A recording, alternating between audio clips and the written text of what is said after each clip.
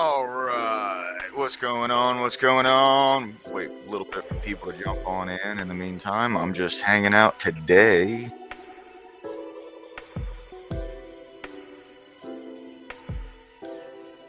Right.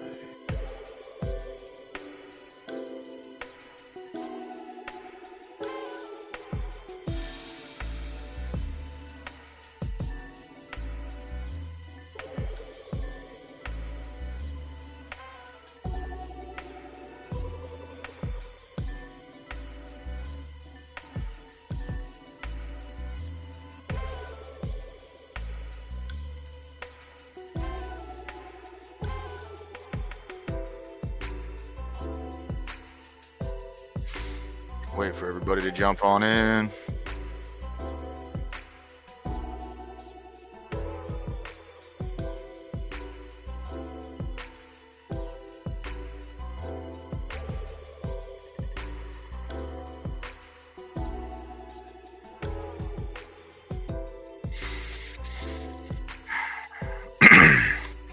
I didn't drink last night, so that's good. Oh, I need to put my panel link up.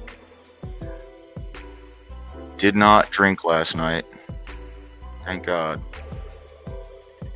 Did the night before, but I'm currently working on keeping that a consistent thing.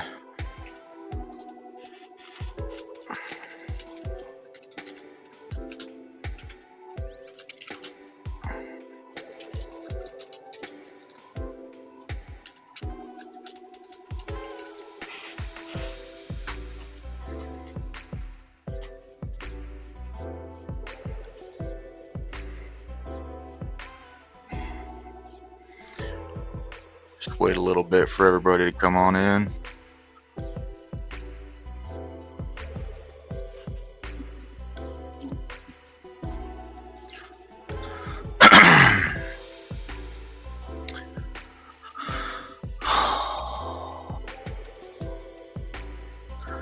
Had this study today. It is a case for Christian education in the 21st century. So just in continuing on with the series, where we've gotten so far, this is going to be an advocation for Christianity in education. You know, I got a couple other things here. I'm not exactly sure what all we will read today. I just wanted to put a nice little bow on this series here because, you know, I'm probably going to be here for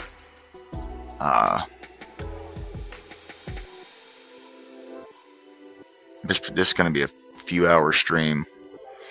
You know, and dive into everything, like genuinely look into it and see exactly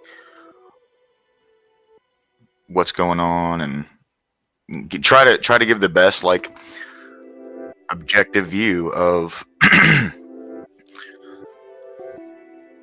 God being a part of society, you know.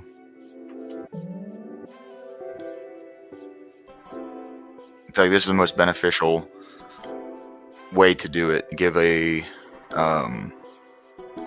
realistic and just a genuine perspective on this, you know what I mean? Because like I have my own opinion, right? My bias is going to lead me directly to, yes, God should be in school. People should be taught to learn how to develop a relationship with God. But personally, if I'm going to do this thing honestly, I need to look at things from every perspective. So yes, this one right here is definitely advocating for it. But, you know, in the series so far, we've looked at multiple studies that are kind of against it, honestly. You know, it seems that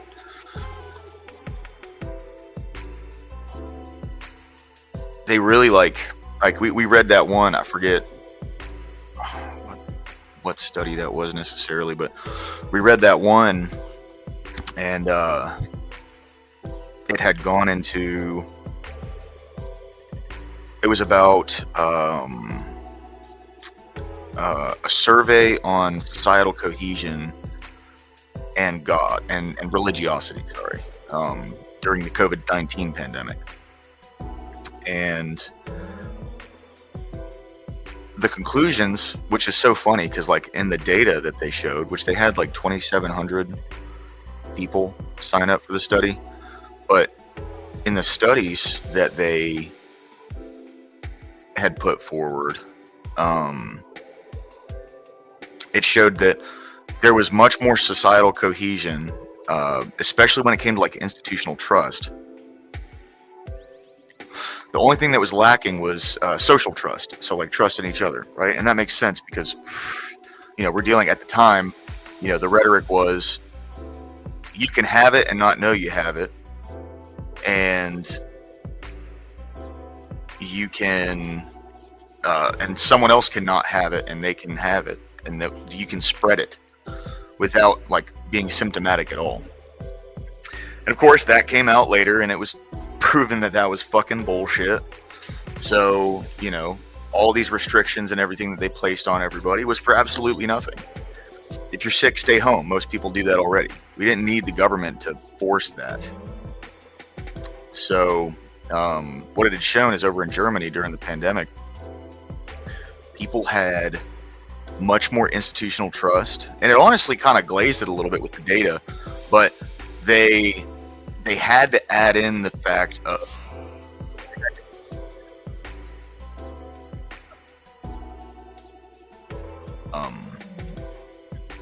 that was the the thing that they harped on there for a little bit. And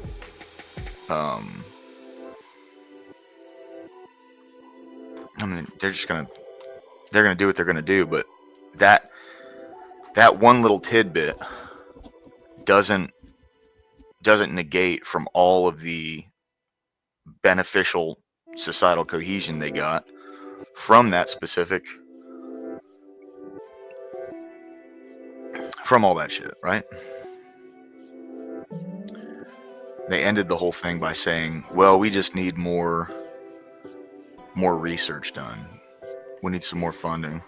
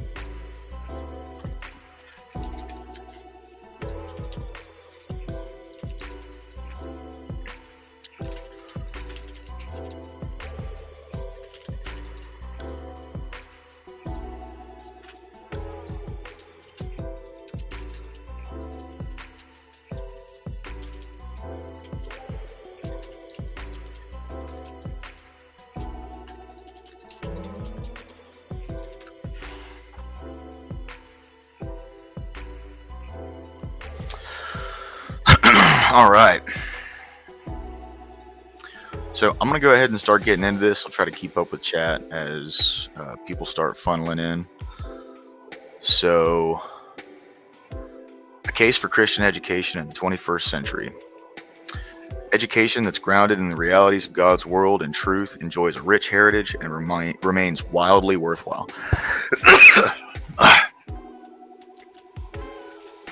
In AD 782, the Holy Roman Emperor Charlemagne invited Alcuin of York to come to the Carolingian Guard to Aachen and to teach him, his sons, and the clerics and scholars of the realm.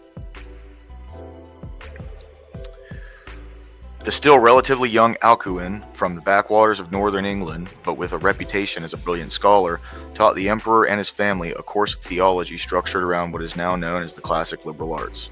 Charlemagne's goal was to shed learned light on what we now call the Dark Ages of late antiquity and the early medieval period.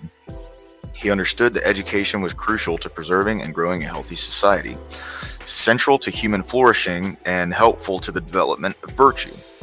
Alcuin and Charlemagne also both knew that learning had always been held in high esteem in the Christian tradition. They knew the Latin infinitive verb educere. Let me see what that word means.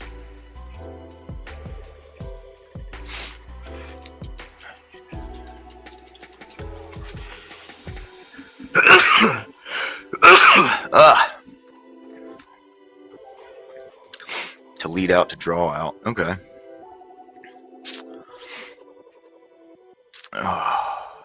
What's up, Abe? Welcome in, brother. Thanks for jumping in.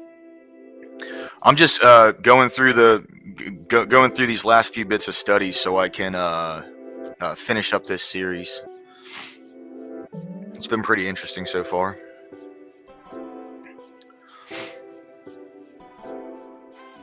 How you doing, bro?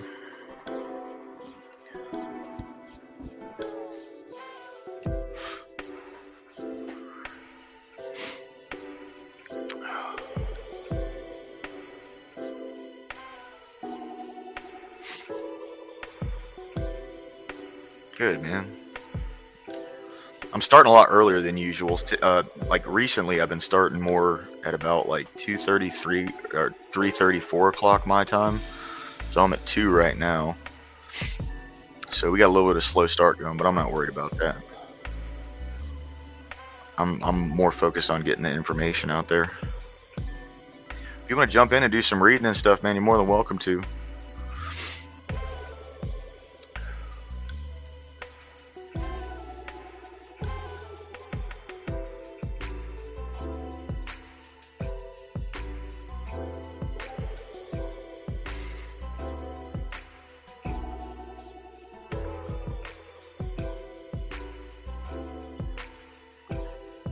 Yeah, man, no sweat, dude. And like, hit me up on Discord or something whenever you get on. I definitely, dude. I'll be tuning in and at least keeping one more view on getting you all those watch hours, dude. You know.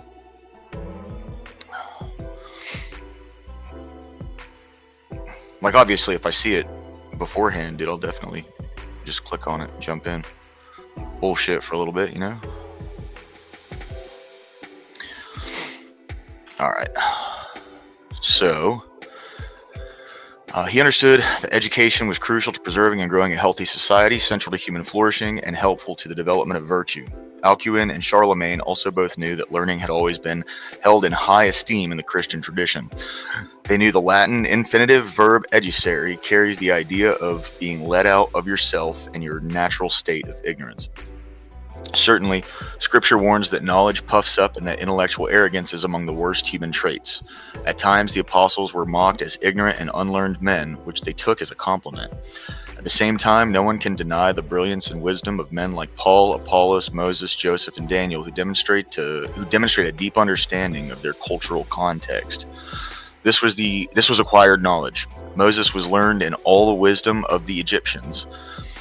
Daniel had mastered in aggressive foreign culture where he was essentially a hostage, and Paul could casually cite the pagan philosophers of his Mediterranean Greco-Roman world, while Apollos was exceptional with his rhetorical power in handling scripture, a kind of Christian Cicero. God uses all kinds of people. The mind can be used wonderfully in the service of God and man, as well as for selfishness and evil.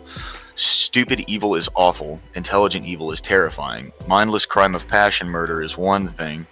Technologically advanced industrial death camps are another. Yeah. But learning never just happens. It takes hard work and time, and that is costly for humans. Studying, one of my colleagues likes to say, is what we do to interrupt forgetting. That's actually really Really funny way to put that. It's forgetting that cheap is it. It is forgetting that it is forgetting that is cheap and easy. Learning is hard and pricey and exhausting. Nonetheless, nearly everyone seems to value education, and we spend a lot of our hard-earned money on it, from kindergarten classes to PhDs. But in the 21st century, many thoughtful people who are otherwise pro-schooling have been turning against education as currently practiced, especially college.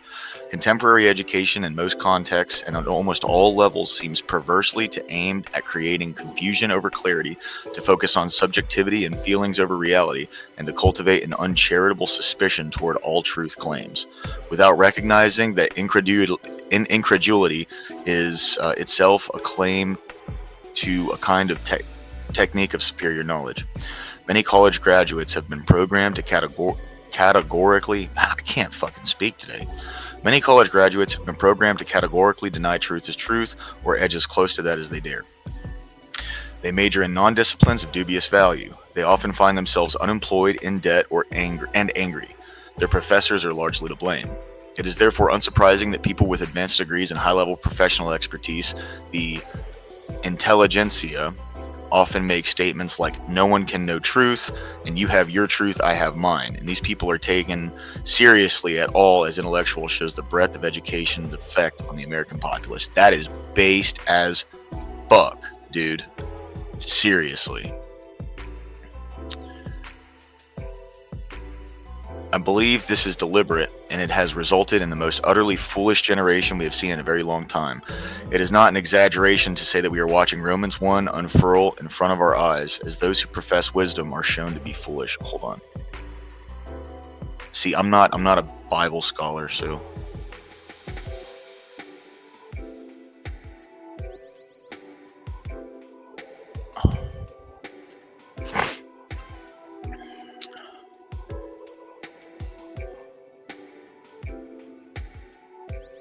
okay. Just had to take a peek through Romans 1 real quick. All right. Perhaps we misunderstand the second half of Paul's chapter when we see the extensive list of increasingly depraved activities only as what leads to punishment from God. It might be more accurate to say that those negatively cascading depravities are the punishment of those who have already suppressed the truth of God. Education forms the soul. Maleducation forms souls badly. If you believe, as the Bible teaches, that humans are already malformed by their sinful nature, then education that deforms the soul further is like poisoning a sick person. Based. Education, good education, grounded in the realities of God's world and the truths that He has taught us, is a part of the antidote under God's common grace that can restrain sin and even help the soul regrow towards its proper form. It prunes and trims, it sometimes cuts and hacks, those aspects of our fallenness that are grounded in lies as opposed to truth. And when practiced well according to biblical principles and about human fallenness, it fertilizes and irrigates and grows the soul towards Christ. But only if Christ is both the foundation and the goal. Jesus is wisdom personified and enfleshed. You know, it was funny. There was some dude last night had brought up in Jess's debate panel the difference between potentiality and actuality. And potentiality is what exists here on Earth, right? Because it's something that's constantly changing and evolving. Nothing ever stays the same at all, you know? And then actuality is something in its complete and final form. The actuality is God. Potentiality is everything not God, essentially. It was just funny that got brought up by someone who doesn't even believe in God, and they brought it up to try to make a point. It was like, that's, you literally just detailed a belief that you supposedly stand against. It's the craziest thing to me. These people are nuts, man. All right, so when you have an educational system that is built on a faulty psychology and faulty anthropology and a faulty view of truth, you are necessarily going to be forming souls, but you will only be you will only be further malforming souls already born bent by sin. Students will actually increase their bent towards sin with a fancier vocabulary, all the while thinking that they're educated, intelligent, knowledgeable, and wise. The human capacity for self-deception appears infinite. Luther said we are incurvatus ad se, curved inward to ourselves. Yeah. Oh, based. I like that.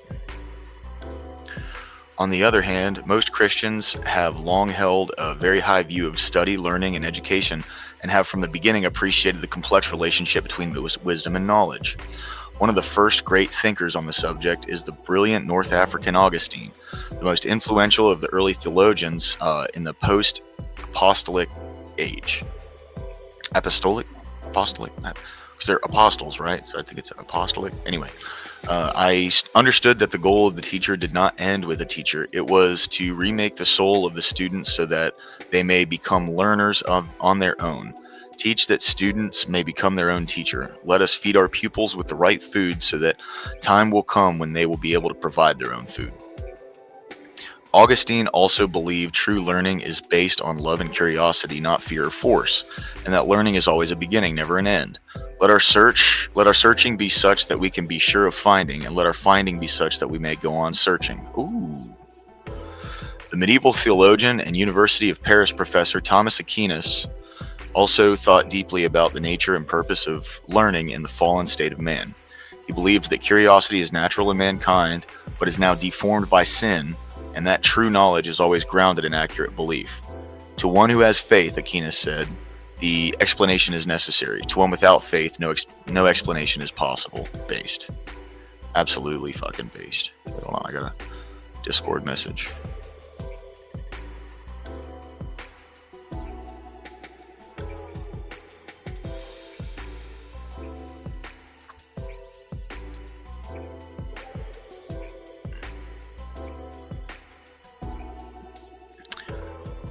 Aquinas knew that the real learning leads to clarity about reality. For the study of philosophy is not that we may know what men have thought, but what the truth of things is.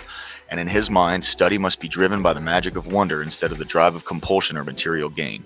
Wonder is the desire of knowledge. In other words, you should study medicine not to get rich, but to revel in the magnificent design of the human body as a compass which points to the Creator. Then you can heal them, filled with a deep kind of gratitude.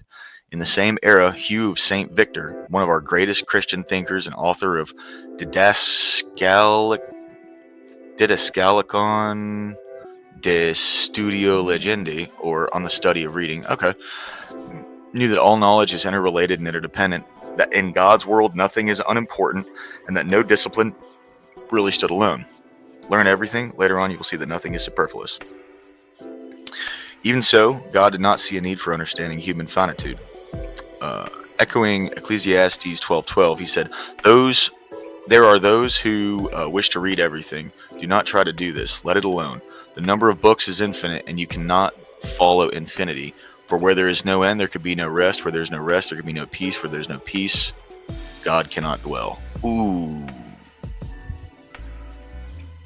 The ideas of Augustine, Aquinas, and Hugh were guiding lights when the medieval and explicitly Christian invention of the university, Universitas Magistrorum et Scholarium, the guide of scholars and students, began and has now grown into a powerful social force that is still with us today, albeit greatly changed. During the 16th and 17th centuries, the organically related movements of the Cultural Renaissance and the Theological Reformation brought a new interest in education and learning. Both Luther and Calvin understood that the reformation of the church depended upon individuals reading the scriptures for themselves, and this in turn necessitated a generally educated and literate populace. The medieval church had developed great power over an ignorant populace. Luther thus made schools an absolute priority, and Calvin started the Genevan Academy, which has since grown into the University of Geneva. Well, yeah, absolutely. Like, welcome in, brother. Welcome in. Sorry, I'll be half in and out on the voice. I'm kind of doing some work right now. Figured I'd join in and say what's up. No, you're good, man. Yeah, I'm just I'm finishing up this series right here. I got this little article here that I'm reading.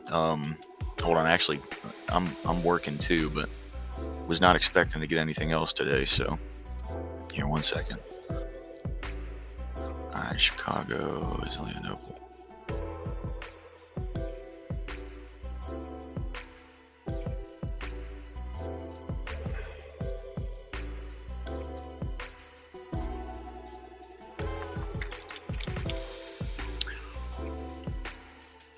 It might be a little rough right here for a minute, dude, because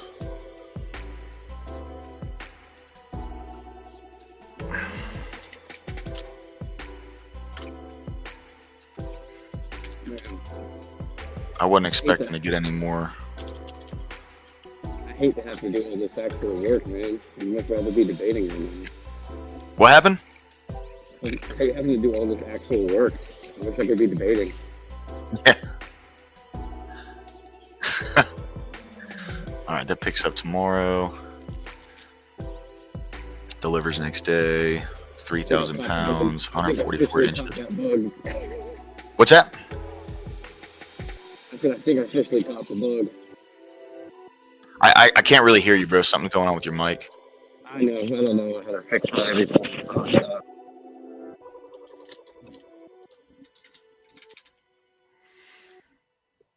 No tarbs.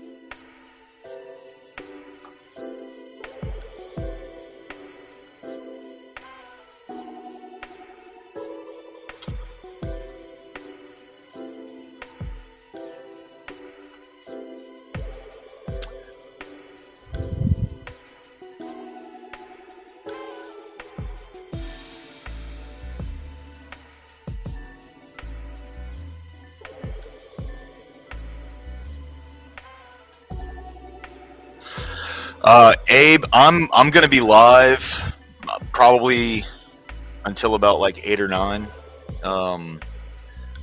Because now I got some more work coming in too, so it might help me spread this actual like studying out a little bit. You know what I mean?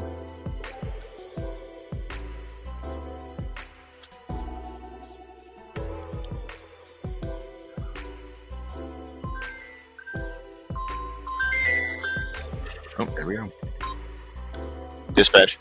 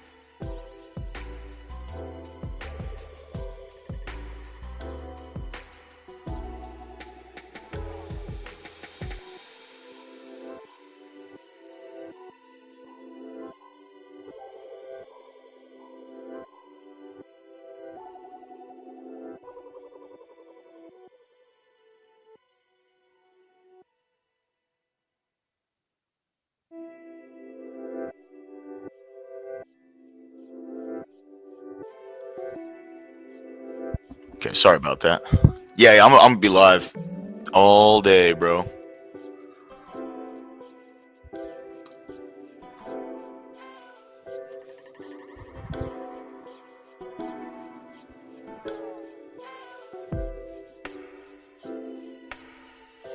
Oh, dude, I'm getting lit up on this thing.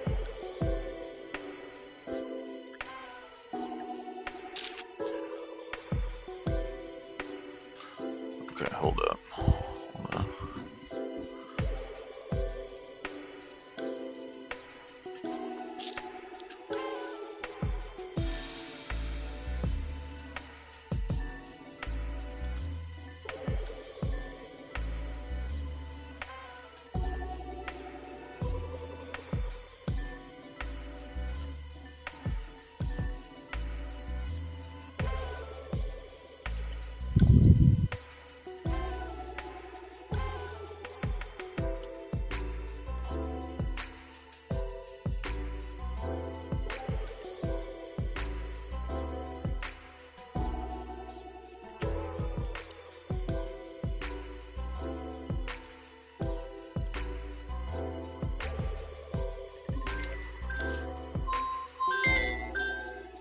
Here we go.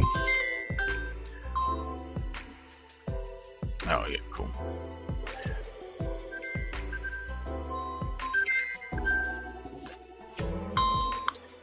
Dispatch.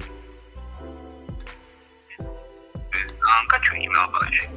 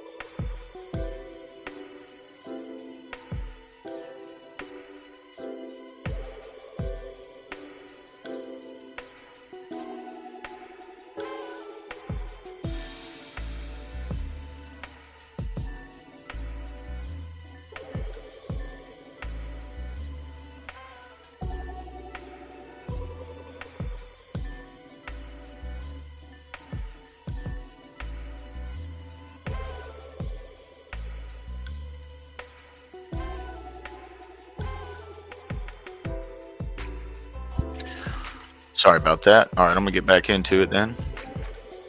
During the 16th and 17th centuries, the organically related movements of the Cultural Renaissance and the Theological Reformation brought a renewed interest in education and learning. Both Luther and Calvin understood that the reformation of the church depended upon individuals reading the scriptures for themselves, and this in turn necessitated a generally educated and literate populace. The medieval church had developed great power over an ignorant populace. Luther thus made schools an absolute priority, and Calvin started the Genevan Academy, which has since grown into the University of Geneva. One primary goal of the university was to train teachers for primary and secondary schools, which were classically oriented in liberal arts, teaching grammar, logic, and rhetoric, the trivium or language-based learning. Then arithmetic, geometry, music, and astronomy, the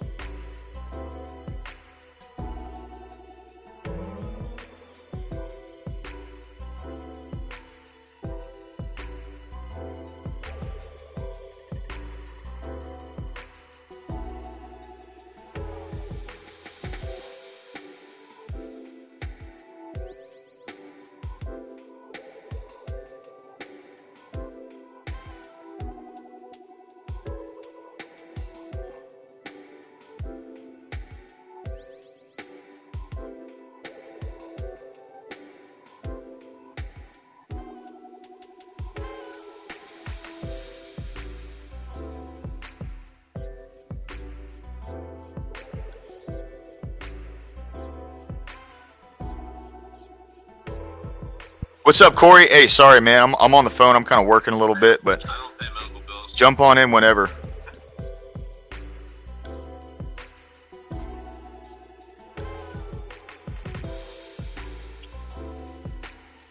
Give me just a second, brother. I apologize. Sorry, I'm back and forth with work.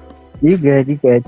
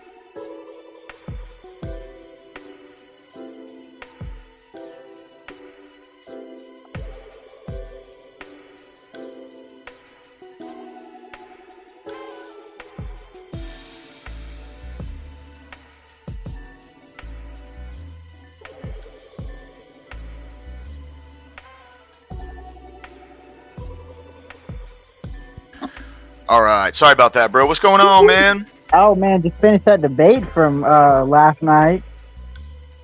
Oh yeah, dude. Didn't he do great, man? Now I don't. I hope this doesn't come off the wrong way, but A- for an outstanding debate.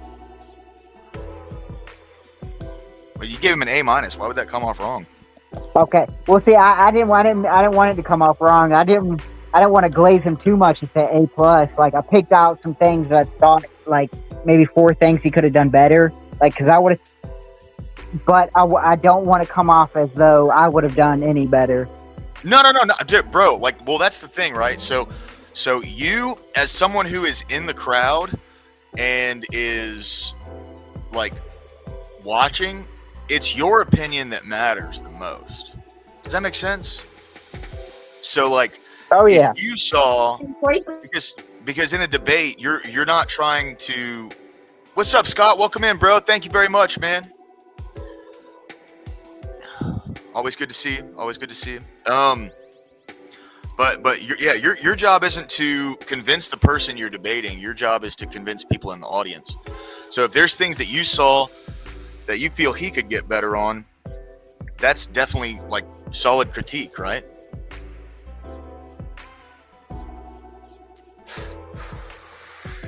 Yeah, I would say in the context of his very first like 1v1 debate ever, I would say that was definitely an A plus. But like, you know, when it comes to people who are like professionals at doing this and get paid to do this and all that, you know, I'd say yeah, like mid B, you know, but I still feel like he did a great job. Oh yeah, I thought he did. I think one problem that I don't think you should do was the frustration. I think Ryan saw that and would have done his best to just. Hold on, brother. Your mic is breaking up real bad. Is it? Does that sound better? Yeah. Okay. I had it on my pen, so that was probably blocking it. My biggest thing, if I was him, I probably wouldn't admit that I'm frustrated or that it was causing frustration because Ryan feeds off that. Yeah.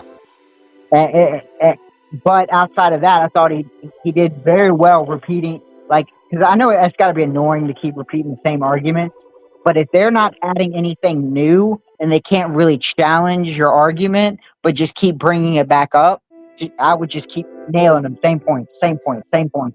Oh, 100%. Yeah, if you can't get past that, then I mean, we can spend the next 2 hours of you just saying things and then me just hitting you with the same point, same point. You can't get past. Yeah, absolutely. And I also think I would have like challenged the force a little bit more and try and get Ryan's understanding of what he means by force, because obviously the government isn't forcing the woman to have the baby. Right. See, and that's the thing I was trying to push in the after when the panel opened up, because like, dude, I kept coming in and there were so many things he would say that I was like, no, that doesn't work.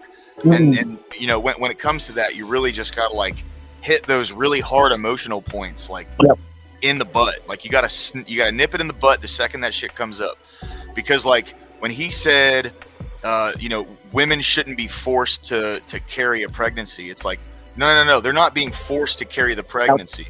In order for them to be forced to carry a pregnancy, that means they're forcibly being impregnated, right? So once you're pregnant, no one's forcing you to take care of that. You can do whatever you want to the pregnancy. You're just not going to be able to utilize a medical procedure as birth control. It's kind of like, you wouldn't say the government's forcing you not to murder people. No, the force doesn't come in until after you break the law. That's when the government force comes in.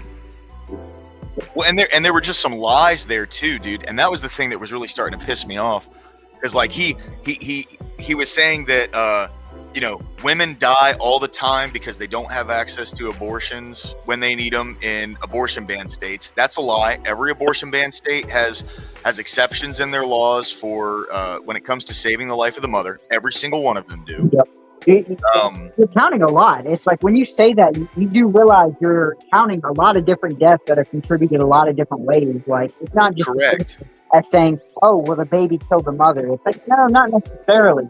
A lot of women die because of the complications their body undergoes because of having the baby.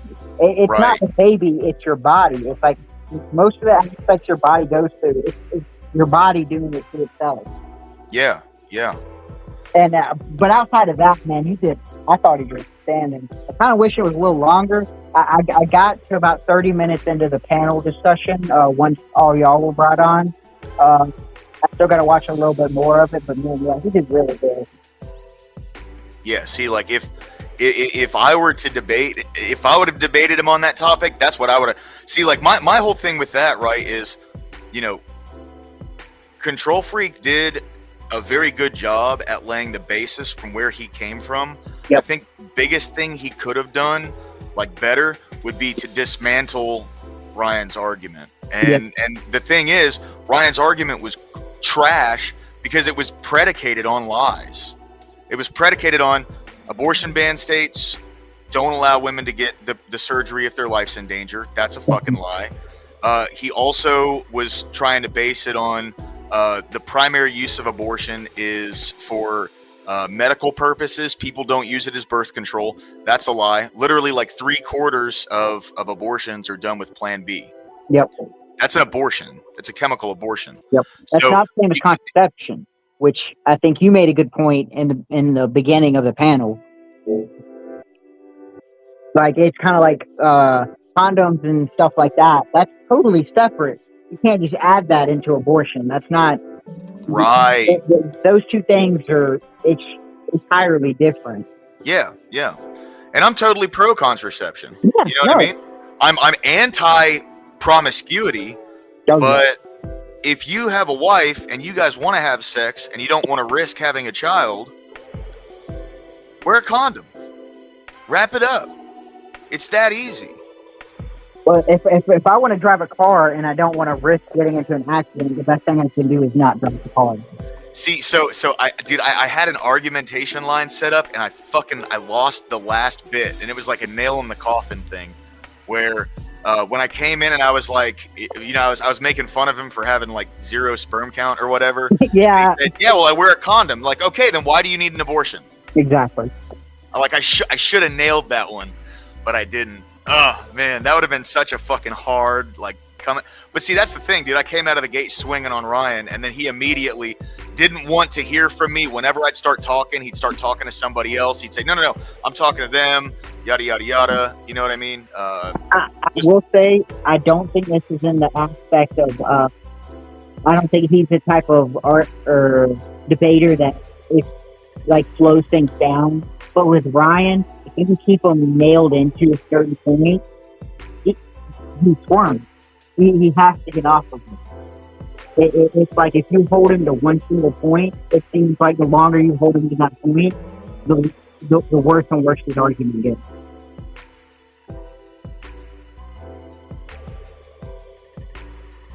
Oh shit, Scott, dude, I'm sorry to hear that, man.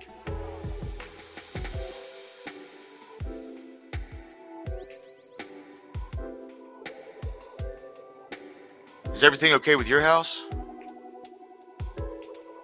He said there was a bad storm that hit him. He said it affected multiple states and stuff like that. I don't want to get on the conspiracy side, but like, it seems like this, now it may just be me living in the moment, but there's been a lot of big storms just this year.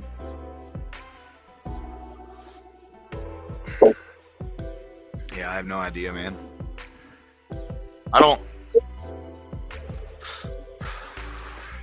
don't want to make any definitive claims that like they can control the weather and stuff like that. I just don't know. To be fair, do they not in Saudi Arabia?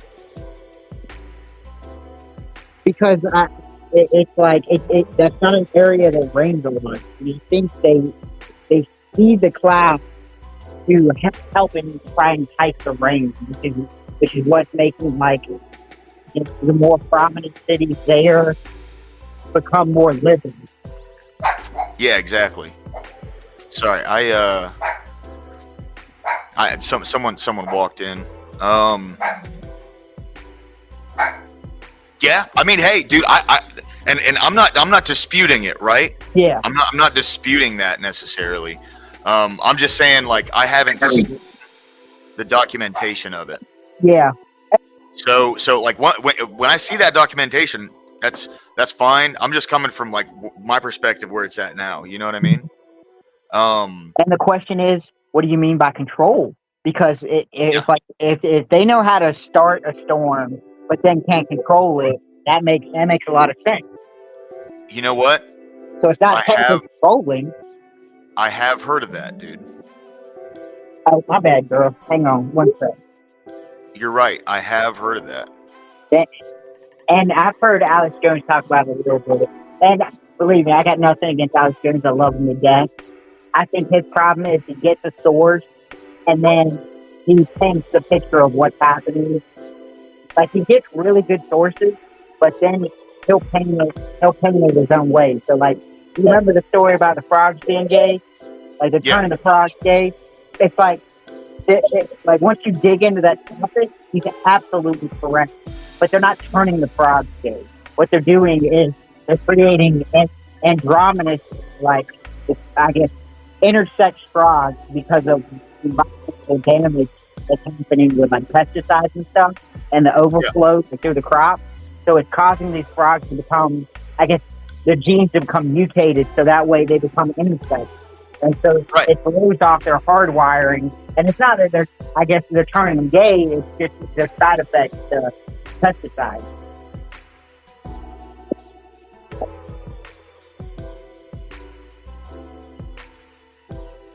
Huh. Yeah, the whole pesticide stuff is crazy. Like, that's a crazy fucking run. It's a really interesting concept, man. Like I haven't. That's what I'm saying. I'm not disputing it. I haven't myself looked into it all that much. So it's definitely something worth looking into. You know. It's also something. It's like how much do how much do we know? Hold on, Corey, you're breaking up pretty bad again. Sorry, it may be spectrum things in weird. So just tell me when I'm breaking in and out. Yeah, man. Yeah. All right.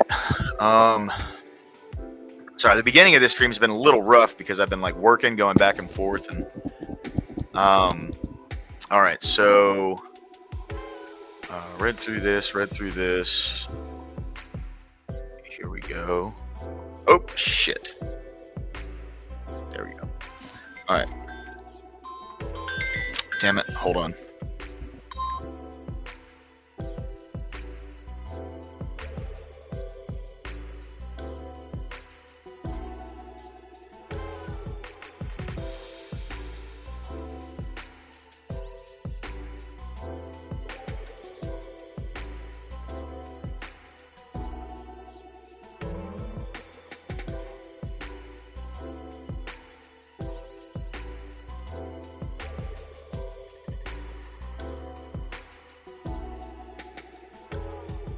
All right.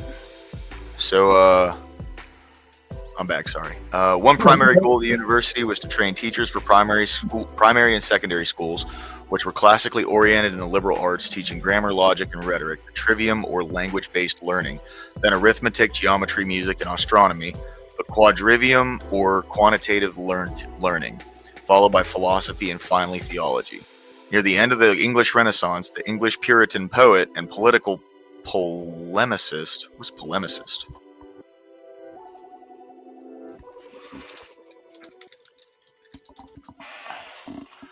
Person who engages in controversial debate. Oh, okay. So we're polemicists.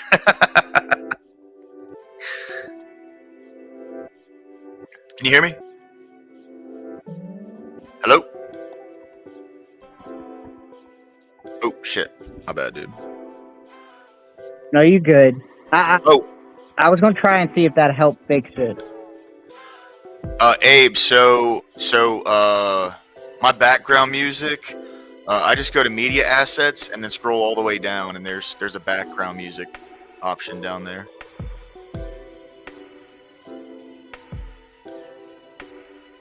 How's the volume on that?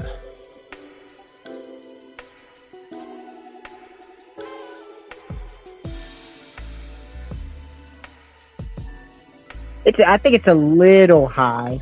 Is it? Okay. I think so. Bring it down to 30. Oh, okay. Cool. There we go. Yeah, so Corey, so here's what I was thinking. Tell me what you think about this, guys.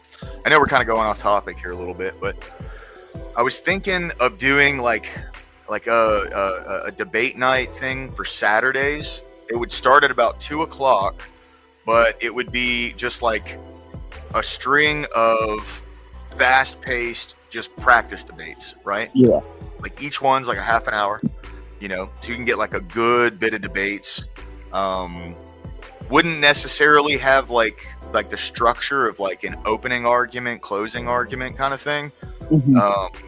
But I'd like to see from people who've been in this space for a long time what you think of that, and we could even set it up in some kind of like a tournament structure, possibly, where like everyone goes in, we bracket everything, and then just randomly select how everything's bracketed.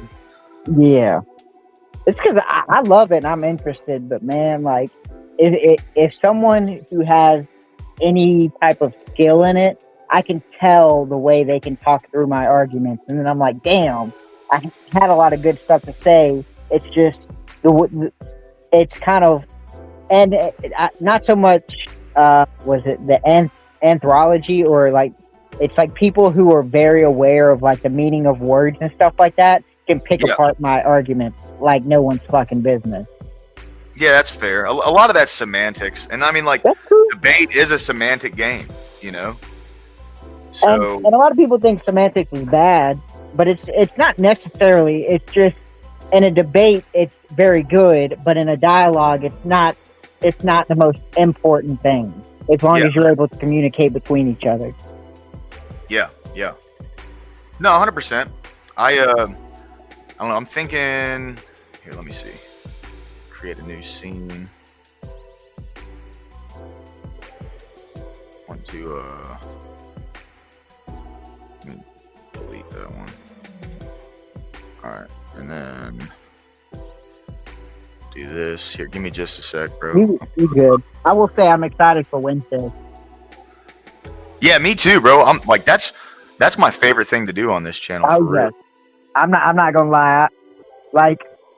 I knew we had been going for 5 hours, so I was like, fuck, I gotta get off. But I was like, man, I just want to keep going.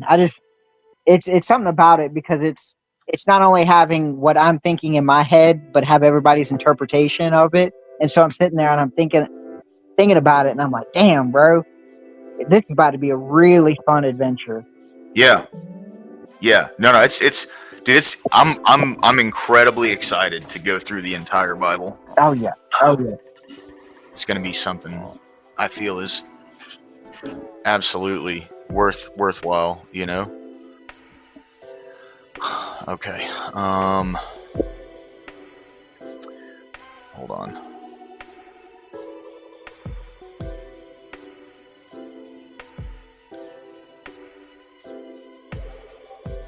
Why are you?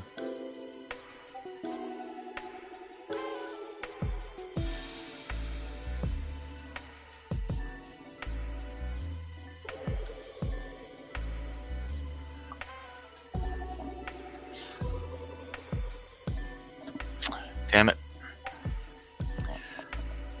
I had an image and ChatGPT just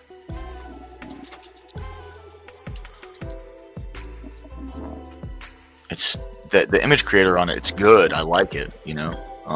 It's just fucking I will say sometimes that debate last night, I fell asleep, woke up, got ready for work, and they were still on that panel. Oh yeah, I 100%. was Yeah, they like, were on for a while. Jesus. Yeah, they were on for a while, dude. It was impressive. That's really impressive. All right, hold on. Holy shit.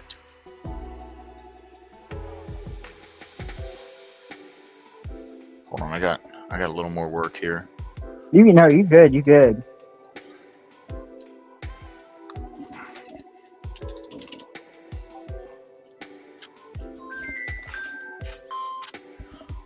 What's up, dude?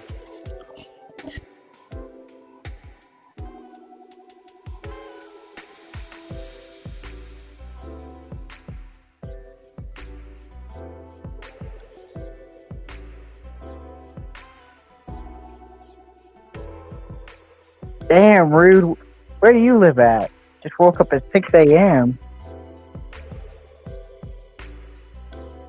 Damn, we gotta be on the other side of America.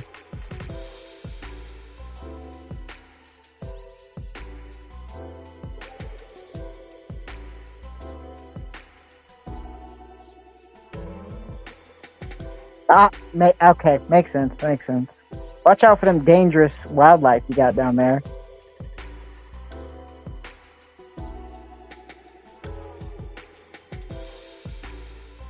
Now where we at? But it's such a freaking beautiful to live down there too.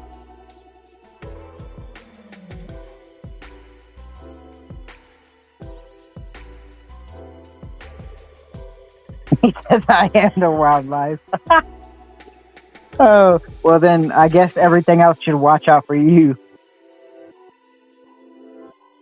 All right, I'm back. Sorry. Who's in chat? Uh, Rude in chat? Yeah. Rude, what's up, dude? He says he's about to get ready for work. And I was like, damn, you must live fucking across the globe. And then Australia. I was like, makes sense. Mm-hmm. Told him to watch out for the wildlife. He says he is the wildlife. Oh, yeah. Hell yeah. All right. Yeah, I think like one night a week doing something like that. I mean, if you guys have any input on something, I'd love to get some input because I've never done this. Now, would you leave yourself to the moderator role, or is it something you'd like to engage in? I see. So okay. So when I was in service structure in the 12-step programs, I chaired multiple different meetings, and I was the PI chair for like this massive convention that we were putting on. So I was the one who had to essentially like go over the topic that was going to be discussed, and then tally the votes. I did not have a vote, and I did not have an opinion either. So I was the one who had to stay neutral, and there were multiple times when something I did not agree with. Yeah, rude. So Saturdays, I got this like this town hall thing here. Hold on, I'll take this down. So just like a debate night on the channel, I'm trying to figure out a way to do it where it'll be like not just another debate night, you know, but I'd primarily be the moderator, and it'd just be on Saturdays. Well, And I want to debate Abe about how he's a vampire. there you go. Yeah, but I and this isn't me just like glazing myself. Like I genuinely I can be a good moderator because I've had to be in a position where I took a neutral stance on something that I cared really deeply about. Right, like I had a strong passion for, you know, a vote going in a specific way. I've had to sit back and let that vote go the way I didn't want it to go, get it put down into secretary notes, and then officially like call the thing that I disagreed in, you know, an F plus. Yeah. The plus is for trying. Ryan, dude, like the thing that pissed me off about Ryan is a lot of his argument was predicated on lies. He's also very. He also can't separate like an emotional argument from like an objective, like factual statement. Well, that's what happens when you have a 0 sperm count. That's true. I mean,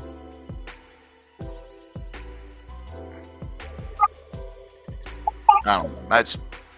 It's rude. I don't like that guy anymore. You know, for a while I respected him for having the nuts to like go into spaces where people don't agree with him and don't like him and still debate.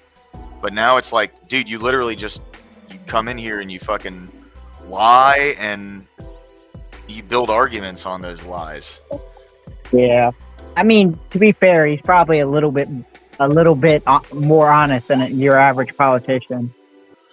Yeah, which isn't saying much. It's not. It's actually saying it's actually crazy because we give the politicians more power. 100%. Yeah. Well, and that's the thing with his side is, you know, his side of things wants more government.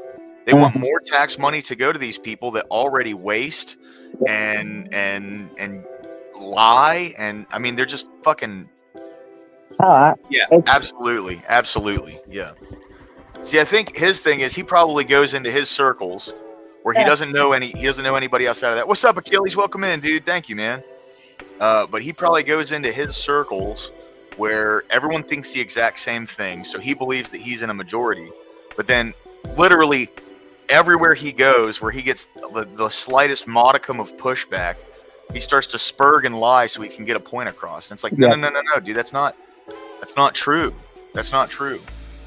Well, to be fair, all he needs is 1 point to get across and sound really good, and for him, it wins the debate. Yeah. But he didn't even do that. I would say the best thing he had going for him is that he was frustrating his opponent. Yeah. I mean, he definitely be 100% of, I guess, to be completely biased or completely unbiased. Yeah, I did my best to look at that from a objective perspective there. I just once someone starts lying about shit to make their points, it's like I have no respect for your argument at that point. Because like, again, bro, he said people mostly utilize abortion as a medical procedure and it's not used as birth control. And we literally saw like immediately after that it's like 75% 3/4 of abortions are done with Plan B, that's fucking birth control, bro. That's not a medical procedure. And then he also said that like women die every year of childbirth in states where they can't access abortion, and there's literally exceptions in every. Yep. Yeah. Mr. Bill, don't try too hard, bro. You know what I mean? Good to see you, man. How you doing? Thanks for jumping in, man. But there's exceptions in every abortion ban state's laws for medical procedures to save the mother. Yep. So like those two things were a large predicate for his argument, and they're both lies. Mm-hmm. So like at that point, I just want to watch you get fucking ground into dust, dude. You know what I mean? Oh yeah. And it's kind of like, I mean, he'll never admit to him being wrong, but it's something interesting if you can get him to stop and have those gears, or have those gears like grind against each other, trying to figure out what they have of it. Well, see, and that's the thing is so Rude. Remember, he tried to argue that. He tried to argue that, but he couldn't come up with an argument because he didn't even realize that the biology community agrees with that concept. He didn't even fucking know. Like, that's the crazy thing. Oh yeah. And it's kind of like, rationally speaking, why wouldn't it start there? Because I mean, we consider single cell organisms life. So the question is like, why are you defining this different? I mean, dude, he's a Reddit arguer, bro.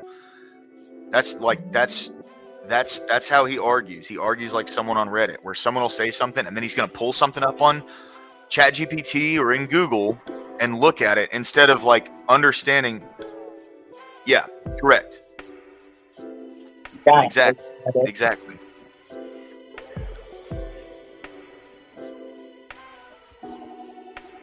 See, he's the kind of debater where he doesn't get well read on things beforehand.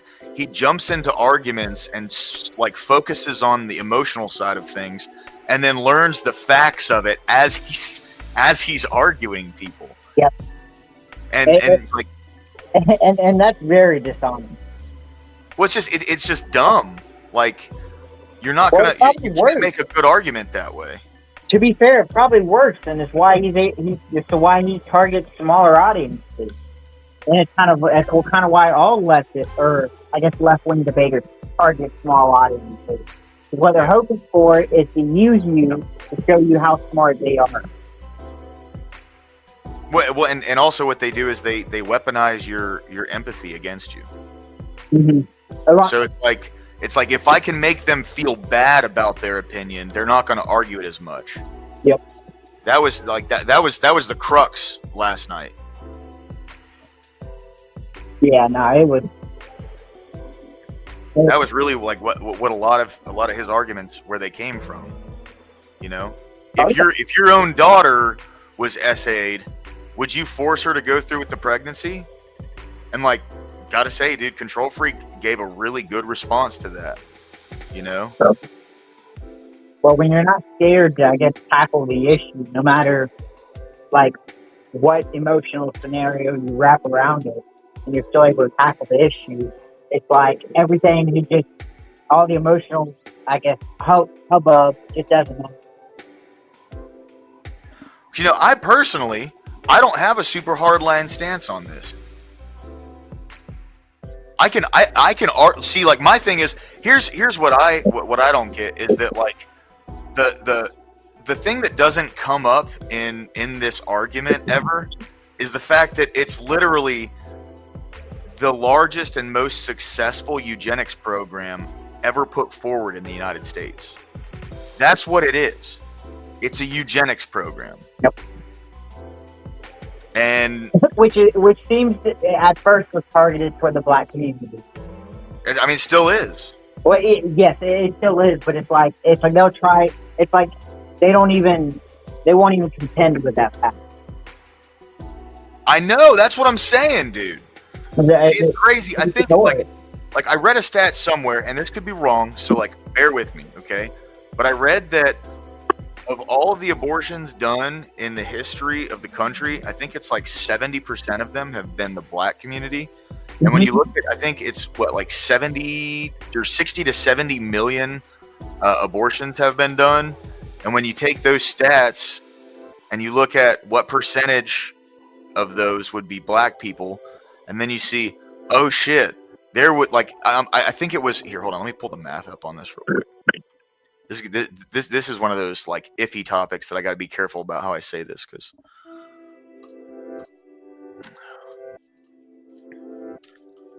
All right, 42. How many black people are in America? It's like 15, 16 million. Oh, it could be larger than that by now.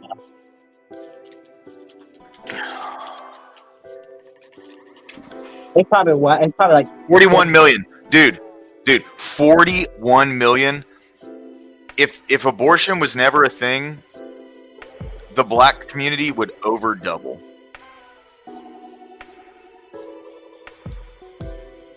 Would over double. Yep. Yeah. K2, 100%. 100%. Yeah, the 13%. I just like a specific number. So it's like black people make up about like 60 to 70% of all abortions that have been done in the country. It's like that's what it was instituted for. Planned Parenthood was put into black neighborhoods to help them get rid of their kids. Like Margaret Sanger was very open about that. She was a very big eugenics proponent, right? And it still works the exact same way today. There's other people doing it, but it's just a varies off. It's just insane to think about how if abortion was never a thing, the black community, their population would be over double what it is today. Look at it like this, it would not be a birth rate issue. Like, Yeah. A lot of our birth rate issues is because the amount of times would have had a child. Oh, you're breaking up, Corey. So the amount of times you would have had a child, you've now decreased that by who knows how many percent. Oh yeah, it does irreparable harm. Mm-hmm. And you know the thing that was throwing me off was how there were statistics brought up about like regret, and statistics brought up about how they felt about it, and like all these different statistics were being brought up about the feelings of it, and it's like that's emotions arguments. Like none of that matters. And I feel like I guess in my head, my question was, what is the societal utility of it? Like, what does this thing do for society at large? Everybody, not specific people or specific groups of people.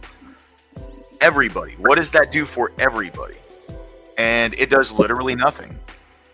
There's no societal utility to it other than killing babies. Like you can't argue that. No. You know what I mean? Well, it's sacrificing the future for the present. You want the temporary satisfaction, financial stability. You're breaking up again, brother. I don't know what's going on. You hear me now? Yeah, I can hear you. Okay. But it's got to be something with Spectrum. I'm not sure. It might be, yeah. It might be a connection issue. Have you tried, are you using earbuds, yeah? No. I'm using just straight off the phone. Oh, shit. I have no idea, man.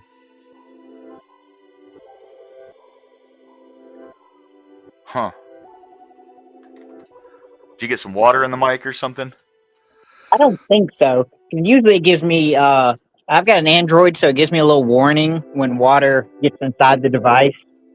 And it hasn't given me a warning. That's not saying that water hasn't gotten there, but it just hasn't given me the warning.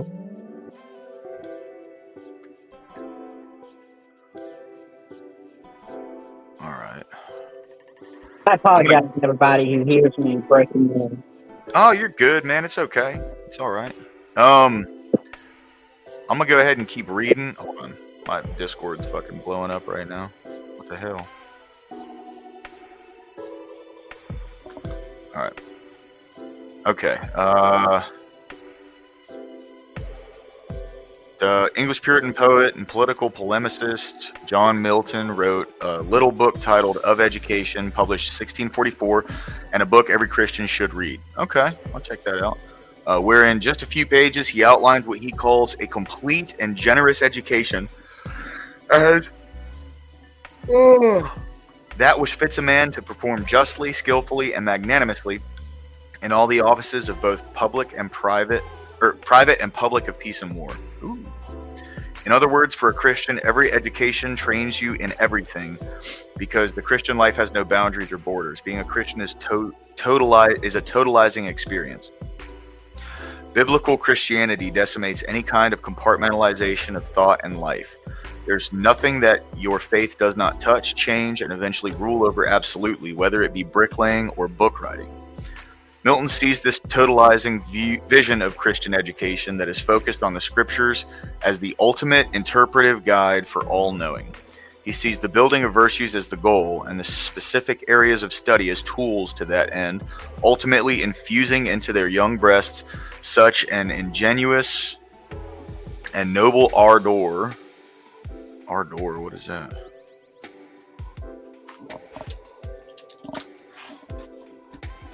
Enthusiasm or passion. Okay. Ardor, as would not fail to make many of them renowned and matchless men. Now that is an endorsement for Christian education. Alcuin and the court of Charlemagne attempted to reverse what is now called the Dark Ages after the collapse of the once highly sophisticated Roman Empire and the Christian culture that followed it. In some ways they were successful, as there was deep learning during the Middle Ages, to be sure, and many great achievements. I would argue that biblical truths about God, man, the fall, and wisdom are the most effective and, more importantly, the most Christian foundation for education in the 21st century. And it is these very truths which guide every aspect of learning and teaching to do intellectual work for both professors and students at the Master's University. That is beyond price. All right, that was cool. I mean, it wasn't really like... That didn't really give much like data or anything behind like the claims they were making. It was more just pointing back to what people have said in the past, which I get that. Yeah, no, 100%.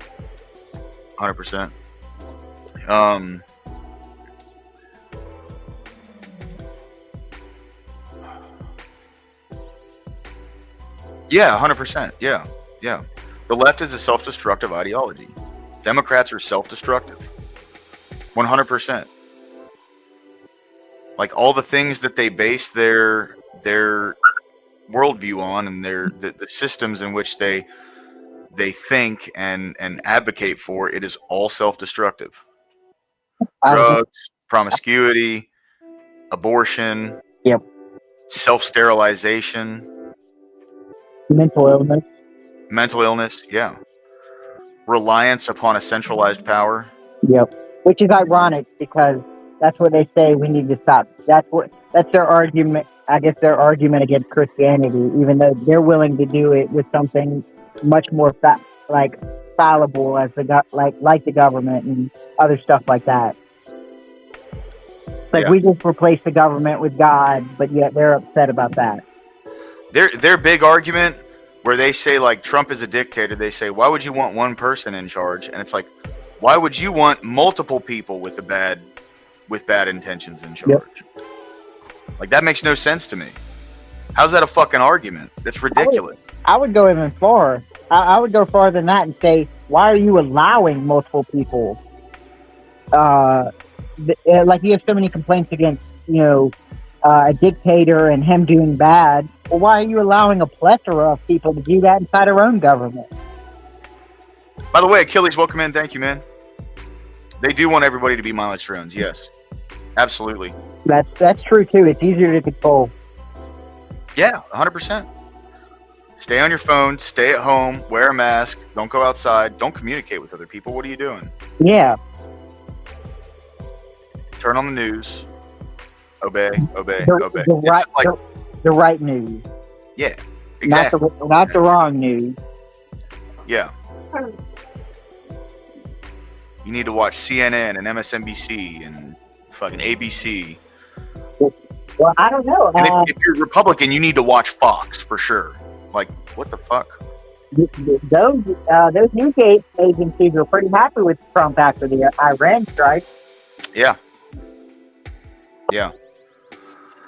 I don't know what's really going on with this. I will say, like, when it comes to Trump, it seems like he's starting to realize he doesn't have any power, like, to tell Israel what to do, to back up Israel. But the good thing about Donald Trump is when you become someone, I guess, who isn't a part of his game plan, and you're obstructing what he's trying to do, he will turn on you in a heartbeat. Oh, 100%, dude. That's what I'm saying. Like, I genuinely think he's probably about to pull all our people out of that area, which we should have never been there to begin with. Oh yeah. But I really do think he's about to pull everybody out. Because it's kind of like, I mean, we see it with Republicans in his own party.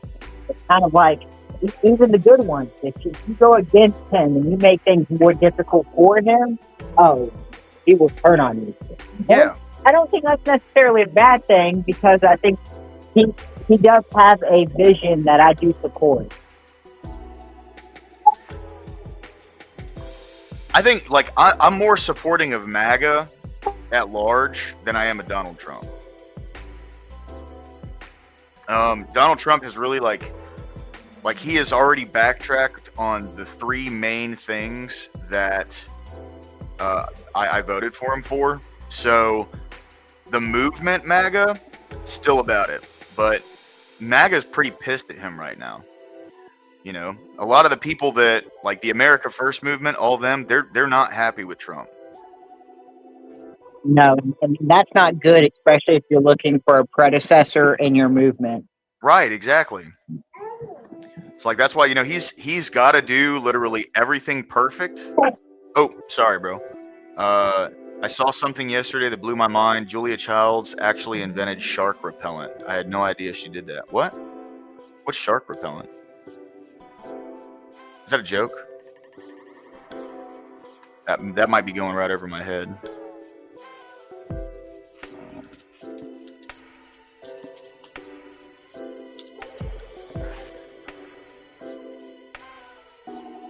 Oh, no, you were being serious. Huh.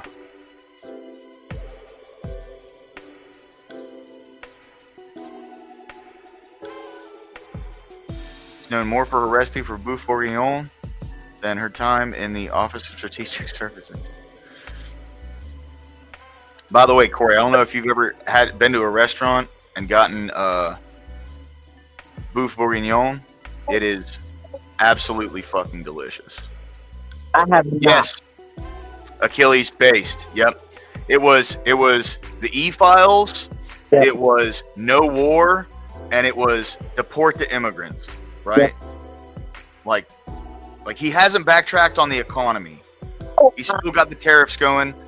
I'm the kind of person where, like, I understand where he's going with this. It can work if utilized properly. So what I want to see is where the economy is at in about a year. I will also add deficit spending, because I mean he did criticize Biden for doing the exact same thing that he tried to do with his big beautiful bill. And don't get me wrong, I'm not sure. It got quiet once the Iran stuff started happening. It's kind of sidelined now. Well, this process takes a while, so I do. In all fairness, it's a lot of it's him, and a lot of it's Congress. He needs to light a fire under Mike Johnson's ass. Like, you can't just have one bill after 6 months if you want to fix stuff. Well, so I'd like to see what is. I'd like to see what's going on with no tax on tips. Yeah, exactly. Yeah, union membership's growing more and more. Because okay, so when people join a union, right? Look, I'm from the South, so unions down here don't have a shitload of power. It's not the same kind of thing as it is like up north, right? Like in Chicago, New Jersey, New York, Pennsylvania. Like the unions don't have as much power here. So where the unions stand here, I'm a big proponent of it. I don't know how they operate. Oh yeah. Chavez de Raymer. Yeah. I will say with the union, it's also one of those things that I think unions saved our country, especially like when we started to see huge like work right violations. The only problem when things get tied to the government, and it usually corrupts the institution. And so No, 100%. I would say that labor unions, which used to be a really good idea, is now no better than just having a boss. Except now you have two. Yeah, see the way they are, like here in Alabama, I'm a big proponent, right? Like they offer a way for people who don't really have a ton of skills to learn a trade, to do it basically for free. All you pay is union dues. Mm-hmm. They get you gainfully employed. Like it's hard for the first year, right? But then after that first year, you have experience under your belt. You can continue to learn stuff. You can continue to further, like, your trade education in these things. I mean, it's a very good system. I don't know how it works up north, but down here, the way it operates is very, very solid. Like guys who didn't go through school, you can go into the union and start out as like a year one, and just work your way up. You know what I mean? Mm-hmm. I will also say, so I work for Coca-Cola, Coca-Cola Incorporated, which is a subsidiary up under Coca-Cola. And the last time I went to a pro-union site, it was terrible. Like it. Now, the only reason why I say it was terrible is because a lot of people who were there wanted to work, but couldn't work because the union was at disagreement with the actual incorporated side of Coca-Cola. And so it's like, what happens when you're forced to, you're forced to stay out of work and strike, when in reality, your terms are good. It's just what's being argued is something that has nothing to do with you. Because you can't go back to work. It's like, that's illegal. And so you're stuck protesting something that you may not agree with. Yeah, that's crazy. See, I haven't looked too far into unions. I just know a few guys that have been in the unions, and it did really well for them. Like down in Florida, the EBW, it's like the Electrical Workers Brotherhood. Then we got Iron Workers. And we also have False Workers Votes to Strike. Interesting. So in Birmingham, we have like the Iron Workers Union, and we also have the Millwrights Union, which is something I was looking into getting into. That would have been cool. I have health issues, so I can't. It wouldn't be feasible for me to like go back and forth to different work sites and then coming back home and grabbing meds to go back out there if I ever run out. It just wouldn't work out. They will also scream and scag at me. Scab, yeah. And so it was a weird thing because it seemed a lot of it was kind of, I don't want to say political, but it seemed a lot of it was for theater. And it's kind of one of those things to where they don't get paid that much more than me, and I'm a non-union site, so it's like I understand the benefit of it. I just think if you're not careful, you can wind yourself up kind of getting more screwed than not. Yeah. And they have too much political power. Like, not necessarily every union, but like when we start talking about like the unions that endorse presidents and stuff like that, to me, that just seems like too much political power. Yeah, I can understand that. I mean, that's what I was saying is I haven't seen that personally. I've never lived up north, right? Mm-hmm. So, like from my perspective, it seems they more or less like the way that they exist here is very, very good, but that's just because I haven't seen anything other than that, And to be fair, you could just be around an area that kind of has figured out how to run successful labor unions. What was false? I know that there's a place, there's a transportation company that had a labor union, and they came to a dispute. And then what ultimately ended up happening is the owner ended up going bankrupt and then selling off to another company.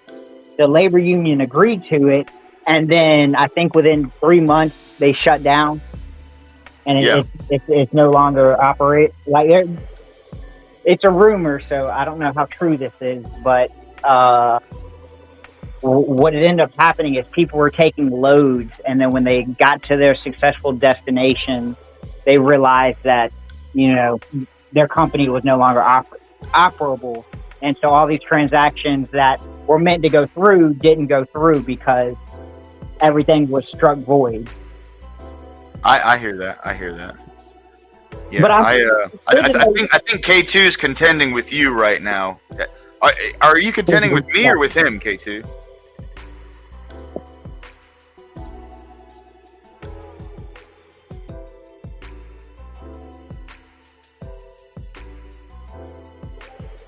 He could be contending with me. Because it seems like his field, he'd probably know more about that as well. He seems like he's much more pro-union. I'm pro-union, at least from. I don't want to say I'm anti-union. I'm just saying that it seems like there's it. To me, it's kind of a double-edged sword, because I would say the top 10 jobs are all not union related. I would say, but a lot of unions really help workers out, and so I'm just speaking on, I guess, my personal experience.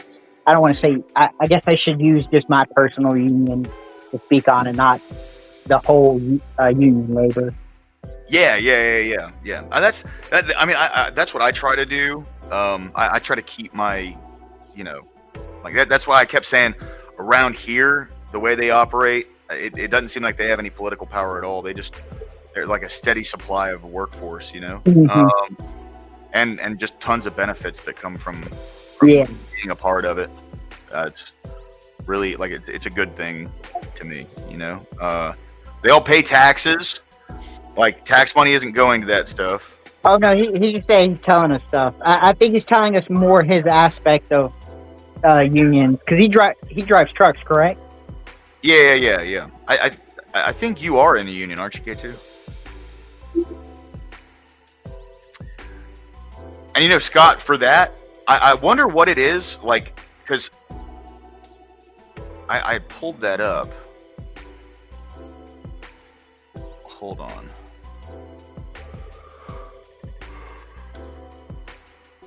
It's copper acetate, some black dye, and it releases dead shark smell to deter sharks from attacking. I mean, hey, work. probably she probably made a lot of money off that too. Oh, 100%.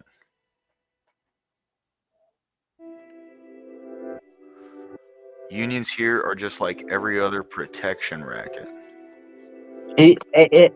But it's some Australian unions. I know down in Australia things get a little wild.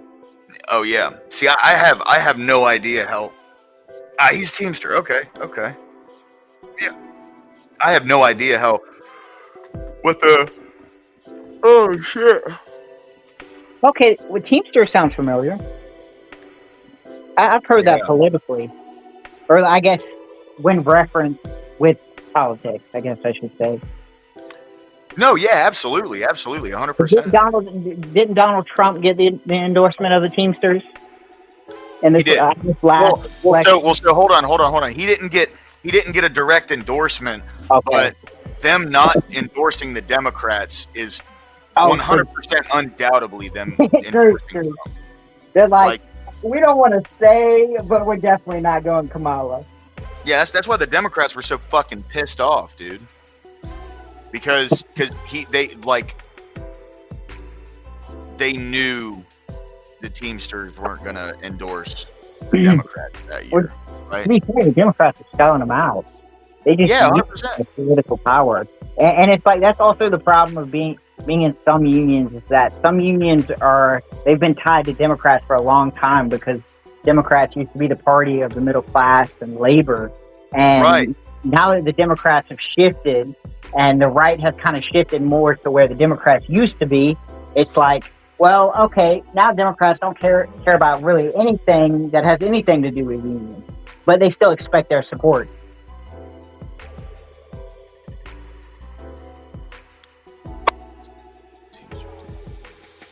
Yeah, I bet you did, Achilles. Yeah, it was that was glorious. Same thing with Jeff Bezos stepping in and telling Washington Post they weren't allowed to endorse Kamala this year. I mean, but damn, it's kind of like these people or the Democratic Party is selling you out. They want you to pay so much more in taxes. It's kind of like, why are you still dumb enough to still endorse them? I have no idea. Oh, okay. Oh, Keep on Trucking says he's going to call in. So I think he'll describe what he's talking about a little more. Yeah. I mean, he's going to have firsthand experience. I don't have any, so I would say me neither. I've only seen from from a different position. Like I've seen from not being a union and looking at union.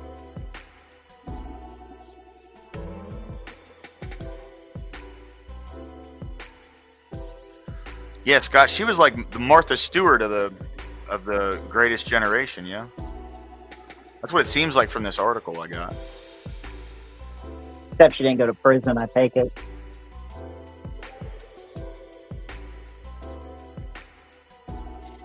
Bouffe Bourguignon, dude. I don't know if you've ever had that. If anybody... Man, it's so good, bro. That's like my favorite French dish. Now, I will say that probably this isn't really probably that luxurious, but the craziest thing I've had is some like Maui fish. Oh, and it's so good. So good. Oh, yeah, Maui's good. Maui or mahi mahi? Mahi. Mahi? Yeah, man. Yeah, mahi. Good stuff. It was a sandwich, and oh my gosh, it was so good. There was a restaurant back home. What's up, K2? Welcome in, bro. There was a restaurant back home that they did fish tacos, and that's what they used was the mahi because they had that kind of like they had like almost the steakiness of like swordfish or cobia, but it still had the flaky like softness of like snapper and grouper. Yeah. What's going on, K2? Welcome in, bro.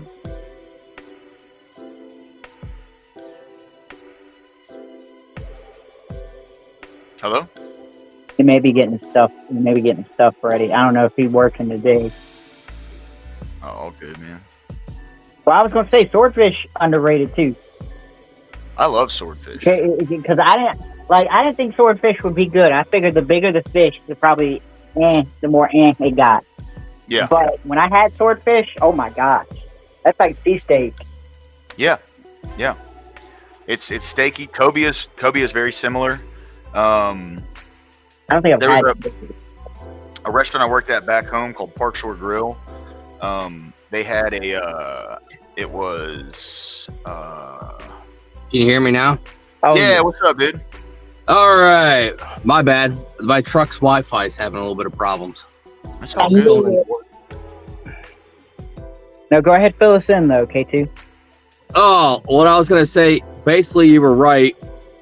Shane O'Brien told the fucking Democrats to go fuck off because they didn't want to play ball. Like, I mean, especially after Joe Biden fucked the railroad workers when they wanted not the conductors, but the people that actually work on it, unpredicted scheduling and shit like that. They just wanted and more sick time off because of COVID. I'm sorry, because of C-19. Yeah, and he forced them to take a contract, and that just rubbed Shane O'Brien the wrong way instead of just having a national strike. Oh, there's something going on, bro. Okay, you're good. Yeah. And then, I mean, with the union, you get better medical, you get legal assistance, you get retirement, all that stuff. And when it comes to striking, it's all the workers at that local decide. Like, say there's a company in local, let's just say one. Unless they're part of a national contract, then what if they're part of the national? Then they all go on strike if it's above 50%. Yeah. So it's just like voting. So the whole workers. Now, if it's a small union, they just have a local. It's those local workers that get to decide that. Okay. Yeah. So is it like a 59, like let's say 59, 30, or 51, 49% type distribution, Yeah. where if majority votes say, hey, we want to pay increase, then we strike. Now, does the other 49 have to strike as well? Yes. No, it depends if you're in a right to work state. If you're in a right to work state, you're basically a scab that's just taking union benefits and not paying into the union.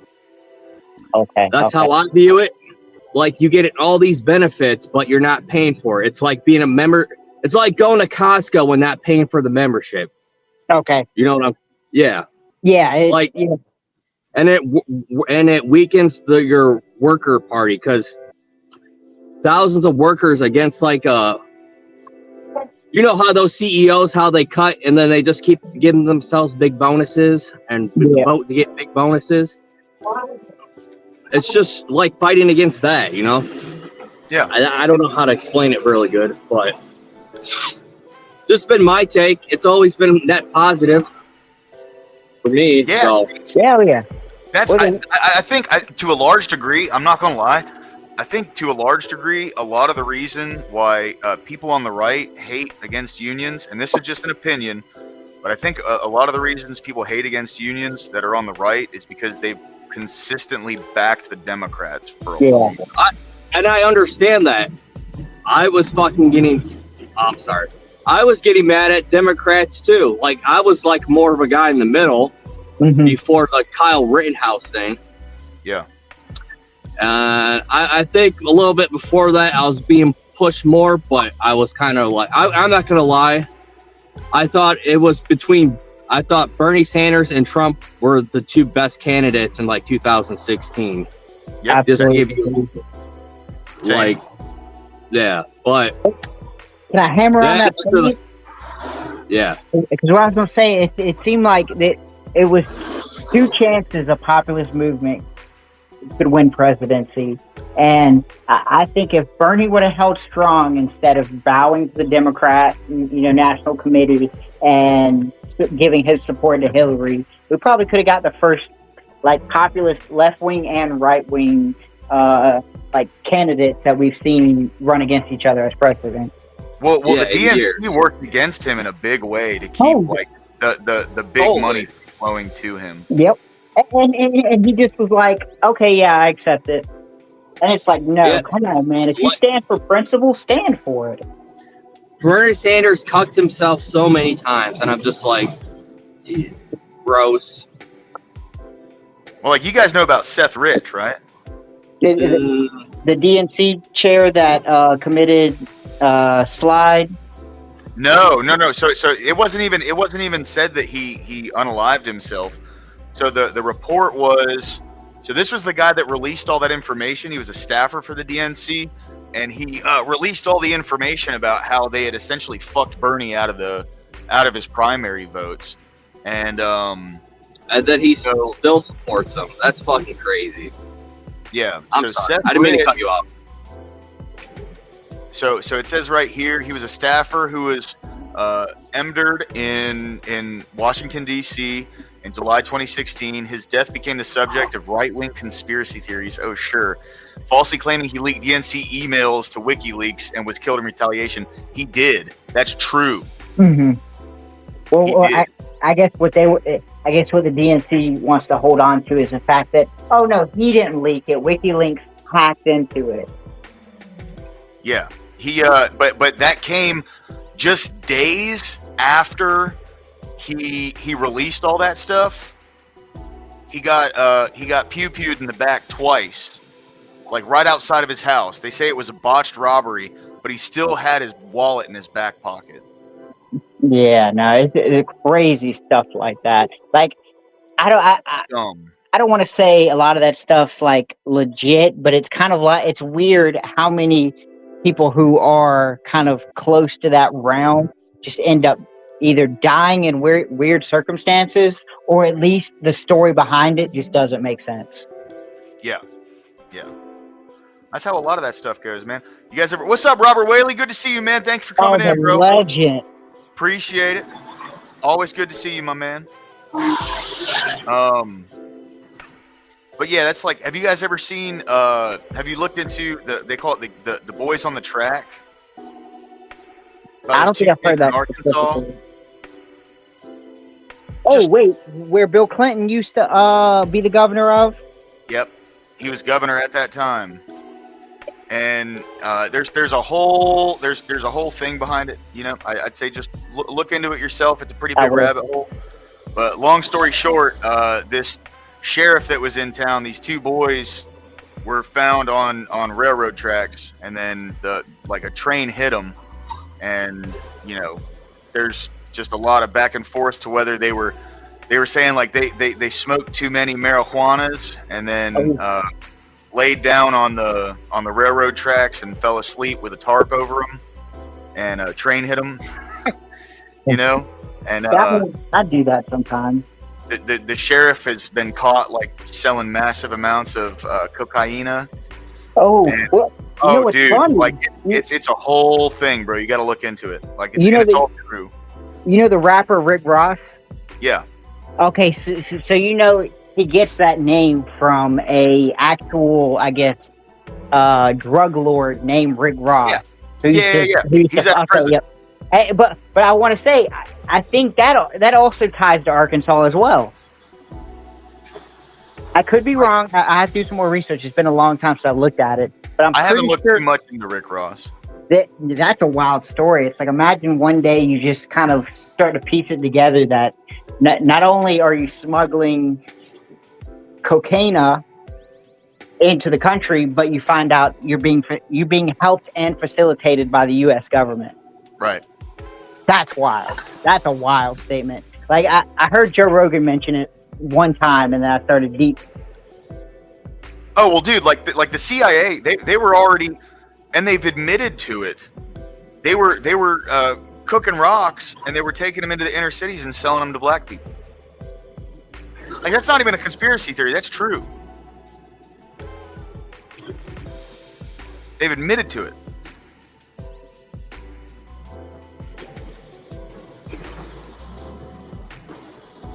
That's wild.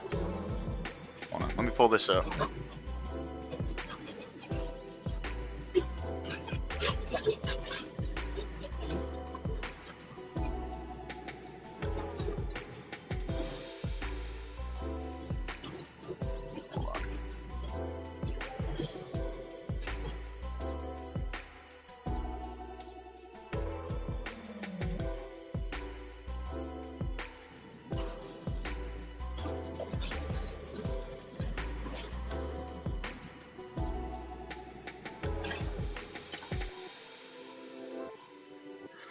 Dude, this Mandela effect shit. I don't even know if it's real. I don't know if it's true or what, dude. But like, I genuinely think, now this is gonna be my tinfoil hat, but information that's online gets changed.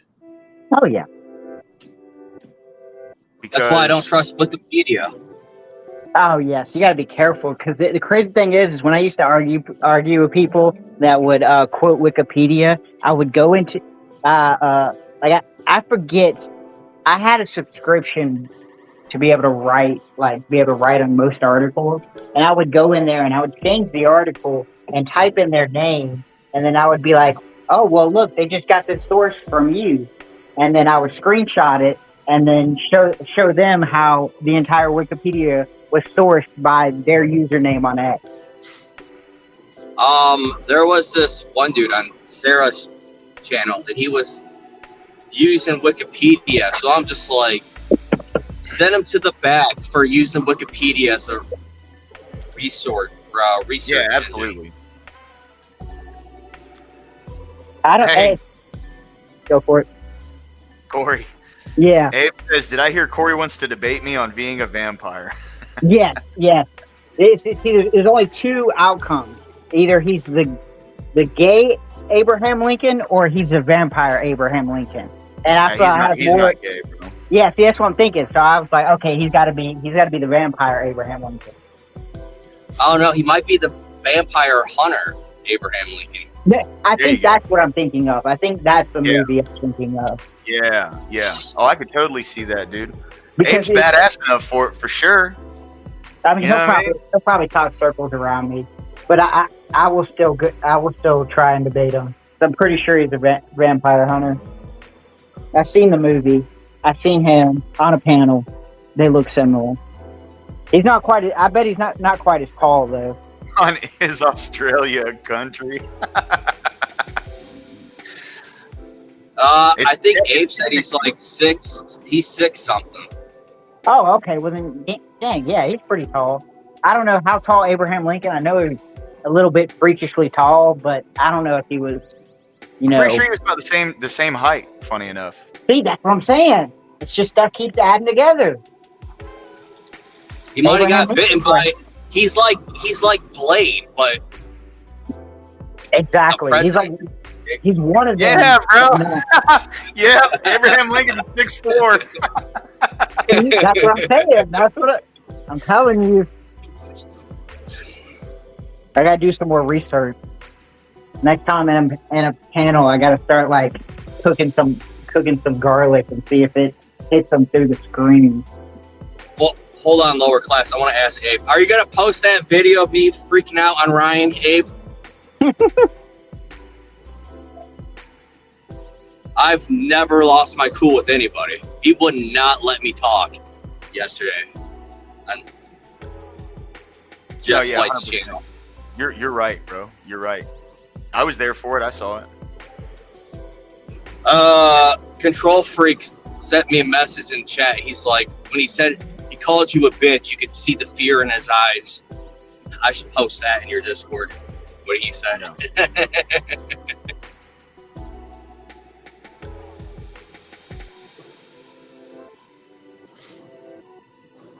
And I don't lose my cool when it comes to shit like that, but he's just fucking really spurred on the wrong person. No, but it was nice seeing Bricky told him to shut the fuck up. Then everybody else started telling him to shut the fuck up. So, yeah, you did go off on Mel with good reason. Well, was that in the the panel part afterwards? Because I'm still getting through the panel part. Yeah, it was definitely in the panel. All I did was jump up there, wanted like 5 seconds to say, good job, Control Freak, on your first debate. Yeah, man, he did a good job, dude. Oh, yeah. Yeah, really good job. Because it's not necessarily about being right or wrong. It's just when people have more exposure to something, it kind of builds a skill to it. So to be able to tackle Ryan's skill that he has from constantly debating, hey, great job. Yeah. And and Ryan, go ahead. No, you can go ahead, bro. No, go ahead. I was saying Ryan's shocked why he lost, and then it's like you didn't make any good points. You were using emotion, and he's like, but my feelings. Yeah. See, and that was what I was telling Control Freak beforehand. I was like, look, there's only 2 strictly logical paths you can go down with this, and that is, does the baby have rights in the womb? And what was the other one? Is it a life? Is life at conception? And the life at conception thing, that was covered pretty quickly. That it's commonly accepted in the scientific community that life begins at conception. Oh yeah. But the every other argument outside of those 2 is strictly emotional. And the thing that was really pissing me off about Ryan last night is he was predicating a lot of his arguments on lies. He said, Women. This is how many women die every year of childbirth due to lack of abortion, and that's untrue. Every abortion ban state has exceptions in the law in order to. Yeah, he did, Rude, 100%. But every abortion ban state has exceptions in the law when it comes to saving the life of the mother. Every single one. So that's a lie. And like you were touching on earlier, Corey, there's other factors involved that an abortion probably wouldn't have even saved the mom. It could have just been complications in general. Yep. And then the other one that he said, which was absolutely fucking crazy to me, was that abortion is primarily a medical procedure to save the life of the mom. It is not used as birth control. And that's fucking ridiculous. That, like I don't even know. Nobody even believes that. Well, another thing. Let me factor this in too. It's also counted or it's also labeled an abortion when you have a dead fetus inside you and they remove the dead fetus. And it's like, well, if we're being honest, that's a different concept than killing the baby, then removing it. Yeah. If it's already dead, that's completely different. 100%. And to be honest, I want to say a lot of the medical terminology is kind of a little wheezy or a little weaselly because they're trying to push a concept of abortion is a medical practice when in reality, no, you're justifying killing a baby.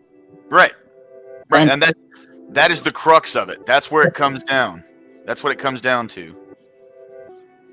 Oh, hold on. I got some work going right now. 1 second.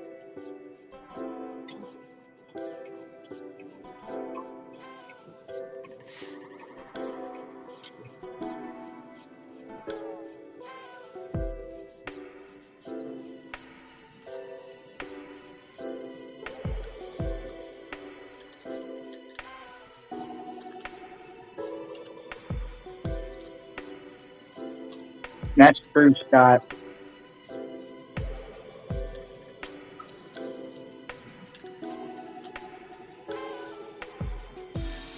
If you kind of leave, if you don't get the answer, then it can kind of fall through in the debate, and then they can be weaselly saying, that they did answer it, or they did clarify it. In reality, it moved on so quick from the question that you didn't get an answer.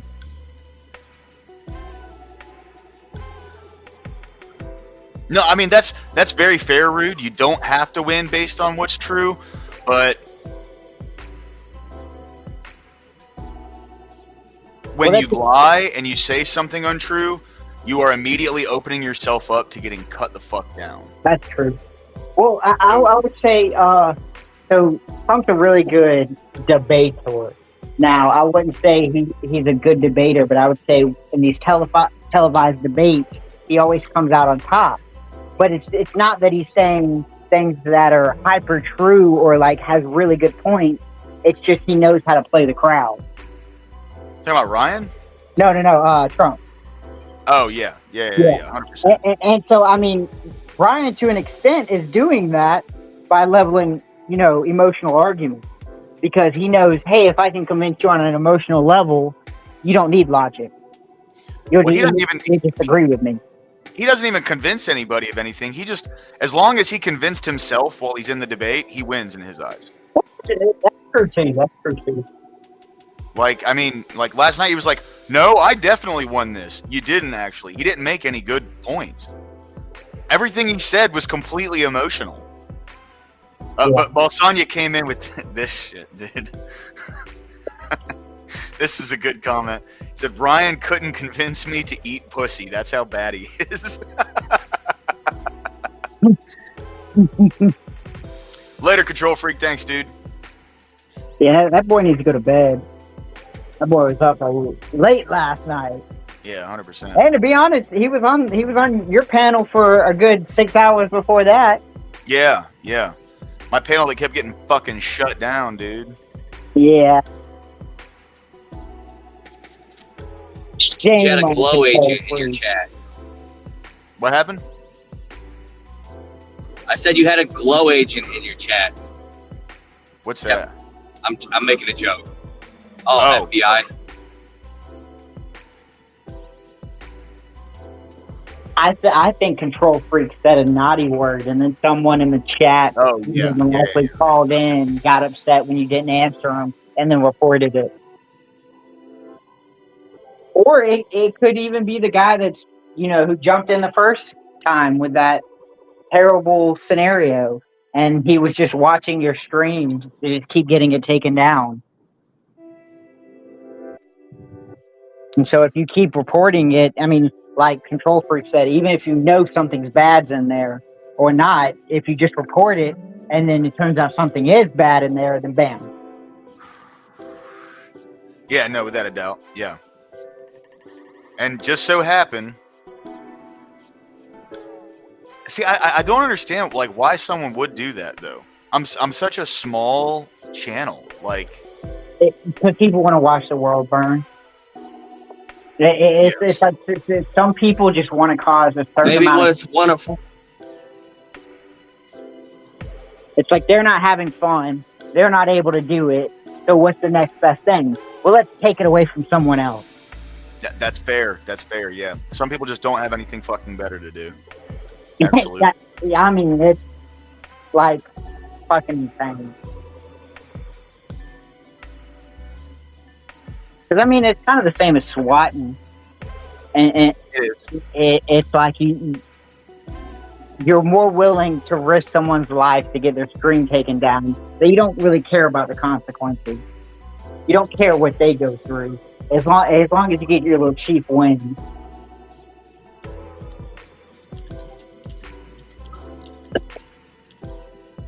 Oh, EOD! The greatest ginger. The one ginger to rule them all. Ginger wave EOD. Oh, EOD's ginger here? wave. Yeah, You know what that means. Hold on. Sorry, EOD. I'm going back and forth between this and work. What's up, dude? Welcome in, man. Middle finger. EOD. Hey, Balsania, I appreciate you, bro. Thank you, man. Thank you.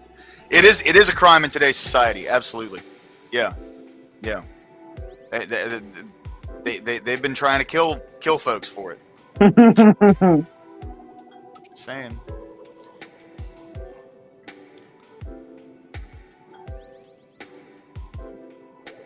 So is EOD saying he's like Cartman now, pretending to be a ginger to take over the gingers? He's I don't know how I feel about that. yeah, I don't know how I feel about that. he's code switching, dude. You know. Here, 1 second. yes, respect my authority.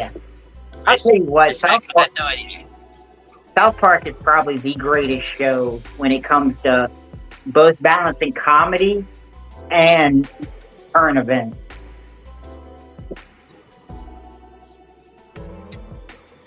Oh, definitely. Like I've got South Park little skits for almost everything that I hear on a daily basis. Like around the bag of sticks, it's like the term that's used for bag of sticks. Every time someone says that, I always think about to the South Park episode with the bikers. Oh yeah, for sure, man. When they're sitting in the IHOP and they're just all at the table and they're like noticing us. They're just What's funny is when the guy went to the urinal and he went in between two dudes and going. Dude, that show, it helped me like it, and this is gonna sound crazy, but it helped me develop like a good kind of idea on social. What's the word I'm looking for? Like, oh, damn it, dude, I can't think of it right now. I don't know why.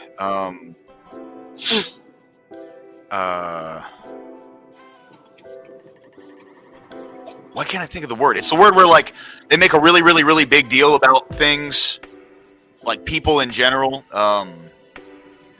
What's the word I'm looking for, dude? Sensationalization. Yeah.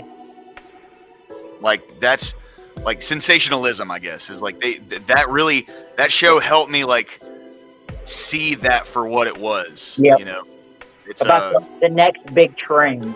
Yes. And Yeah.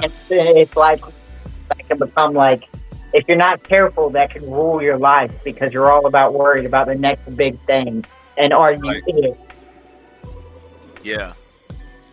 I love South Park because like the whole food stuff, like once you start getting to like season 16 to 17 and the introduction of the PC principle and the Whole Foods, Yeah. it almost correlates to when we started getting Whole Foods.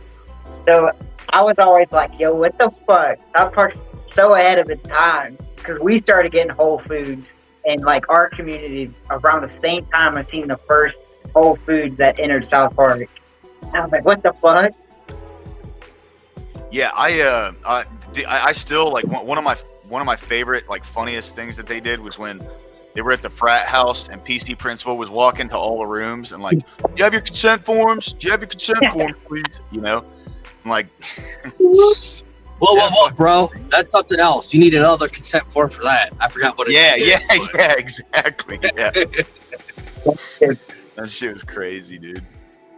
Or I remember when what was it? Jersey Shore was like real hot, and then like they rely on the Taliban to help take out the people from Jersey Shore. Yeah. That shit. Oh my god. Yeah, that shit was hilarious. They're just misunderstood. You gabbing. I like how they went after Barbara Streisand, and then they went after Rosie O'Donnell, and they showed a picture of Muhammad. Oh yeah, no, they did, and then that shit got taken down. They went to the extreme, dude. That's why I They respect South Park. 100%. Yeah. South Park's awesome. Yeah, they did a great job. I haven't seen any of the more recent episodes of it. It seems like now they're just focusing on more of the adults than the kids. Yeah. Well, because there's like a sentimental value there, right? Like I feel like a lot of people, you know, in kind of our age bracket. I'm 32. I know, Corey, you said you're 29. K2, how old are you, bro? 33. 33. Okay, yeah. So like in our age group, we grew up with that. Like my most like sentimental memory of South Park was back before they had like Time Warner or Bright House or whatever, where you could like record stuff or anything like that. Like the TV I had in my room was a fucking tube TV, and I had just channel buttons, so I could go like up and down on the channel, and then you could previous channel to one, and I would like go to Comedy Central and South Park was playing, and then I'd go to like Cartoon Network when that was playing, and I'd watch South Park until like someone was coming in the bedroom, and I'd switch back over real quick, you know. It's like, what are you watching? Oh, I'm just watching, you know, Toonami or something. You know what I mean? I'm watching Cartoon Network. Yeah. This shit's funny, man. I just was watching my grandparents. My grandparents come in. It's like what you were watching last night was terrible, and I'd be like, no, I fell asleep. It turns into some adult cartoons. I was already asleep though. I couldn't help it. Hey, Corey, you're kind of breaking up a little bit, brother. Sorry. Okay, now you hear me now? Yeah, a lot better. I think I actually figured out what it is. I think when I place my phone down on a surface and then I try and talk into it, it's static or something. Yeah.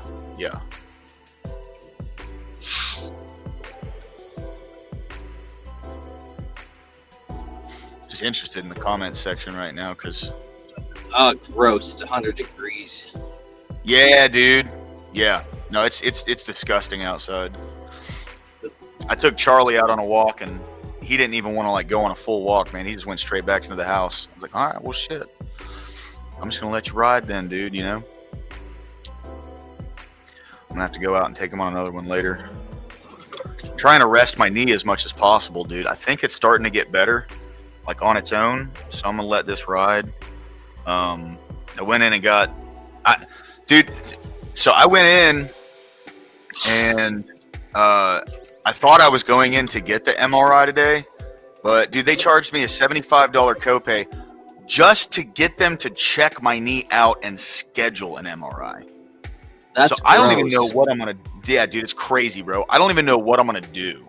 Like when it comes to actually getting an MRI on this thing, because like if the copay is $75 for that, for just them to like, oh yeah, there's a tear in the meniscus. We need to find out exactly how bad it is so we can figure out if we need surgery or not. Like, holy, bro. I'm not rich. You know what I'm saying? No, I find that crazy. A $75 copay?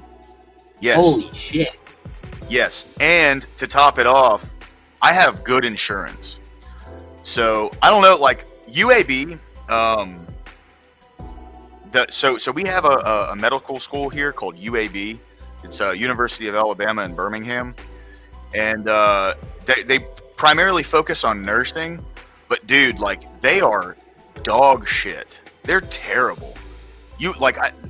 There's people who talk like a big game about, you know, typically college towns are really good for the hospitals themselves, but they're not good here, bro. They're bad. Like I specifically go to like private care doctors for this specific thing. It's what I should have done today, honestly. But I went to fucking UAB and that's what I got. So it's just a money pit, bro. That's all it is. I'm just shocked. Yeah. Oh, me too. I had to pay that shit. You know what I mean? Like, I don't know. I don't want to get too much, but it's like any doctor I go to, it's a $10 copay. Yeah. Nope. Not for me. That's why I'm like, holy shit. Yeah. So it's just going to a big hospital like that, dude. You know, especially like a college hospital. Like for my dental, like me and this dude had the same thing when they went to tell him his bill, and he's like, oh, I got pretty good insurance. And then they told him my bill. He's like, what the fuck? And I'm like, that's why I kind of pay my uni dues, so I got affordable shit. Right. Yeah, I mean, like that's why I pay for insurance. I'm trying to brag. That's why I try to tell everyone to try to organize their business. It's a heavy walk if you do it, but in the long run, it'll pay out. Unless your company treats you good. There's some places where I'm like, you get what I'm saying. I'm not saying to treat you, but you get what I'm saying. No. Yep.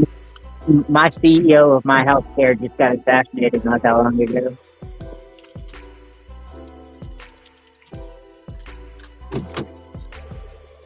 All right, 1 second. Sorry, boys. I got a little bit of work going on right now. Oh, you're good. We're just trying to fill in the silence. Yeah. No. I'm with United Healthcare, so now I don't know who my CEO is anymore. Keeping that shit under wraps. It'll eventually come out. Oh yeah. United Healthcare. Oof. Yeah. Wonder how that's how that whole thing's turning out. Well, I know. So the parent company that owns United Healthcare, United Health Group, their CEO just stepped down, and it makes me wonder who's going to fill that place. Because a lot of people thought that, this is gonna help, but like, no, it's not. Like just killing people isn't gonna help. No, that's more than that.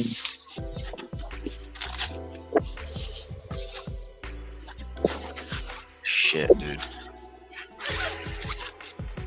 Now, if they would do it for like every health CEO, that might, but we're not endorsing that either. No. I mean, it would be a lot more effective. There would, if you're just going after one expecting a change, that's not gonna happen. Just going after one CEO, that's not gonna do a damn thing. No. No, and if anything, what it's going to do is it's going to make these big corporations want to spend money on security, which is they're going to just pass that right back down to the consumer anyway. So Yep. it doesn't like Or what they'll do is they'll start asking the government, hey, you know, your citizens are becoming radicalized. Can you help us pay for protection? And then now we've got the government paying for corporate protection. yeah, or just like federalizing insurance anyway, because we already have federalized insurance to a degree with Medicare and Medicaid, but like to like that's true fascism. The alignment of government and corporation, which we do already have to a large degree, don't get me wrong, but that is like what that was the crux of Mussolini's ideal of fascism was total alignment between corporations and government. Like that's really what is the delineating factor. They can add like, you know, the right wing and yada yada yada yada yada. So my favorite thing that I like to do, and I've done this to a couple folks now, and it fucking blows, like people who are leftists, just ask them, what is right wing? And then if they start talking about, you know, authoritarianism, like no. There's a difference between authoritarianism and libertarianism. What is right wing? And then they'll go over through things that they identify with right wing, and it's like no. That's not what I'm asking. What is the primary delineation between left and right wing? What is that? And most people don't even know. And it's like if you don't have like even your own personal concept of what left and right wing is, how can you argue against it? I describe fascism as it's basically like communism, but it goes so far left. It goes why can't I fucking say that word right now? Help me out. Authoritarian. Yeah, thank you. Yeah. Where you're totally disgusted at things, unlike communism. Yeah, so I would say, here, hold on. Let me.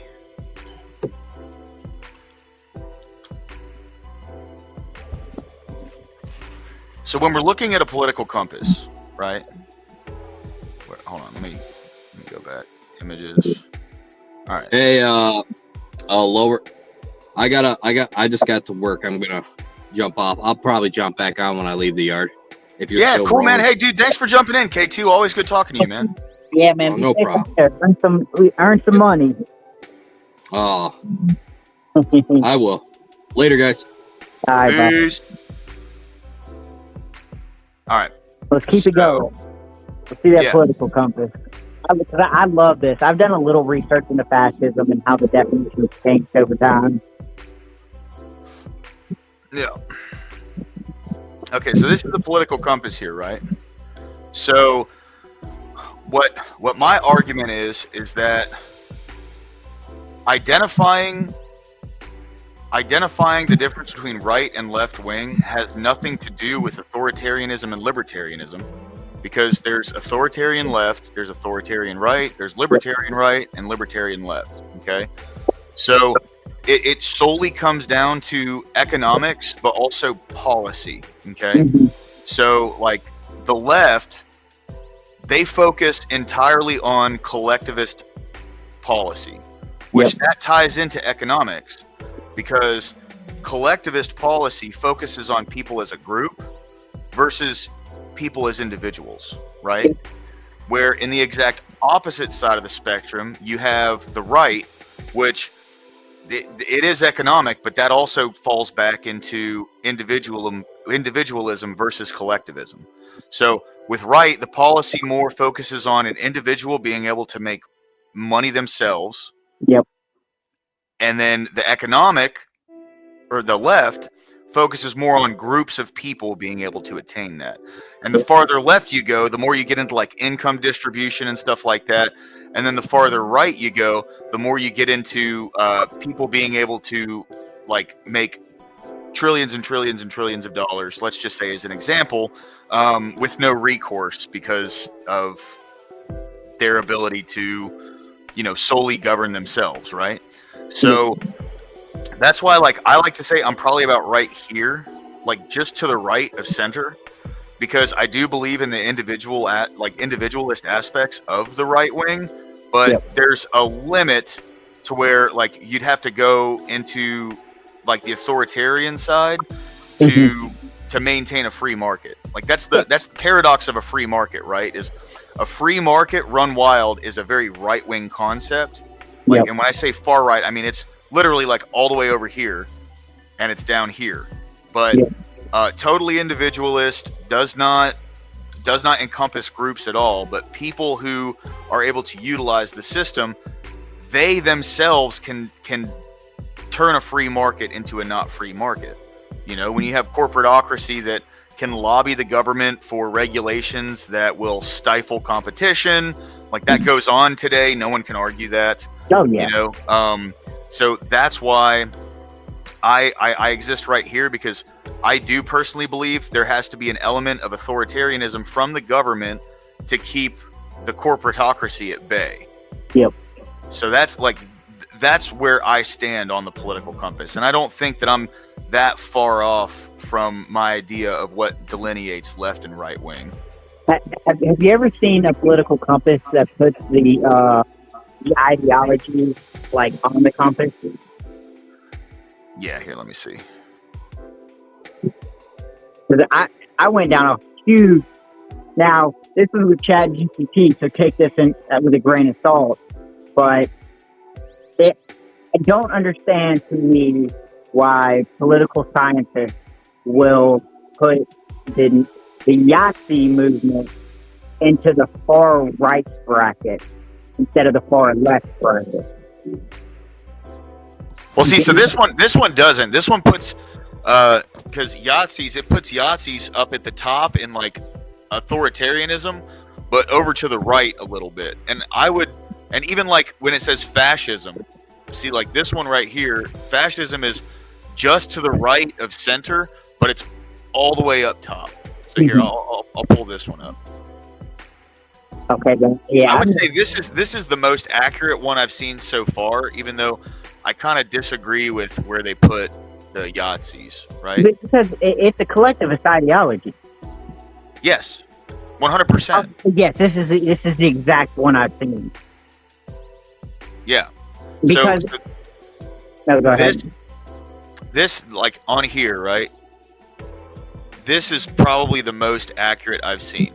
So like right here, this is one thing I've called myself, and people don't agree with it necessarily, but I've called myself a classical liberal. Genuinely believe that. Here, hold on. Dang it. How do I get over it? What the fuck? There we go. All right. So,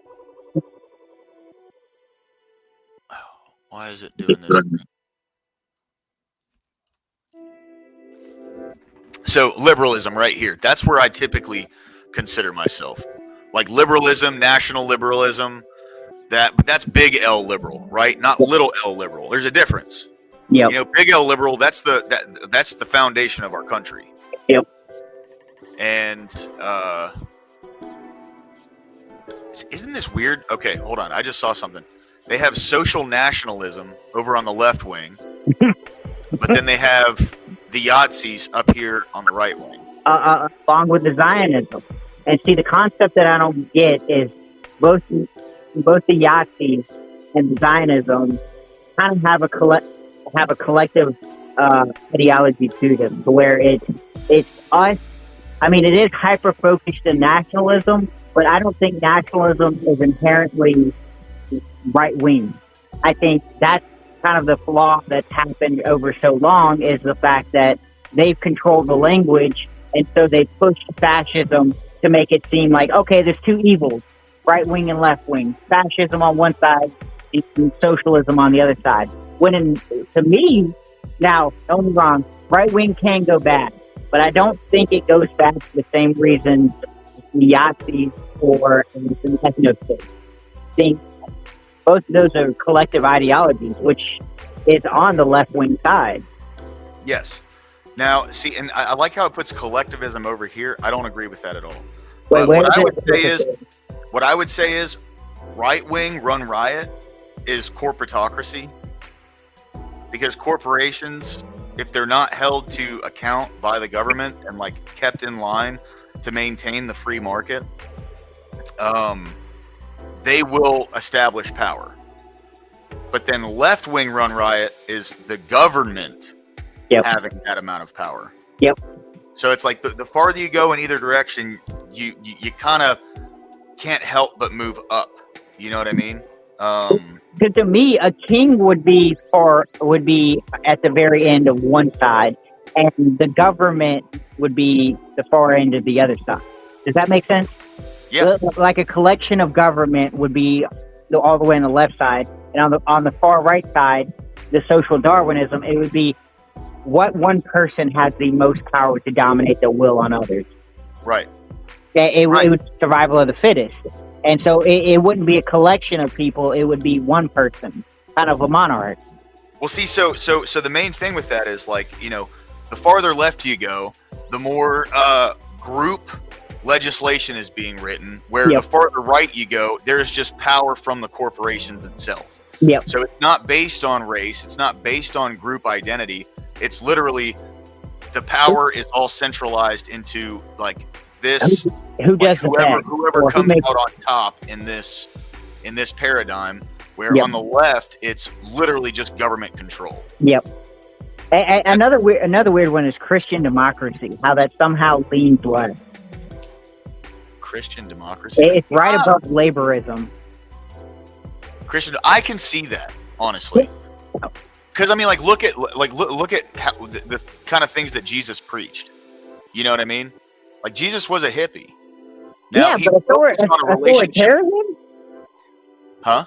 It's upwards more toward the authoritarian side, and not closer to the like left libertarian side. That's actually, you're right. That's weird. Yeah. No, I didn't even think about that. That is the left is correct, but I would just probably put it more toward the green than the red. Yeah, for sure. Yeah. But I will say, dude, I do have to give it to him. Like, whoever made this is the most accurate one I've seen so far. I don't agree with it 100%, but Look at this one over here on the far left. Fully automated luxury space gay communism. I'm telling you, man, this guy's a genius. That's what they want, bro. He's like, this hasn't happened yet, but watch out for it. Yeah, hive mind collectivism. Yeah, that's what we were moving towards. Seriously, dude. Yeah, and I need to do some more research on these political ideologies. There's a lot of them where I'm like, that's interesting. But see, so like this area in the top right up here, that particularly, I would say, is what we ran from when we started this country, and we moved back this way. Yep. But then other ideologies came from this direction and just shifted the Overton window, and now I genuinely feel like it's all starting to be brought back into like towards the middle. You know, it seems like that's a pretty safe assumption to make right now. So you would say we're more like when the country founded, we were more of a libertarian belief. Is it liberalism or? I would say we were probably about right here. Okay. Because I would argue that you're probably right about the classical liberalism, but I would argue a lot of conservative libertarianism. I just don't think that was a concept because you think a lot of them wanted to keep a lot of things they thought was good, and it seemed like they wanted kind of the conservative perspective to maintain things. And so I think they were quite as progressive. If you look at our government system, and it's supposed to be slow for a reason. It's supposed to push back the change, but still allow a little bit of, I guess, progression. Yeah. I can see that. Or I would argue paleo-libertarianism would probably kind of fall a little bit in there too. Yeah. I could see that. For sure. Ooh, green libertarianism? I don't like that. Yeah, the farther down you go, the more, like, to me, just anarchist it becomes, right? Yeah. Like farther down, and anarchy is ridiculous to me. You know what I To mean? me, it's an ideal that is kind of like the utopian. It would, to me, it would remind me of the top left of the. You're breaking up pretty bad again, brother. Okay, you hear me now again? Yeah. Okay, I would argue the bottom right is just like the top left, where it's like this concept of utopia that can't really be established with, the more or the structure of how human beings are. Yeah. Like where the concept comes from. Yeah. I see what you mean there. Yeah, for sure. Well, I mean, same with bottom left too. Bottom left. I don't feel like this is like ANCOM. That's crazy. Wow. Look at the very bottom middle green. Queer anarchism. Yeah. That's a wild concept. Yeah. 100%. Yeah. Talk about like an unsustainable social model. It's let's not have kids and just be degenerates and fuck all day long. Jesus Christ. Like some of these societies, just thinking about how they would function just makes zero sense. Yeah, 100%. Eco-fascism. Well, that's Greta Thunberg. See, this one blows my mind. State capitalism is on the left side of the spectrum. But what is that? Like, to me, would you argue that's kind of what we have now? I guess I'd have to really like look into. Yeah, I guess you should probably figure out the core components of it. But I would argue that, like, we have a capitalist system that is also. Yeah. State capitalism is an economic system where the state exerts significant control over the economy, often through ownership of key industries and strategic control over market mechanisms. So that's like socialism, essentially. Yeah. Okay, I would argue we have the opposite. Like, huge corporation influence on top of the state. Yeah. Well, see, but that was like the main tenets of like Yahtzees. Yep. Like that's why that's the thing that kind of blows my mind is they have Yahtzees over here, but yet the exact social model they had in 30s Germany was this right here. Like it's just there's just some contradictions here, that are a little wild to me. So. But to be fair, it may be the flaw of like, having a graph that'll make me in one way.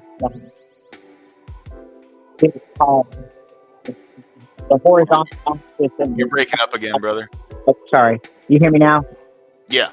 Okay. I guess that's the problem with having a political system that just has an x-axis and a y-axis. It's a lot of things have to get combined together that seem similar but may not be as similar as they seem.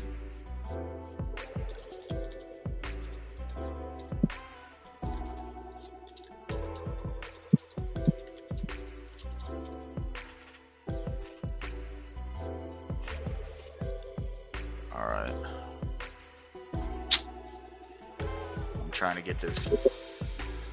I got a load that's worth almost $400,000. It's got to go from basically my hometown to Texas. And well, it's good to see that you're getting some action again with the job.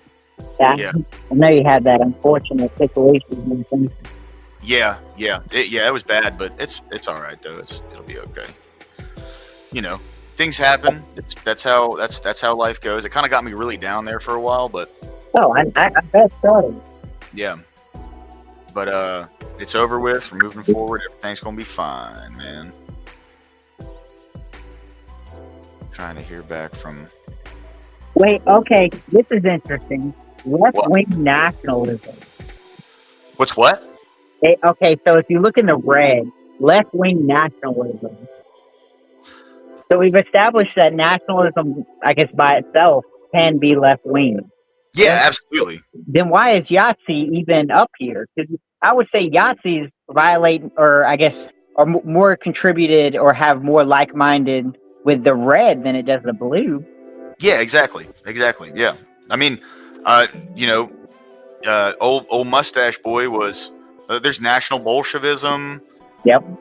You know, Leninism, Stalinism, Maoism, these were all incredibly nationalist countries. Oh yeah. USSR, China, Vietnam. You know, when you look at like the Ho Chi Minh, Oh they yeah. were very nationalist about Vietnam, and people loved him.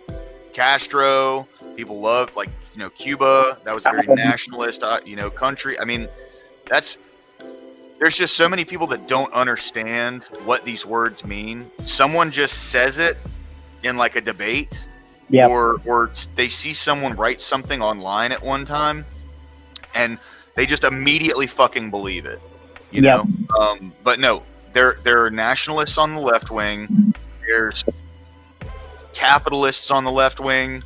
I mean, it's, you know, what it really comes down to is what kind of policies they write, you know. Yeah. And when you look into Marxism, Leninism, Stalinism, all of these, I mean, they focus very heavily on group identity with the way that they write policy. Mm-hmm. And in order for them to equally distribute things, they have to have groups. Yeah. You can't just equally distribute everything to everybody. You know what I mean? Like, it doesn't work that way. So that's where my little theory there comes from, is the right wing are the individualists, and that's the kind of legislation they write, is individualist legislation, and the left wing is the collectivist. Yeah. Where that's it, you know? Like, the right wing says men can't use women's bathrooms, women can't use men's bathrooms. Yep. That's not collectivist. That's not writing legislation for a group. Yeah. I'm just, as an example. But what I'm saying is that's just blanket. Like, use your bathroom, right? Where on the left, it's, well, trans people, we need to give them this amount of money so they can get their surgeries and their you know, hormone shots and their this and their that and their this and their that. With the black community, we need to give them reparations. With we need DEI so we can make sure that there's an equal representation of each separate group in your job, right? And like, you know, the right wing stands harshly against that. It's more individualist, built on merit, you know? Like, that's the delineation to me in its simplest form. Yeah. Political spectrum isn't a square or a grid or a semicircle. It's a full circle. Yahtzees and commies are right next to each other at the extreme bottom of the circle. Fence-sitting centrists are at the top. Yeah. I mean, yeah. You can. I get where you're coming from, EOD. It's kind of, it just like it completely, it revolves. You know, the farther you go up. Well, I guess in this regard, right? In this regard, it's not, because the more authoritarian you become, obviously you become less libertarian. I would also argue that like countries use a selection of these political like ideologies. Oh, I can't hear you, brother. You're breaking up real bad. I said I would say that countries are kind of a collection of these political ideologies. Usually aren't just one. Does that make sense? I still couldn't really hear you, brother. I'm sorry, man. Okay, can you hear me now? Yeah, very clear. Okay. I would say that countries are kind of a collection of these political ideologies instead of just being one inherent ideology. Right. Yeah, 100%. Yeah, it's like an adoption method, you know? Mm-hmm.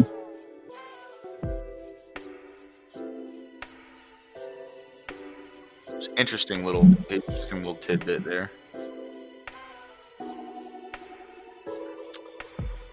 It's weird too that leftists argue he was right, but his actions. Yeah. I mean, like if you look at like his philosophies on life, all of that, he was hardcore collectivist. He was real big in the labor unions over there. I forget what they called them. It was like the Black Front or something like that. I mean, like, his entire ideology of scapegoating someone was scapegoating a group. He was scapegoating the Udins. You know what I mean? Like, that was. It's. I don't. I understand like how he, you know, his big thing was decentralizing the bank and separating away from, you know, the World Bank concept and then building up their economy, but he did it terribly fucking wrong. he pumped a shitload of. He engaged in broad sweeping social programs designed to imbue the culture with the love of the Fuhrer, and they wanted a centrally planned economy. Yes, absolutely, yeah.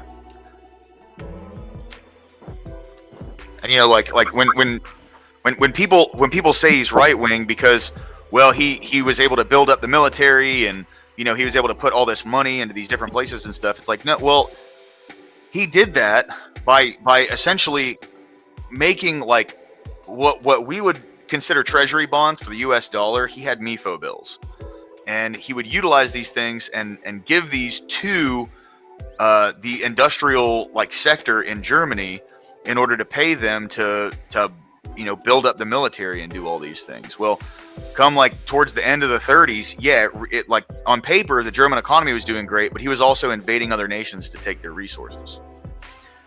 That's the only way that he could sustain that. I mean, look at the way that we've done that we did the Middle East over the past 25 years, right? Like our government has just been fucking crazy printing money and doing that with these treasury bonds that put us like we don't even get the amount of money for the treasury bonds that we owe back to the Federal Reserve, right? Nope.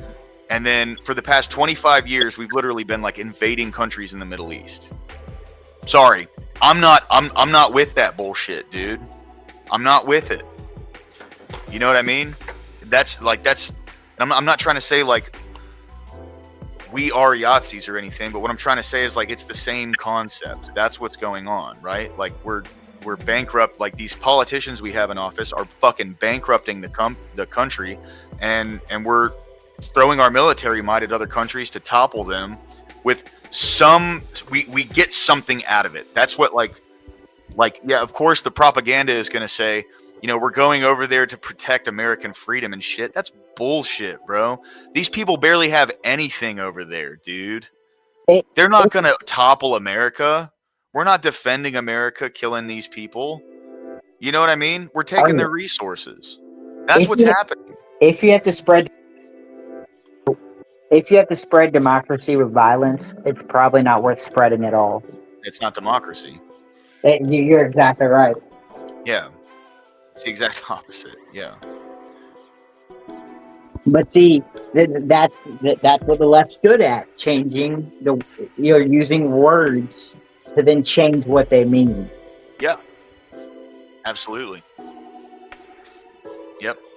And they alter definitions all the time. Like when you look at, for instance, okay, if you look at today's definition of fascism, which that was built by Benito Mussolini, and then you look at what is Italian fascism.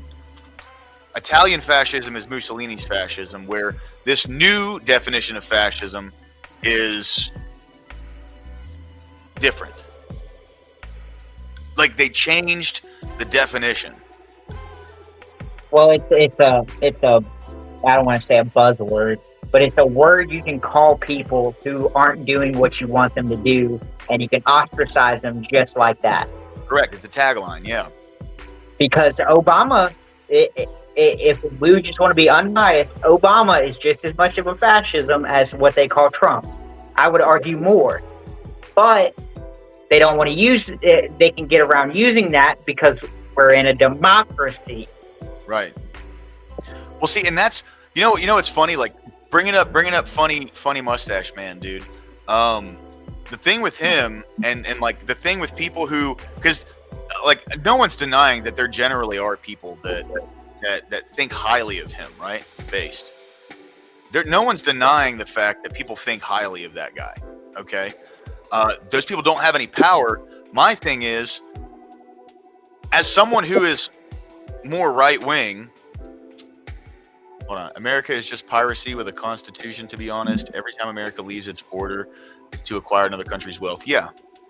I mean, you know, we're the Genghis Khan. We are the new British Empire. We are the new Roman Empire. We like that's who we are right now. That's what happens. I agree with Achilles. I would also add, or it's to maintain our own wealth. So like we'll go attack a country that may not be playing ball with us, and Mhm. we don't really care about their wealth or their resources. You just need to fall in line. Yeah. Yep. Well, and if they don't fall in line and we topple their government, we take their resources. And that's democracy. Yeah. I don't know. That's one of the things that really like had me upset about Trump. Yeah. Here, I voted for him for 3 basic tenets, right? One was deporting all the illegal aliens.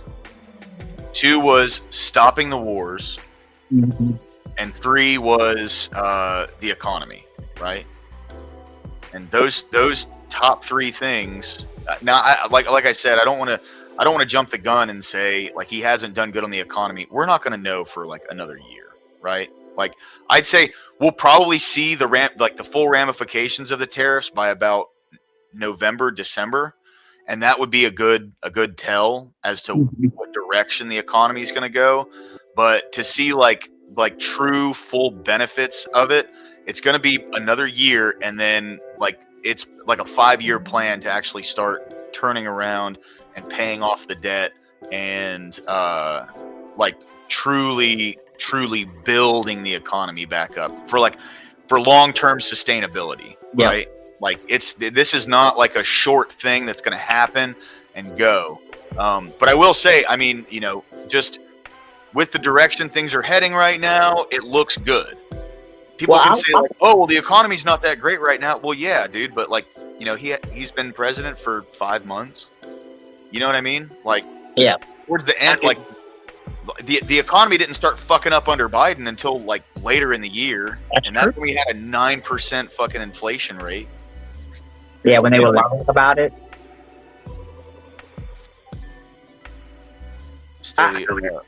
I will also say, I would say we've seen some positive aspects of this tariff program, just because, I mean, look at the trade that he's pretty much, like all the tariffs we had against us, or all the unfair trade deals we had against us.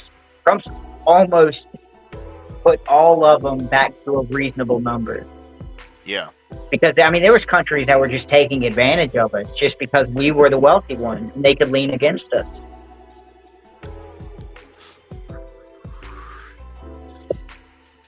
I think Canada's a prime example. I think a lot of people are like, oh, Canada's so good. No offense if you're Canadian, but without America, I don't know if Canada would be a country without our economic power. Dude, you know how much like a 4-bedroom bodega costs up there? Oh, it's like $1 million.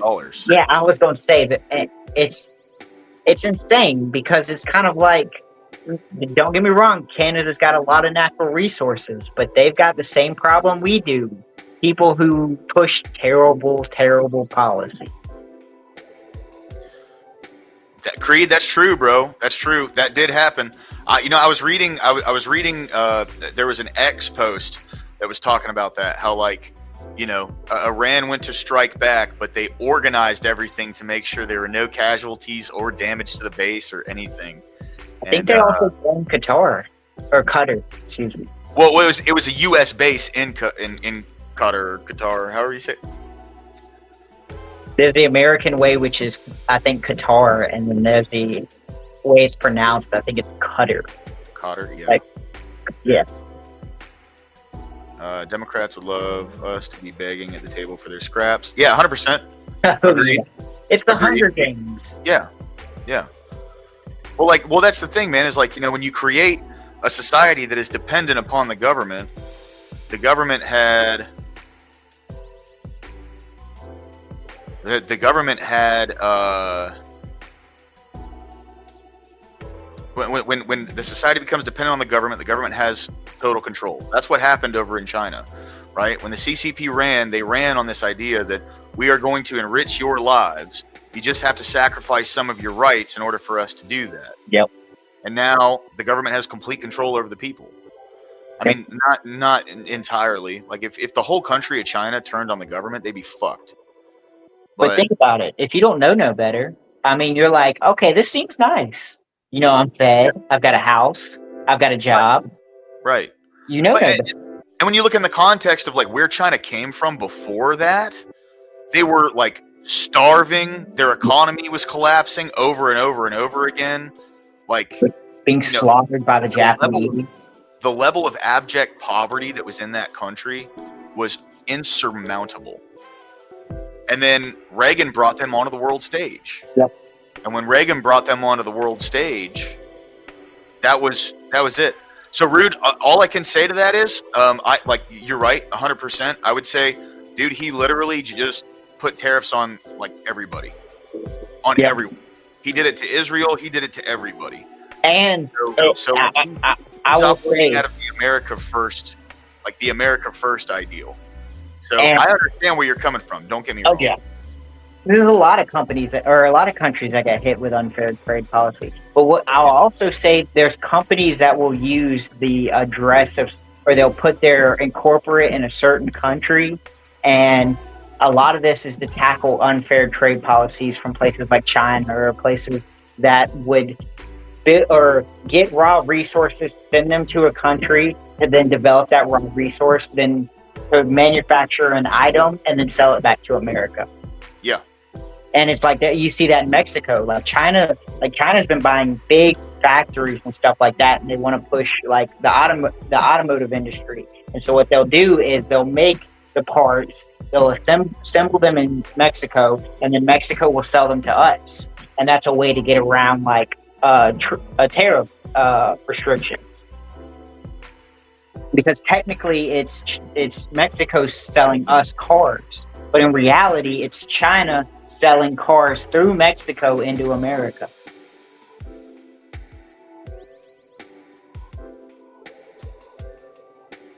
I do think that if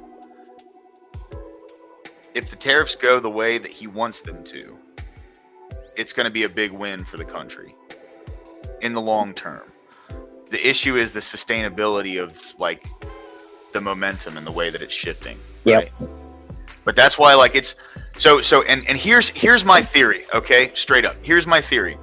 This is what I think that that Trump is doing when it comes to his policies. It's possible, right? I don't want to say this for sure, but this is something I've been thinking about. I genuinely think he's trying to get the most unpopular shit that he knows that he's going to do during this presidency out of the way in the beginning, and then do as best as he can to fulfill everything up until the midterms. And I honestly think the e-files, this is just me, genuinely, I think they have the e-files. I don't think he's in them. I think Elon Musk was just saying that to get pissed off or whatever. I honestly, all right, so I think the plan is to release them right before the midterms, like in the coming days of the midterms.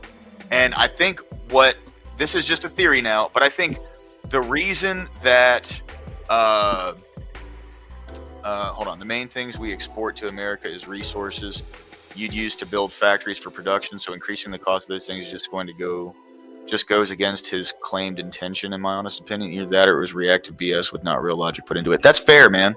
That's fair. I get that. I get that. But no, I think that they're holding on to these before the midterms, and they're going to release them before the midterms.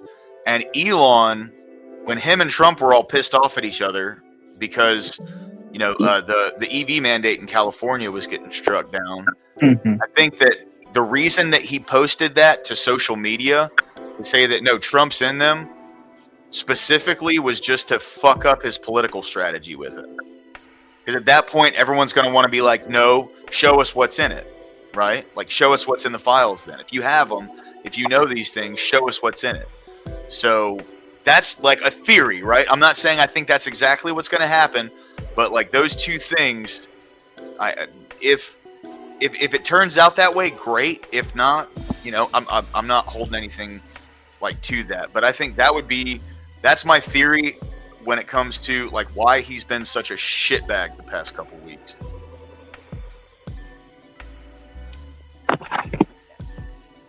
I didn't know if I think you're right. But I would challenge you. I think Trump is in the Epstein files. I just don't think it's the way people think. Yeah. We already know he's in the flight logs, but we've seen why he's in the flight logs. It's not he's going to the island. It's two people, rich and powerful, in the same place, going from New York to Miami or Mar-a-Lago.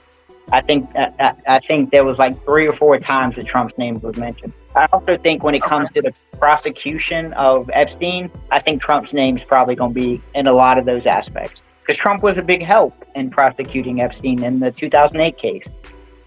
Really? See, I didn't know that.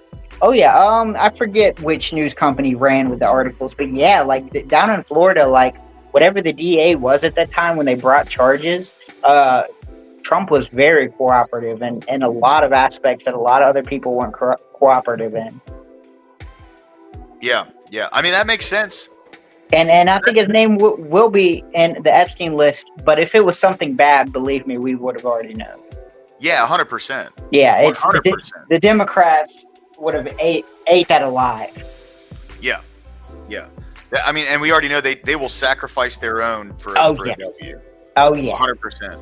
And think about it, especially going into like the Democrats got desperate in this last election. Like they were very desperate. They were ready to get rid of Joe Biden, move on to a totally new candidate.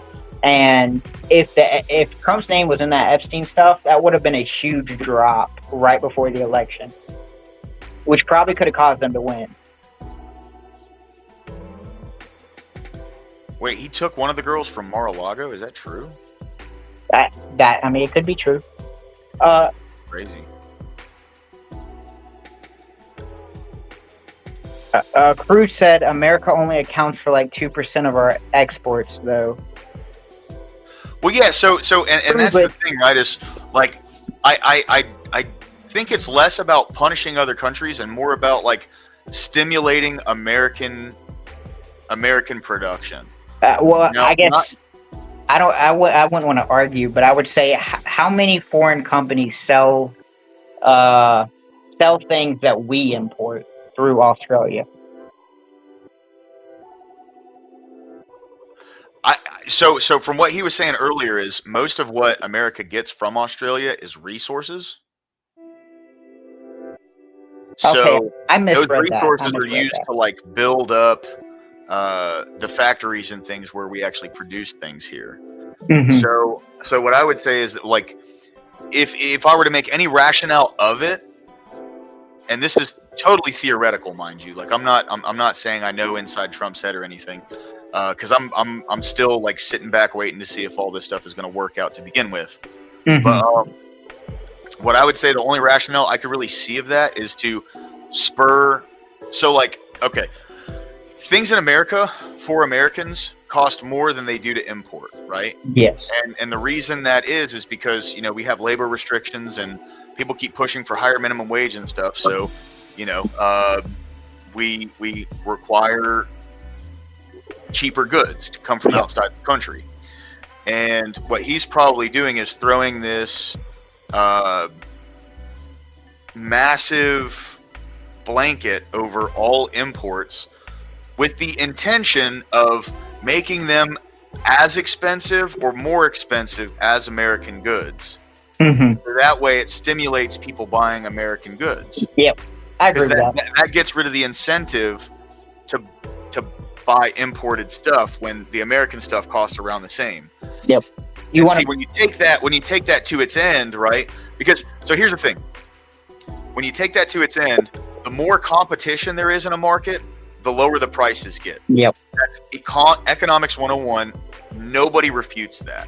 Mm-hmm. So in the American market, if there's more companies that are making the same product, as the competition market in America grows, there's going to be, you know, more companies trying to sell more of their things, so they're going to lower their price. Like that's essentially how it goes working on down the line.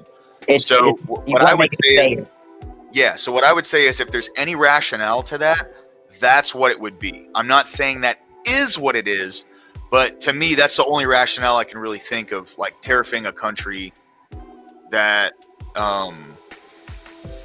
that we don't have a trade deficit on, if that makes sense, Rude. Can I ask you a favor? Yeah. Do you think you could bring up the countries, like the tariff list of all the countries and what percentage they're at? Because there's a certain Democratic talking point where there's a certain island that has like a registered zero population that is getting hit with tariffs. And they say, oh, look, Trump's dumb because this country has a zero, or this place has a zero population. And I think the argument Trump had is because there's certain corporations that, I guess, set up their headquarters there, and so it's another way to get around tariffs. And I forget the name of the country, but I believe it's somewhere off the coast of Australia. Trying to find. I don't even see Australia in here. Trying to find all of them. I think I found the list. It's pretty big, so. Oh, it's a huge list. Yeah. I'm pretty sure this is it. Okay. So let's put this up here.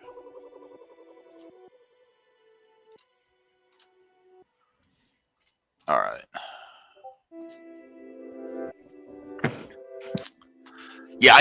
Dude, I hope that made sense, bro. That's the only rationale I think I could find. Aside from that, I really have no idea, you know.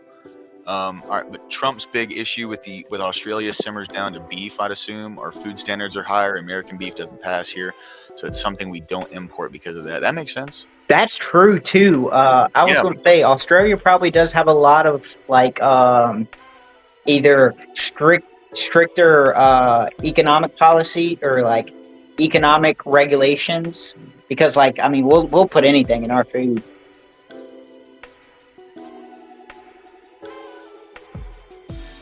Yep. Absolutely. Yeah. Well, I mean, that's why, like, when you look at like New Zealand venison, it is the best venison in the world. Mm-hmm. Fantastic. Now, I know New Zealand is in Australia. They're kind of, you know, I think they're close to each other, right? Am I wrong there? I don't know. No, I think they're right next door. I think it's an island off Australia. If I'm not I could be wrong, but I'm pretty sure it's an island off Australia. The biggest island off Australia. I'm pulling up a map real quick. I love maps, dude. I'm a big fan of maps. Oh, yeah. I'm a huge they're pretty close to each other. Separated by the Tasman Sea. Okay. Yeah. But, is there a bridge? Oh, that's interesting, bro. There's no bridge that connects the two islands of New Zealand. Anyway, sorry. All right. Get back to the topic at hand. All right. So, country-specific tariffs. On May 28th, the Court of International Trade permanently enjoined two sets of tariffs. The fentanyl tariffs on Canadian, Chinese. This is from June 17th. So this is from about a week ago. Mexican origin goods and the reciprocal tariffs. The government has filed notice of its I think the name of the island is called Harold and Dusters Island. Harold and Dusters? What is that now? It's an island that has a registered zero population, and it's being included in the list of tariffs. Yeah, and I think the argument they made is because like overseas countries will put their headquarters in this, then use this, I guess, headquarters to get around tariffs of their home country that may be hit with heavy tariffs. So if, like, let's say a Somalian cornfield, they can't sell corn out of Somalia because of the tariffs. So what they'll do is they'll set their headquarters on this island, and so when they tariff stuff in, they'll use the address of the headquarters instead of the actual place it's being sent from. Got it. Yeah, that makes sense. Yeah, it's like China will send their stuff to like Singapore, the Philippines or something before they send it here, so that way they can get around the tariffs. That makes sense. All right.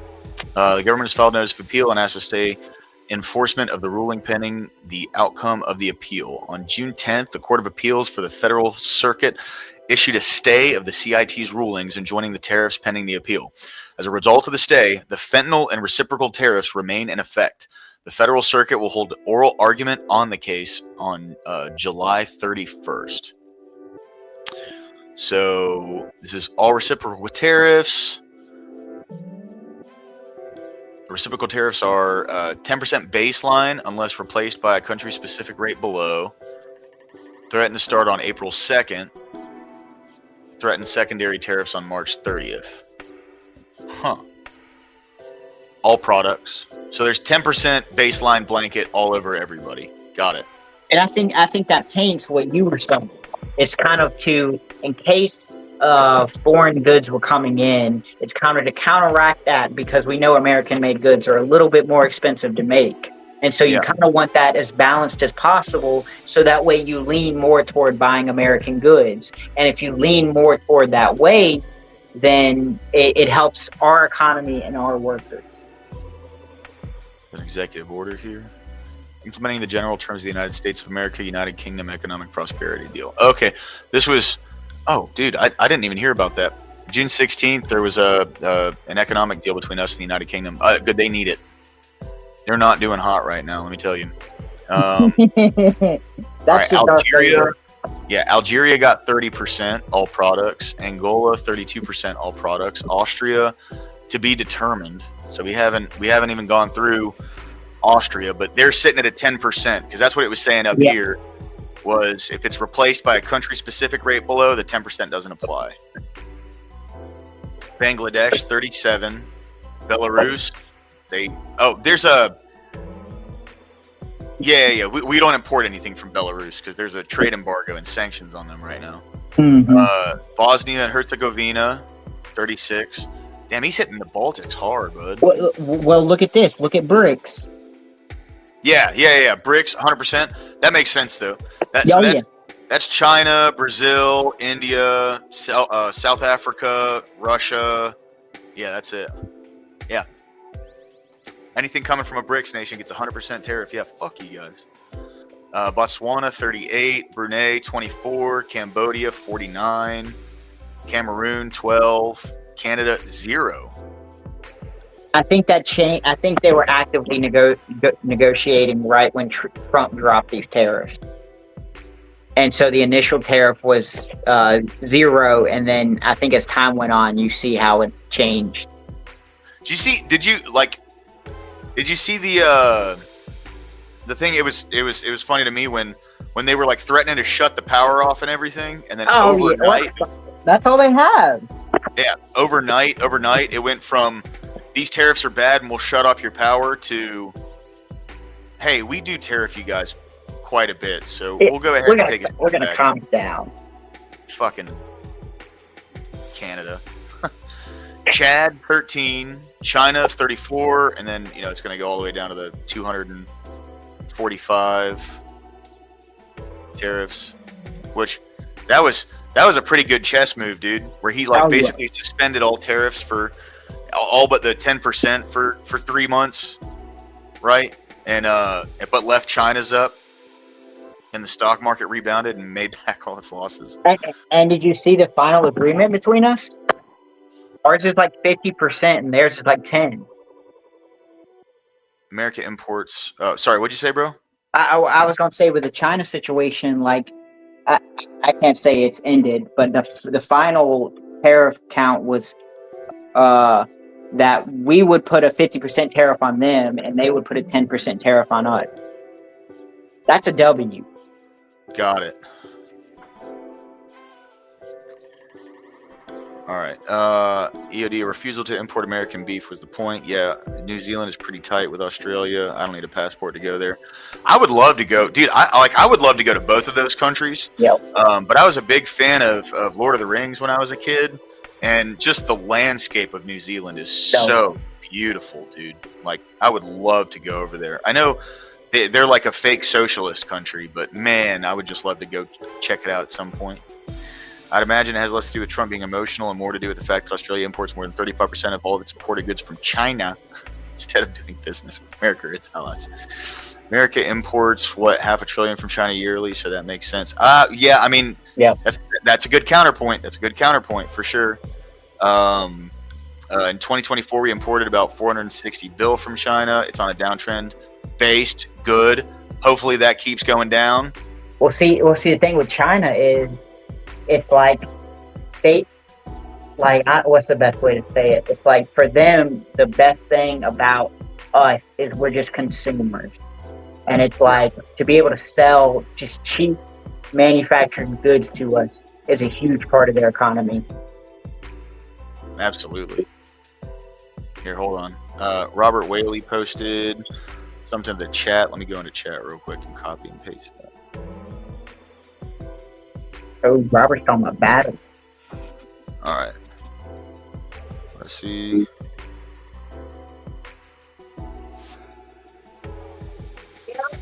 Oh, damn, that's a 12.5 hour long video. Should we watch that? I mean, if you want to watch it, I'm down. I love me some battle. I'm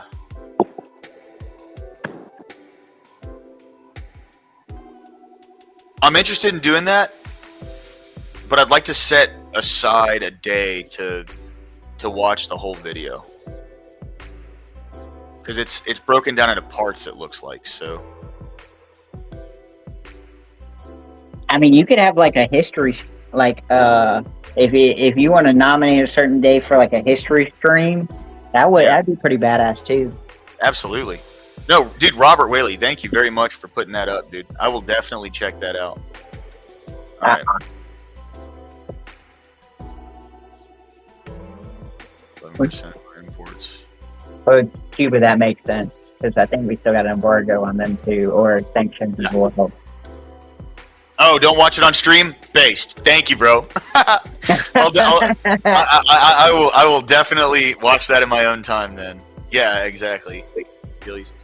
That's right, EOD. You're a much larger economy. We have 3 times the trade deficit in your favor. Oh, yeah. Okay. Well, I'll let you guys hash that one out. I'm going to keep going through looking at these tariffs. Yeah, Cuba. Is there still a fucking embargo on Cuba? Yeah. That's crazy, bro. All right, Congo 11, Dominican Republic 25, EU blanket 20. Okay. Which is smart. If they want to act like a group, treat them like a group. Yeah. Falkland Islands 42. Well, the EU. If I remember correctly, and I could be wrong here, but the EU acts as its own like separate entity from the individual countries themselves. So the EU is like the centralized power of Europe. Yeah. And then the countries essentially like operate underneath that umbrella, but they're 2 separate entities, if that makes sense. If I'm not mistaken. I really need to do some research on the EU. I don't quite get it as a, like, I mean, I guess I would say, isn't it kind of like BRICS, except I guess probably different, involving like EU countries getting together and like solidifying their trade? Yeah, but I also think there's an element of law to it as well. If I'm not, like, I could be completely mistaken, but that's like the EU writes laws for the heads of the countries to follow. And then the heads of the countries like the UN, enforce those to the citizens, if I'm not mistaken. I'm pretty sure that's how that form of I'm pretty sure that's how that like their form of government over there works. Now I could be wrong, right? So I'm trying to be very open and honest about that. Falkland Islands 42. What? But see, this is where I started to get like Falkland Islands could be another place in which like large corporations will go to like put their home address, and then because I think 42% of tariffs on a small country would destroy it. Yeah. Unless this is just a place in which businesses put their incorporate status under, so that way they can dodge tariffs. That's a good point.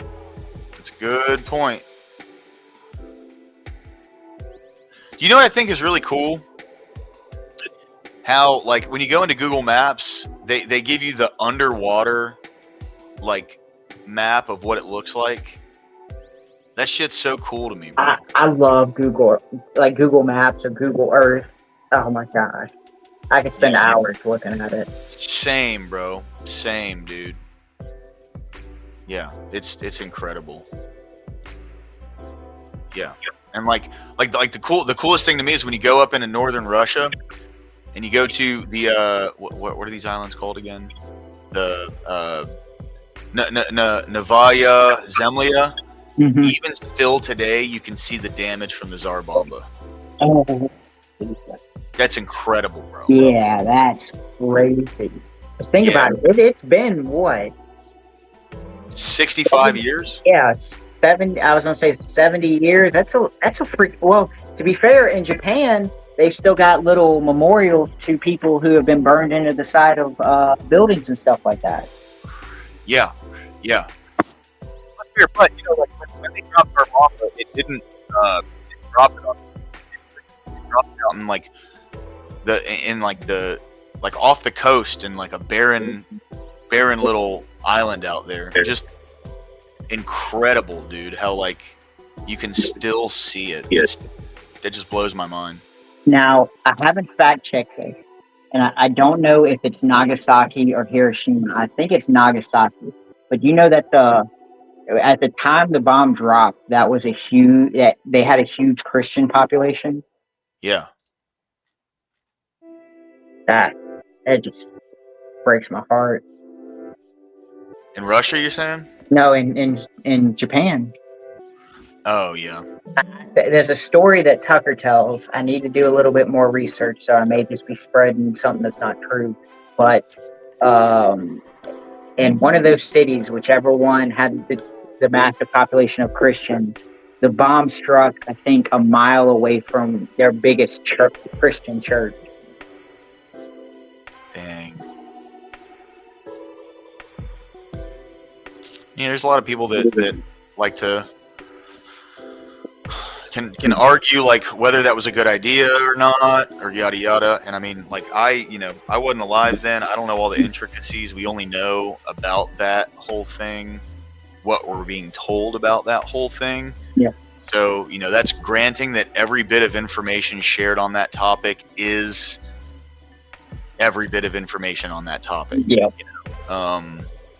So it's one of those things where like I detest that. I detest the dropping of like something that powerful on a city. Yep. But it's I guess it's something that I guess the people who made the decision will have to face once they meet their maker. Oh yeah, 100%, yeah. All right, Guyana 38, India 27, Indonesia 32, Iraq 39. What do we import from Iraq? Israel 17. Oil, probably. Remember when he included Israel onto the map and Ben Shapiro fucking spurged out over us tariffing Israel? Dude, go fuck yourself. Well, I mean, to be fair, to me that seems fair. It's kind of no favoritism.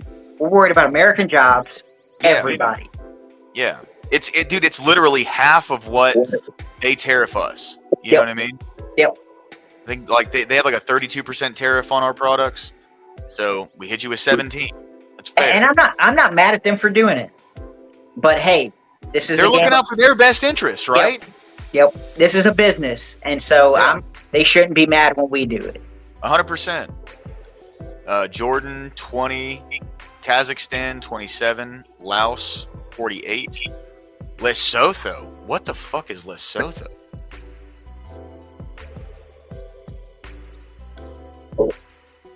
Oh, okay, it's an African country. Oh, it's down in South Africa. Okay. Yeah, we know why that's going on. Libya 31, Liechtenstein 37. That's so funny, dude. Liechtenstein, like, it's such a tiny little country. That's a heavy tariff for a small country. Yeah. Well, they probably tariff the shit out of us. Like, and like I said, rightfully so. It's a game of tariffs, and I'm okay with it. Name another country that has allowed free trade with America, follows America into every engagement, backs them in every way. Australia isn't big, but when you shit on your friends, who would want to be a friend of yours? Well, I guess if Yeah, I mean Rude. That's kind of an emotional argument, man. It's because you like when you look at it from the perspective of he was doing that to literally everyone across the board. Mhm. Like if Australia had tariffs on us, his pledge wasn't to his friends and yeah, the other allied nations. His pledge was to us. yeah, And if yeah. this His pledge was benefits to us, American citizens. Like that was the whole reason he did that. Yeah, and like we didn't hit y'all with a massive tariff either. It was just part of the 10% that was literally put on every other country. Yep. And which I didn't see Australia. Did we go? I guess we went past Australia, didn't we? No. So they didn't have a country specific. They were just involved in the 10% baseline. Okay. And Yeah, see, 'cause up top it's every country. So Okay. every country in the world got hit with the 10% baseline. So it wasn't necessarily like he screwed Australia over. If anything, bro, like y'all got a better hand than other countries that we've been trading with for a while. That's just like, looking at things from the reciprocity standpoint. You know what I mean? Madagascar 47, Malaysia 24, Mauritius.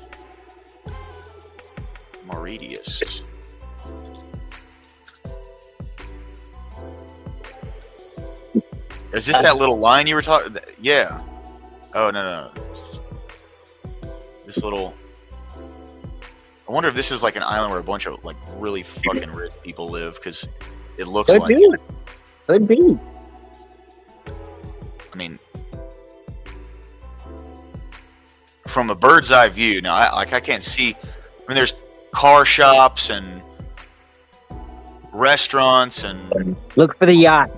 contracting. Yeah, no shit. Yeah, where's the coast? Right up here. There you go. Got them boats, man. Yep, it's the boats are a dead giveaway. Yeah.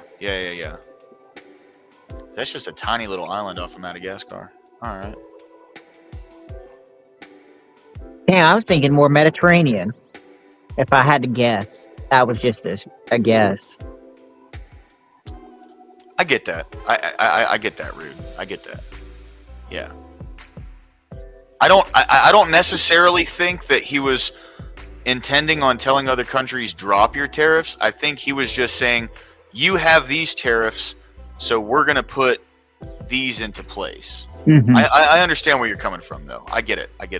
I'm not Trump. I don't understand where he's coming from, and any bit of like explanation on what he's doing here is total fucking spitballing on my part.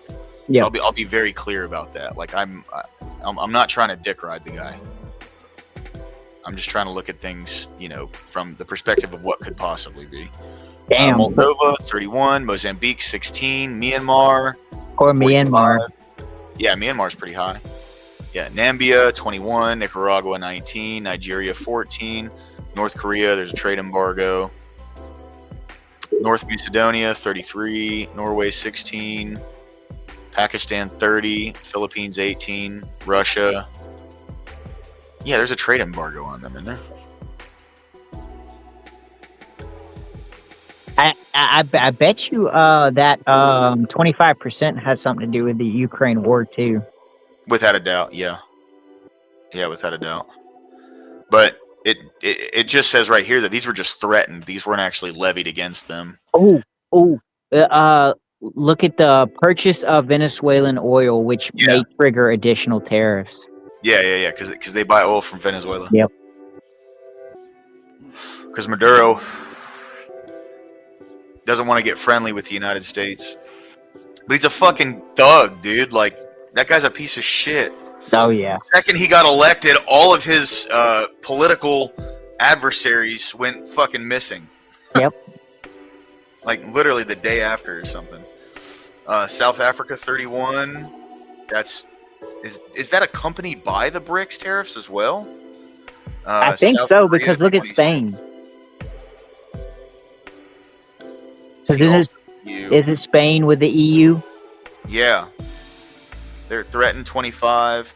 So they buy Venezuelan oil too, huh? No shit. Defending American corporations and innovators from overseas extortion memo. Damn, or Sri Lanka. Yeah.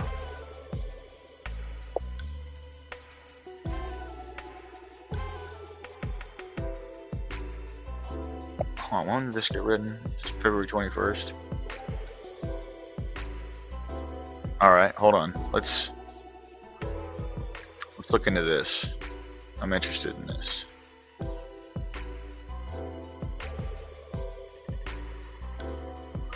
All right.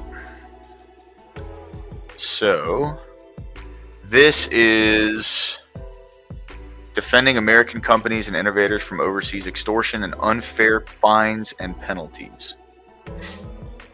So, Section 1, in recent years, the gross domestic product of the United States digital economy alone, driven by cutting-edge American technology companies, has been bigger than the American economy of Australia, Canada, and most members of the European Union. Instead of empowering their own workers and economies, foreign governments have increasingly exerted extraterritorial authority over American companies, particularly in the technology sector, hindering these companies' success and appropriating revenues that should contribute to our nation's well-being, not theirs.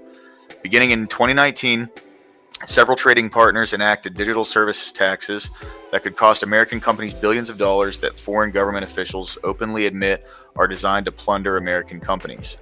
Foreign countries have additionally adopted regulations governing digital services that are more burdensome and restrictive on United States companies than their own domestic companies. Additional foreign legal regimes limit cross-border data flows, require American streaming services to provide local productions, and charge network usage and internet termination fees. All these measures violate American sovereignty and offshore American jobs, limit American companies' global competitiveness, and increase American operational costs while exposing our sensitive information to potentially hostile foreign regulators. My administration will not allow American companies and workers and American economic and national security interests to be compromised by one-sided anti-competitive policies and practices of foreign governments. American businesses will no longer prop up failed foreign economies through extortive fines and taxes. Okay. It's the policy of my administration that when a foreign government, through its tax or regulatory structure, imposes a fine, penalty, tax, or other burden that is discriminatory, disproportionate, or designed to transfer significant funds or intellectual property from American companies to the foreign government or the foreign government's favored domestic entities, my administration will act imposing tariffs and taking such other responsive actions necessary to mitigate the harm to the United States and to repair any resulting imbalance. Okay, so I get where he's coming from with that. I can understand that. I can understand the logic behind that. And it's probably just going to go into a breakdown of exactly, the agency responsibilities, exactly how this would be implemented. But just seeing, like, the purpose of the policy itself, that makes sense. I mean, you're protecting American companies, right? Oh, yeah.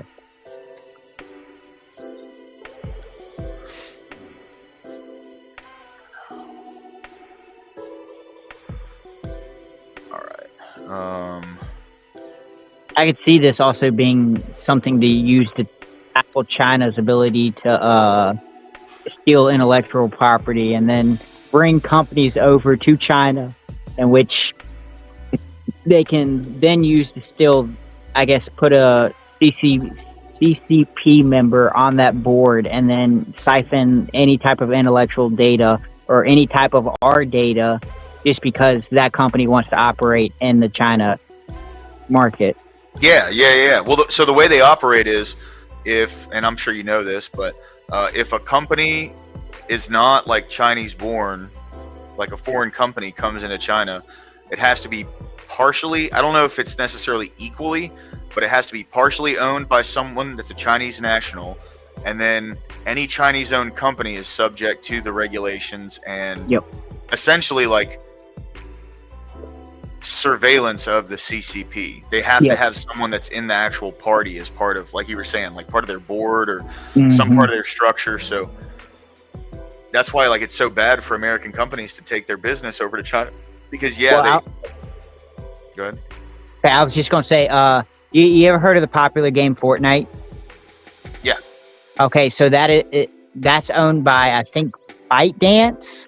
I could be confusing my companies, but there's a parent company at the top, as the Chinese company that there's been kind of it's maybe more conspiratorial, but what they're doing is they're buying copyright license to other stuff that's kind of American imagery. So like they'll put famous characters in there. Like I think you've seen Family Guy in there. You've seen other type of characters, and what they believe they're doing is getting these copyright patents through Fortnite, in which they can take that copyright and then use it in other companies and stuff like that. Tencent. Tencent, yep, Tencent, yep. Yeah. ByteDance owns TikTok. That's right. I'm confusing my Chinese company. Yeah. Good drop there, Rude. Good drop. I mean, Scott says, and to think Obama wanted to give the internet away to another country is absurd and foolish. It is. Still, I get your argument, and I don't think Australia should be hit with any tariffs through. Oh, no, 100%. Hey, look, I'm not for. By the way, I hope that's very clear. I'm not standing in a position of I think Australia should be hit with tariffs. I don't think that like blanket tariffs on every country is necessarily a good idea. Mm-hmm. I was just trying to kind of opine on the rationale of where that came from. That's all. Yeah. That's it, right? I also agree with you guys being there when the shit goes down too, brothers. Yes, sir. Absolutely, bro. Australia is huge military ally. 100%, dude. They stormed the beaches of fucking Normandy with us, bro. And to be fair, even with us doing evil deeds, they were willing to follow us into battle. China version of 50 Cent. That's good, dude. That's funny as hell. Yeah. I want to say they were there in Iraq. I want to say they were there in places like Kuwait. I mean, I could be wrong in my specific wars, but I know there's been a lot of wars that we have levied where Australia was right beside us. Yeah, no, dude. Like, absolutely, Australia is a huge fucking ally of ours. I'm not coming from the perspective of I think that was done entirely properly. You know, I would say like the amount of money that we would get from just tariffing the countries that have massive tariffs on us, especially the ones that import a lot from us, would cover the nut that we needed to do whatever we're going to do with this tariff money in the coming months, you know, and we'll see what happens, dude. I mean, as it stands right now, I can say like, I do not regret my vote for Trump. I'm not happy with him, but how monumentally better that would be than a Kamala presidency just really goes to show you, like, because I honestly think like if Kamala would have won, we wouldn't have been striking Iran, we'd be striking Russia. Because the lefties fucking hate Russia. That's just my opinion, though. You know what I mean? I can't tell the future. But like the Biden administration wanted to go as far in as they possibly could with this Ukraine war thing. Well, So- to be fair, I think there's some evidence to prove this and not so much evidence to prove this. Like, it's still not proven, but I think there's evidence that leans toward this. I think a lot of this has to do with getting oil into Europe. And I think it's been a long mission of the United States to get oil into Europe without having to directly buy from Russia. I think a lot of our conflicts have evolved around, you know, the Nord Stream pipeline or other situations in where Russia has tried to take the advantage in getting oil into Russia to sell. And I think we're trying to counter that. Yeah, without a doubt, dude. Yeah. Well, I mean, you know,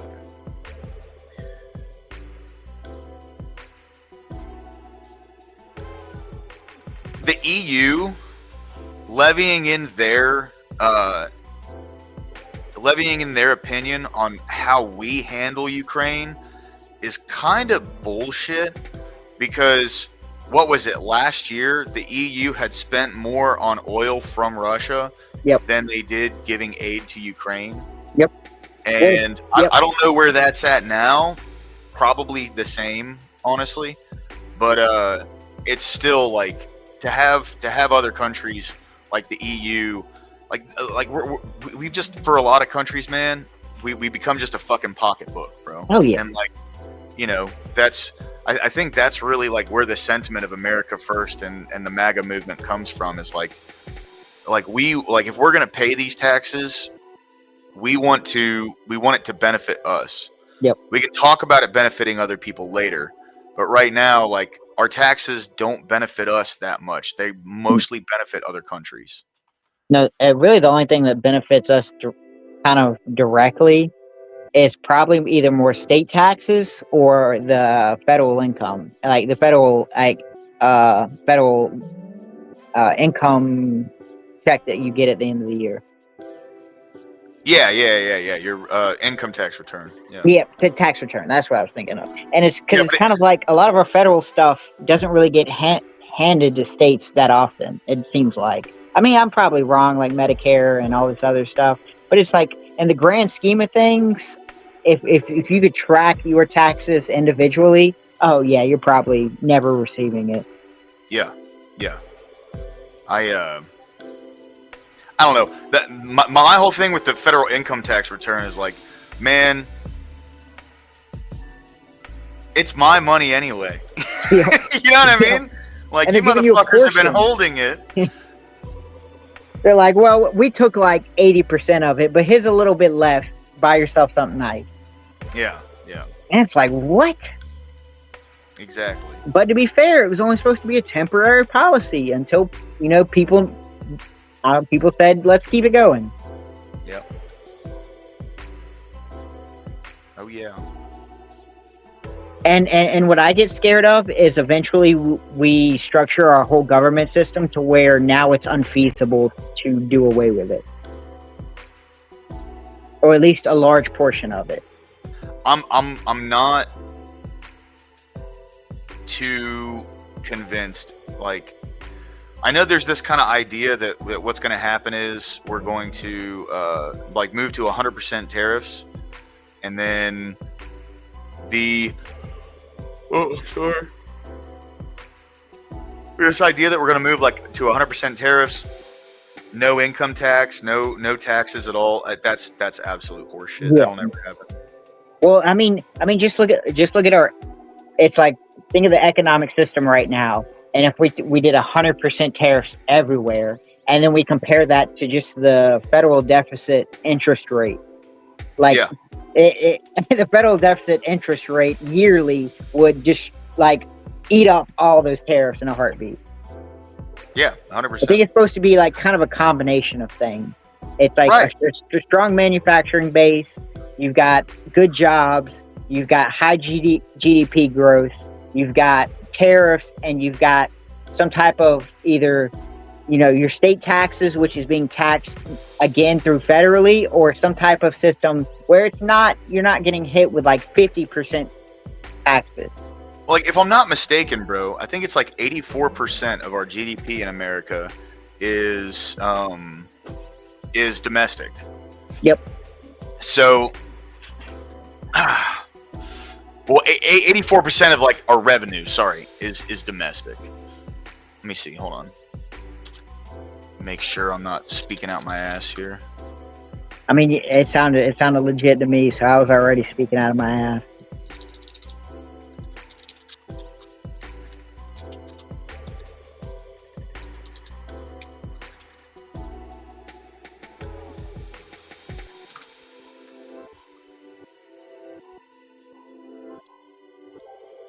Yep. Just to go back to a certain point, Scott said that, yeah, Vietnam, Korea, so many times Australia had our backs. Absolutely. Which is absolutely correct. And I want to say even newer conflicts, like, because I want to say they were with us in Iraq, or at least Afghanistan, and a lot of instances like that. Yeah. Okay, yeah. So what I'm looking at here is, so for personal consumption expenditures, domestically, it contributes to 68.4% of our GDP, and that's from quarter 1 of this year. And then another 17.3 is government consumption, which is like contracts, all that from the government itself, which is 17.3. So that would bring it up to 85.7. And then it's saying imports is about like 14%. Yeah. So 14% of our economy is imports. Which, I mean, when you look at it from that perspective, it's like, why wouldn't we want to bolster our domestic production? Like that's where like well over 3/4 of our economy comes from. Oh, yep. So that's and you know, just looking at things along those lines. Sorry, Scott. There just so happens to be a group of people that use the system and work outside it too. We finally found out who they were. They were using our government to collect money under a lie. Who is that it? is true. Yes, sir. I think you talked about this, about the people that got hit with fraud, that were part of the USAID like contract approval. Yep. Yeah. Is that Roderick Watson or whatever his name was? Yeah. And to be fair, I think that's a small taste. I don't even think we scratched the surface. Neither do I. I agree with you 100%. That's what's been reported on right now. Yep. It's pretty fucking wild, like, to me, that it's just sketchy, you know. But it's sketchy to me how they posted the names of the Vistant and the Aprio, but then they didn't post the other subcontractor, who is the E4 Logics. And that's because when you look into E4 Logics, they have like government, like defense contracts and shit with the government. Well, so I was gonna say, they didn't want to throw them too far under the bus because they probably have some pretty vital information with our defense contractors. You know what I mean? So and it's national security. Right. Like, whenever you don't want to answer something, as long as it ties to some aspect of national security, you can swipe it under the rug. Yeah. Yeah. So that's about where I'm at on that. All right.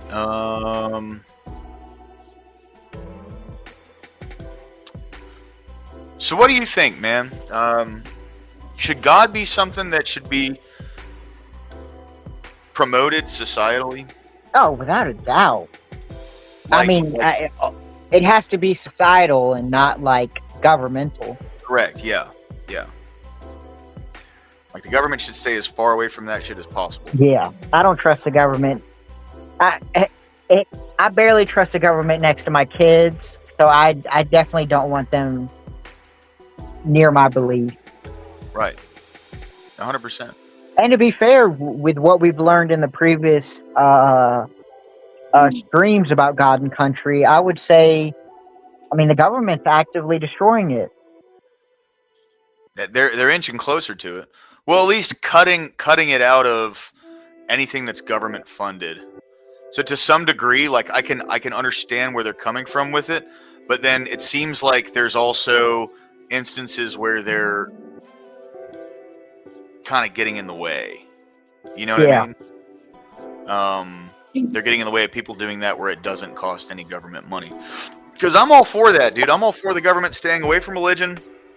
I want the government to have as little power as possible outside of, like, you know, maintaining regulations that keep massive corporations from being able to control things the way they do right now, you know? Well, I was going to say, look at the Cove stuff that was related around closing churches and arresting people and finding people for having service. Yeah. Well, that's government can get fucked when it comes to that kind of shit. I'm so glad that we pulled out of the WHO, dude. Oh, see, this is why I can't say I don't support Trump, because, man, on a cultural level, we're winning. So I'm like, yes, Trump's a good thing, but, man, he can put himself around some people and be convinced of some terrible ideas. Oh, 100%. 100%.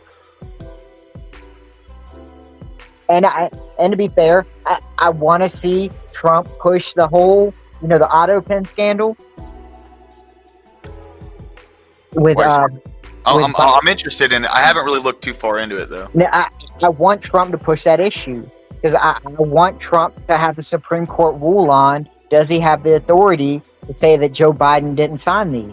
And if Joe Biden didn't sign these, Fauci needs to go under. Yes.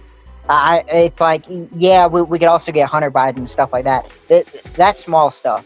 Yeah, I really don't care that much about that.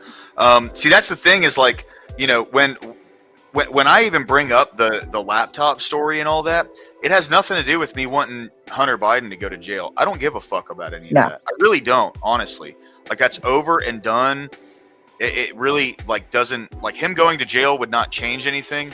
My issue is the Atlantic Council and the way that they hid that story and worked together to like suppress the story. Mm-hmm. And how there was a small group of people that were trying to gain control over how sovereign countries run their countries through essentially what, you know, I would call medical fascism, right? Like, because again, like my definition of fascism, very simple: the alignment of corporations and government. Well, the medical community is a corporation. It's a for-profit corporation. Like, there may be people who get involved with that because they want to help folks, but by and large, it is a for-profit corporation. They do not actually give a fuck about people being healthy. If anything, healthy people put them out of business. So, and that's just like the fact of the matter, you know? So, I don't know. I will say, though, Hunter Biden isn't completely innocent because I want to know. I want some more answers around this whole Burisma scandal.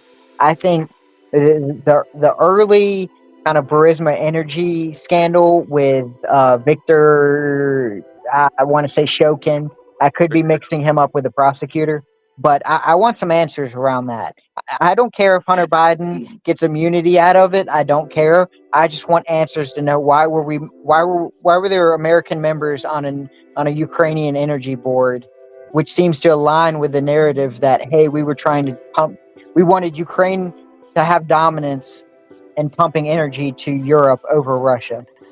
Yeah. Hold on. Scott says here, yes, so many different government entities have been turned in, money laundering agencies for Democrats and some rhinos pet schemes. Absolutely. Even the EPA was caught funneling money to leftist activist groups to support Democrats' ideology. 100%. Yeah. We become a fucking piggy bank, dude. Oh, yeah. And what's crazy. the other one? Is it Act Blue? Act Blue, yeah. It seems like there's been some stuff with Act Blue and firing key members the moment USAID came under threat of losing its funding. To me, that's weird. That's weird. That makes sense. And plus, I don't know who was covering this story. I forget. There was hyper focus around it during the election, but like, people would have donations, like tens of thousands of dollars in donations, and then when they would go knock on the person's like address and ask them about it, they would have no clue about it. And that was James O'Keefe did that one. I know what you're talking about. Yeah. And like, it would be like sweet old ladies or sweet old men, and they would have no clue. Yeah, you'd be like, I never made any donations. Especially $10,000 worth of donation. Mm-hmm. Like, oh my goodness. Correct. Yes. 100%, Scott. And see, that right there is why whenever that gets brought up to any leftist, they immediately go, "Oh, the laptop. You're just obsessed over the laptop." Like, no, bro. Yes, yeah. The 50. It was the 50 fucking intelligence officials that have been shown that. What was his name? God damn it. The Anthony Blinken had reached out to them to get them to weigh in on this thing, right? And one of them, I forget what his name, Michael Morrell or whatever his name was. He was the one who admitted, like, yeah, we needed to give Joe Biden a talking point because we knew Trump was going to bring this up. Yep. And remember, they impeached him over asking questions about why was he on tape saying committing, or why was he on tape saying that he committed quid pro quo against the Ukrainian government for not firing the prosecutor? Yeah, when literally Joe Biden did the exact same thing, Yep. and then admitted to it and laughed about it on stage. He said, "By golly," and by the time I touched the plane, they had fired the They fired him. prosecutor and put in someone solid. Yep. Yeah. Because he was fucking. What's up, K2? Welcome back, dude. Well, what's up? What are we talking about now? We Just going through all sorts of different shit, man. We're just most kind of of government corruption. Yeah. I just wanted to make sure you're talking about that. After they closed U.S. aid, I heard that they're got to borrow money now. I wonder how that. That's what I'm talking about. Or why was U.S. aid funding 9 out of the 10 top media companies in Ukraine right before they revolted? Yeah. Yeah. And then Oh, funny enough, U.S. Go ahead, bro. U.S. aid was also that based prime minister in Poland. They were funding his woke counterpart. Makes sense. Yeah. Well, I want to say, and it's like, don't get me wrong, man. A lot of people want to claim incompetence, but to figure out the system of giving money to an NGO and then the NGO giving money to what they want funded, that's fucking brilliant. Like, there's been some deep thought on what lines can we cross and what lines do we have to hide behind.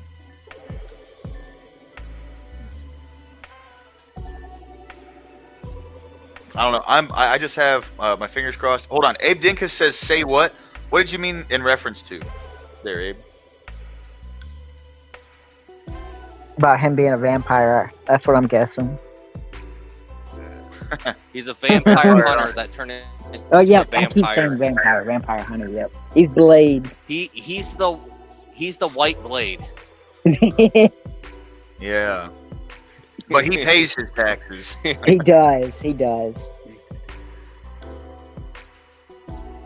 He also arrested Maryland's legislature. Which one? So if I could be getting the state wrong. So there's a lot of Maryland legislatures that were pro the South, and we're talking I forget the particular issue they were talking about. I think they were talking about seceding from the Union. And he, I think either before or after he did the habeas corpus, he went and he arrested the Maryland legislature. Yeah, I mean, there's a lot of people who like their view of him was that he was a tyrant, Abe Lincoln. Yeah, a lot of, I mean, like literally, John Wilkes Booth before he popped him in the back of the head yelled out "Sic Semper Tyrannis," which means like down with the tyrant. You know, there's a lot of people who believed that. I don't know. I honestly didn't look like. I know about as much of Abraham Lincoln as what was like taught in school, you know, so I understand where he comes from in that regard. I know that the big thing, and a lot of people were against it, was he was the first push for like a true federal government versus like the individual state rights kind of thing. But luckily that hasn't. I'm sorry? Oh, no, go ahead. I was thinking out loud. Oh, you're good. But that was like his main push with the Union, right? Like the Union was more of like a federally centralized power, where the Confederates were more like state by state power, and they wanted to maintain that. And of course, the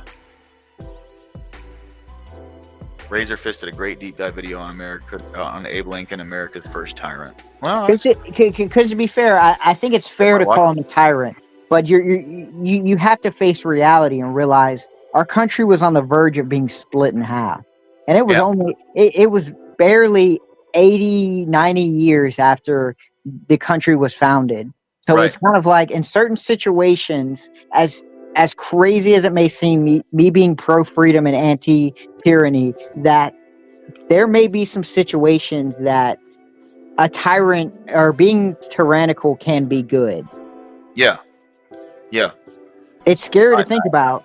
I mean, well, there's like, I'm a big person in like the concept of balance in life, you know, and those things definitely work themselves out in a certain way. Pendulum swings one way, it swings back the other. So, you know, if it swings too far this way one time, it's going to swing farther back this way, and just in order for that balance to take effect,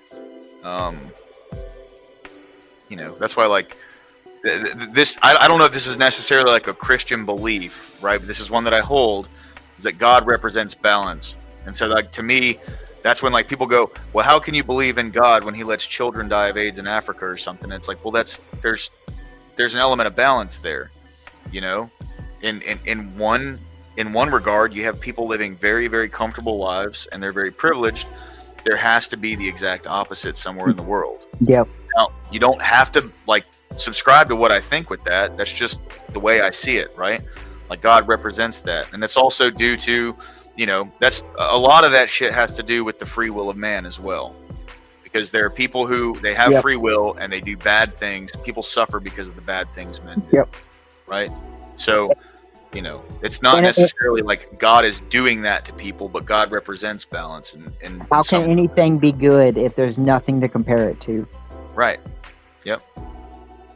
Yeah. It's the same. I guess it's the same argument with hot and cold. It's like, how would you know anything's hot if you had nothing to compare it to? Right. Exactly. We're hot right now while the southern atmosphere is cold right now. Well, what I've heard is Florida's now, it's still hot in Florida, but I want to say Florida had a lower temperature today than we did. And I live in South Carolina. How hot was it where you're at? I think right now on the 7-day forecast, the hottest it'll get is 110. I'm in Ohio, and when I got out of my truck to go into work, it was 100. So.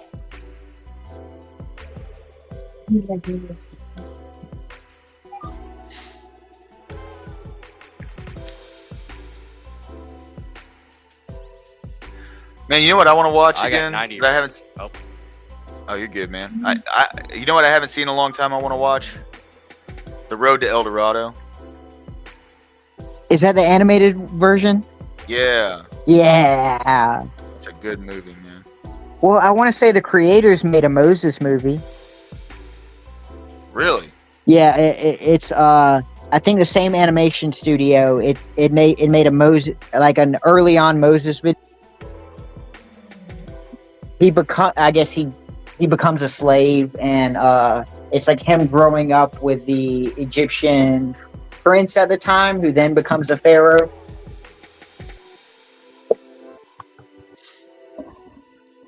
If I get a chance, I'll send it to you on Twitter. I've seen it as a kid, and it's golden.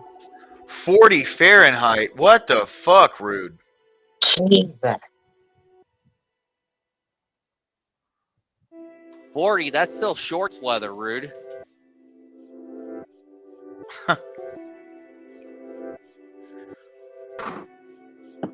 All you need is a shorts and a hoodie, and you're good.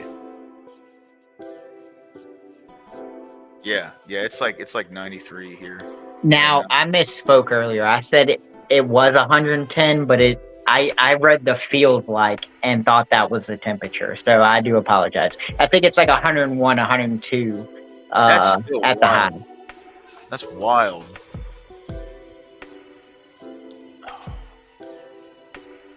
And I think it's 93 right now.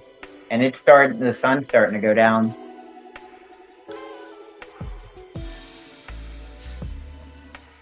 I got 90 right now on my truck dash. On the truck dash. Yeah, it's 6:10 where I'm at, so it's still a little light outside. It's probably not in the 90s anymore. It's probably in the 80s, but it definitely was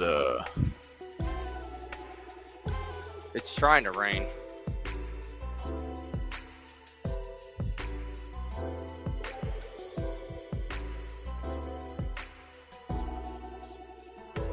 weird random fact. Do you know the United States government almost dropped a nuclear bomb on South Carolina by accident?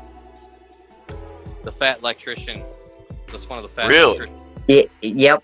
Back in World War II, they were doing test flights, and I don't remember the details quite as much, but they were going over South Carolina, and they were supposed to do kind of a simulated bombing, and so what was supposed to happen is like they would pretend like they're bombing something, and they were lucky that they didn't use the actual nuclear bombs, but they were using simulated nuclear bombs. But they also had nuclear bombs in their cargo because their destination was, after they did the practice run, to keep going off to, I think, a military base, and something happened, and instead of one bomb dropping, a few bombs dropped, or decoy bombs.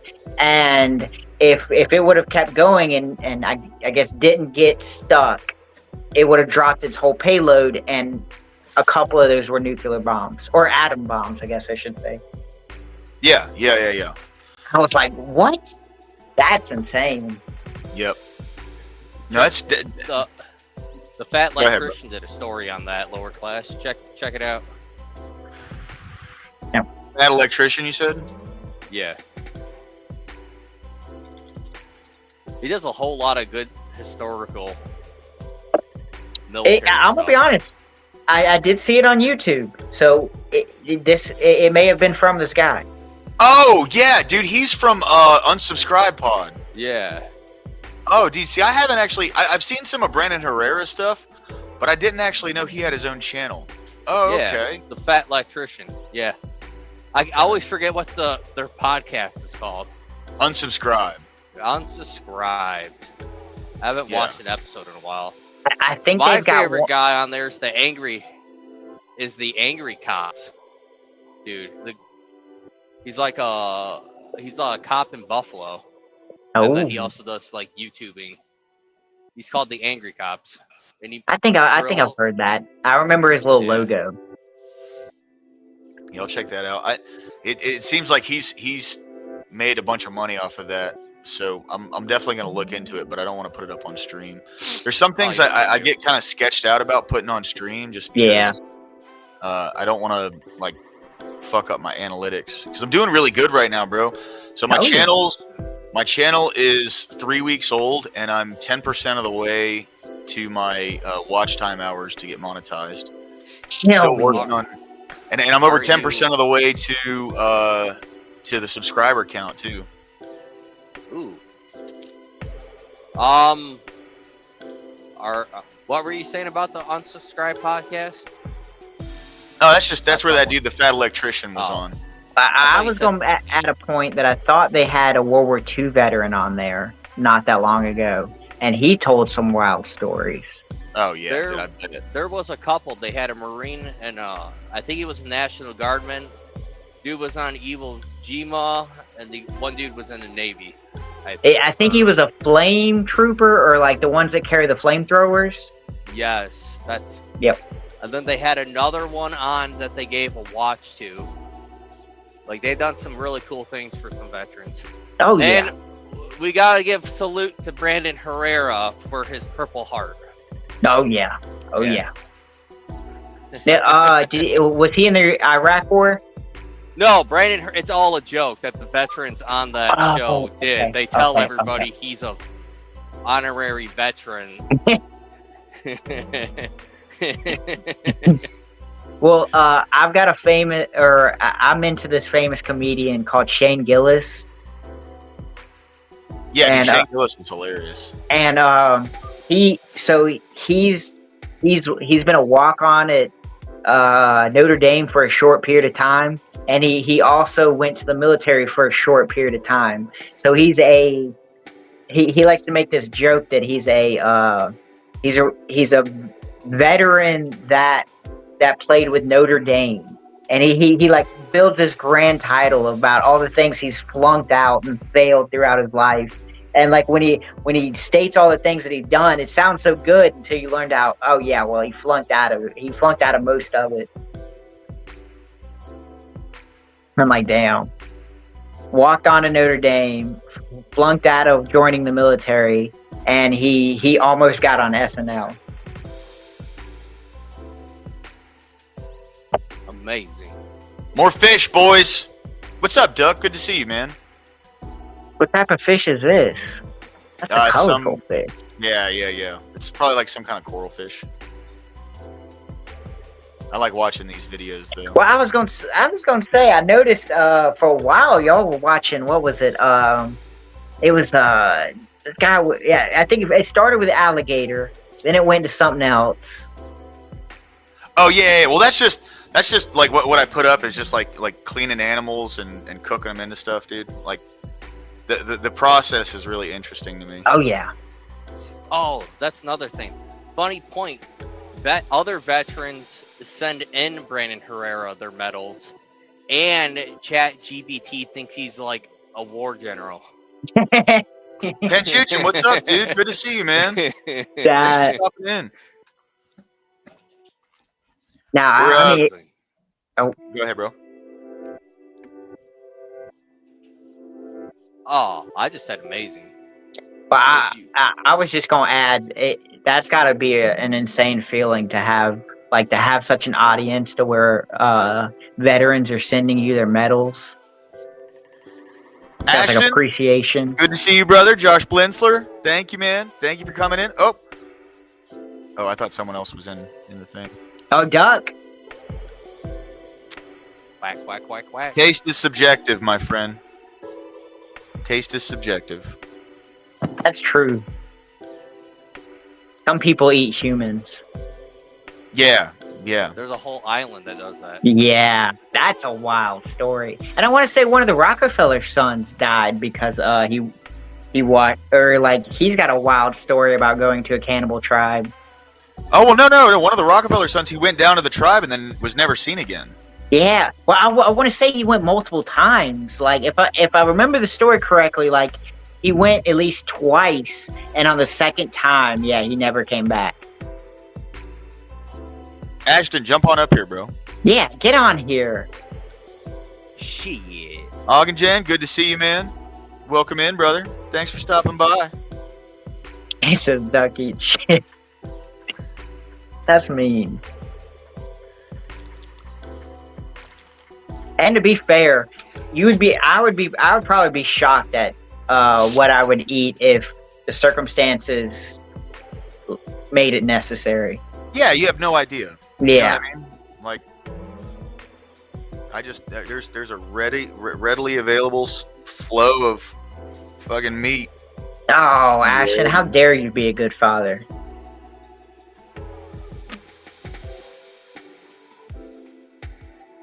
Oh, you're good, man. I was just saying.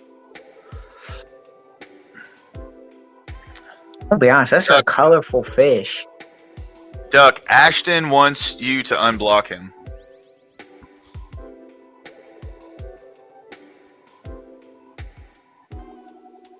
There's no need to block anybody. Come on, guys. Yeah. We can all be friends on lower classes channel. Ashton, I think this was a specific series that lower class did about kind of God and society and how they interact with each other. Is that what you're talking about? What? One more time? Sorry about that, bro. Well, I guess I was speaking for you, but is the series finale what's posted on the live? Yeah. So okay. So this is the last like little episode of me going through all the studies on God and society and everything. The biblical series is still going, or the biblical reading. Yeah. This isn't God and Country. This was just God and Society. Yeah. They're gross. They have a lot of worms in their flesh. Well, yeah, they can. I mean, so can pigs, so can cows, so can bear. Oh yeah. Have you seen the videos with the bears with tapeworms coming out of their butt? Yeah. That's wild. No, dude. Another gross like animal that has a bunch like fish wise, amberjack, dude. Oh yeah. I had bear at a game. No, not at all, bro. Call it game. Every Wednesday and Sunday, Ashton. That's not ending anytime soon. Yeah, we still got a game lot. dinners. Those whatever, a game dinner, and I thought the bear was pretty nasty. I don't know. I heard it can be good. I guess that guy did a really shit job. That's fair. No, Duck. This it's not Adrenaline TV. It's just like a video on like cleaning animals and stuff. He It's made Hell's it where I Kitchen. never want to touch bear meat again. So he kind of did it in. Not Battle fair. of Maybe if Brisbane, someone I cooks it have. a little bit better, maybe I'll try it again. But Australian American law. But yeah, let me look into this real quick.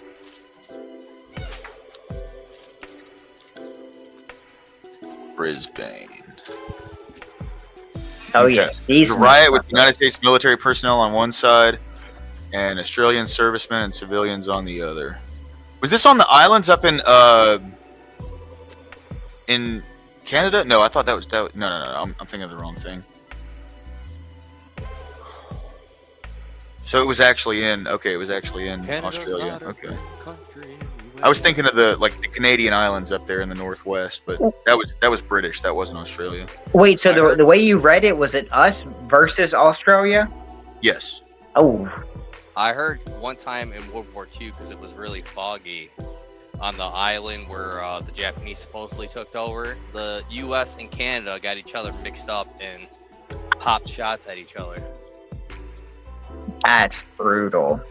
And another reason why I got this from that electrician, another reason why they supported Japanese internment camps was because during the bombing of Pearl Harbor, there was this Japanese American family that helped one of those pilots. Yeah. Yeah. Well, and see, that's a tough issue because a lot of people and I would say it's tough for me because I can understand the justification for doing it, but man, you try something like that now, and I don't know if our political system could handle that.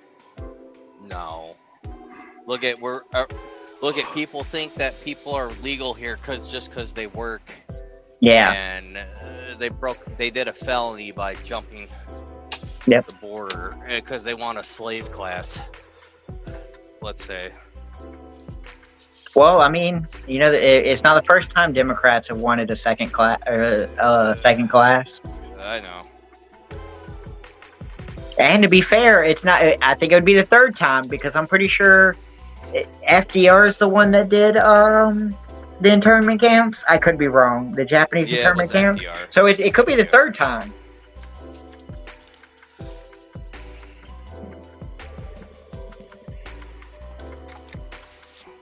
I want a koi pond.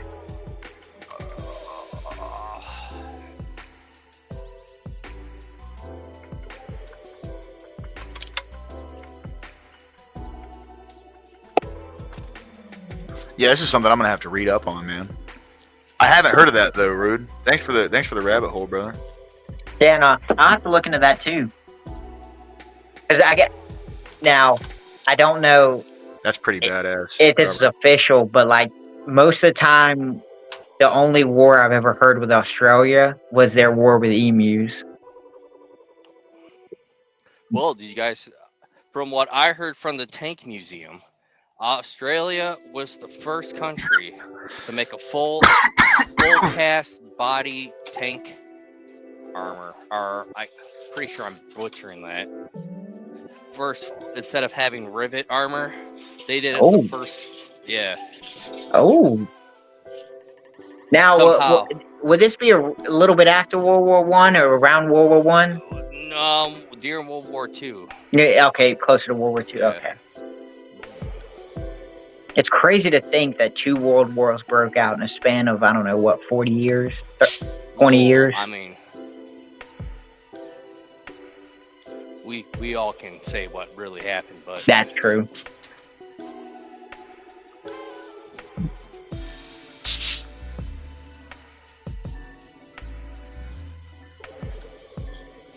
I gotta put you on mute. I gotta break this set apart. Interesting.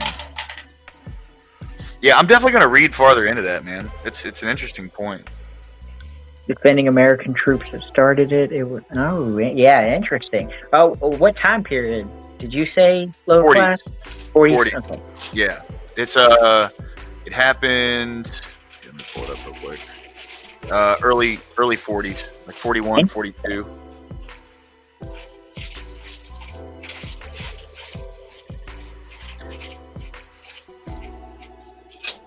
So during World War II. Yes. Wow. Interesting. Yep. Yeah, I actually wasn't even aware that we had a bunch of guys.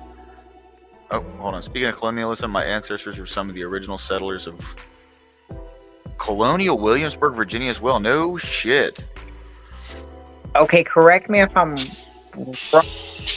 Was that's the first, or is that the first colonial? Because I know Virginia was the area I believe the first colonial settlers migrated to. That's where Johnstown was, wasn't it? Or Yeah, okay, yeah. You may be right. You may be right. I'm not sure. Yeah, but like, I think you're right. Virginia was one of the main, like, I think Plymouth Rock was in Massachusetts. I thought Plymouth Rock was the first one. Okay, yeah, I could be wrong. Because I remember there was that, and there was also the colony that disappeared. Yeah. And it's been a while. I need to refreshen up on my pre-colonial or a colonial history. Oh yeah, me too, bro. Come here, bear. You all right? Come here, my good boy. Come here. Because Plymouth Rock. Now that you said that, I think I've heard that. I think that makes sense. Yeah, that's what I was looking over it. There's like quite a bit of history involved in that, from what it seems like. Oh.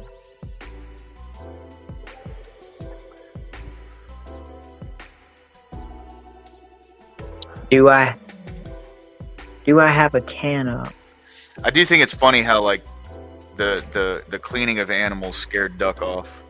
Yeah, it bothered him. Yeah, well, sorry, bro. Like, no, it wouldn't be the first. I mean, it wouldn't be the first time he left. Yeah. Okay, that looks like some chewy meat right there. Yeah, buddy. Bacon's rebellion was 100 years before. Do I have a cam up? Trigged the boys. I'm not grasping what Al Wine's trying to say in the actual chat. I guess the backstage chat. Do I have a cam up? Do I have a cam up to get in? Oh, he's just fucking around. Sorry, bro. I didn't see you were back there. My bad, dude. Oh, okay. I was sitting there, I was like, wait, what? He was just fucking around. My bad. blonde was coming out. I didn't see you down there, dude. My bad, dude.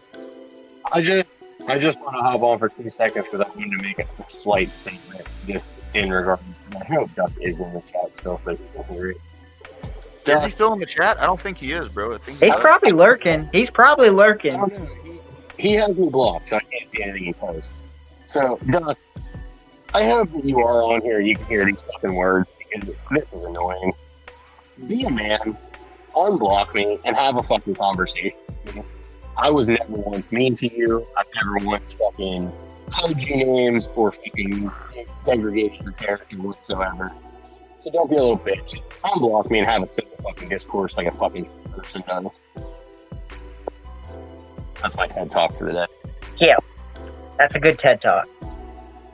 I don't even think he's here anymore, man. To be honest. I don't know. I hope somebody hears it and fucking relays the message too. That's all I'm gonna say.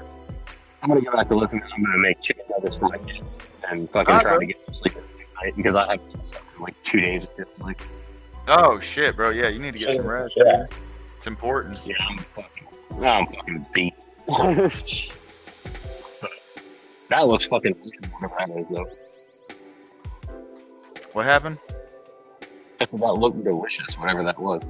You know, it's funny, lower class, that you're right there, that Sonata in real life video. The what? That literally was the Sonata in real life, like over there on the far left.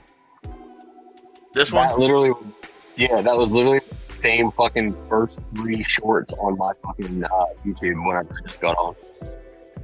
Oh yeah. Dude, I've been getting these like back to back, dude. Like these before and afters, and then these like Yeah, cartoon characters to real life things. yeah, This I one, think that's just one of those two. AI's taking over the net. Oh no! I just do when like there's I'm a guy, like I'm gonna. Of course, of course. Yeah, it's not prawn, dude. It's just it's interesting. You know what I'm saying?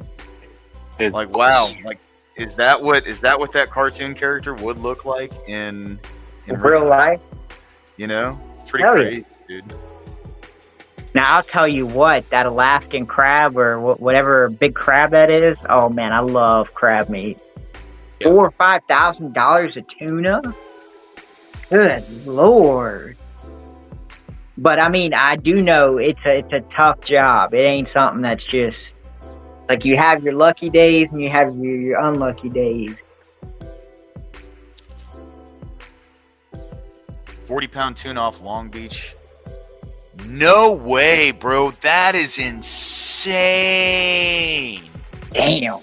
I've never caught one. Like, I couldn't even imagine catching something that big, dude. Well, I mean, imagine the pull and the resistance of fighting that thing in. That's what I'm saying, bro. Yeah, like, cause you get like I don't know, a 6 to 8 pound bass, and like, it's not the strongest thing in the world, but you really feel that resistance. And it's like, imagine multiplying that by like 4 or 5 times. Yeah. Yeah. Yeah, it's incredible, dude. Robert Whaley's he's Batman. He's done some stuff that I wish I could do. Cause I took a fishing tour, but man, I wish I didn't, because they stacked us like 40 people on a single boat, and like just lines everywhere, and it was maybe 2 or 3 hours actually out on the sea, or actually out in the ocean, and then like 45 minutes getting there back and forth. It wasn't something I would rather pay for, a more private fishing tour. Yep.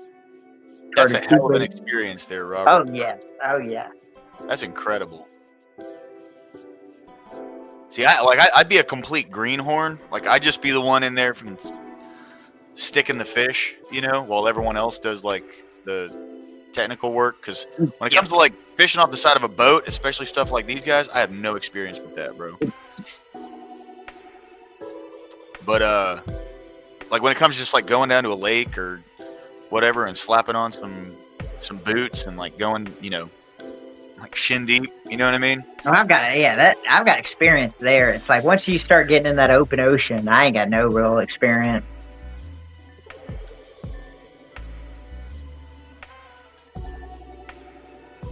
I mean, I guess I fished off the pier, but I don't count.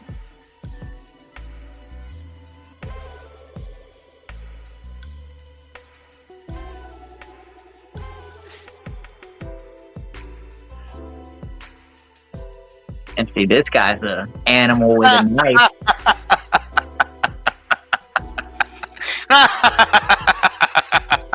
Yeah, man. No, I get it, dude. Yeah.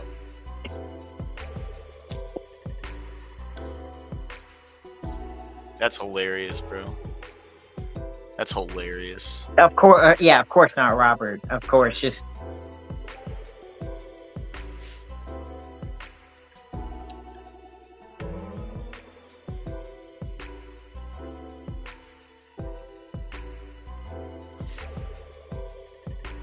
Dude, I could not imagine, like, catching something like this and having that much meat. Because that's the thing with tuna, man, is like, there's so much meat. Yeah. I mean, imagine how much money big tuna makes. Oh, a ton. Yeah. It's gotta be a ton. Like, because I bet you for like canned tuna and stuff like that, they use probably, not probably the poorer meats of tuna. And so it's like you got a cheap piece of tuna and you just can it and put it in a bunch of cans. So one of the things, like when it comes to to tuna is you have two parts of it, right? So you have like the thick red steaks. That's what he's cutting right there. And that little brown spot on the left side, you have to cut Yep. that out. It's really like sour tasting.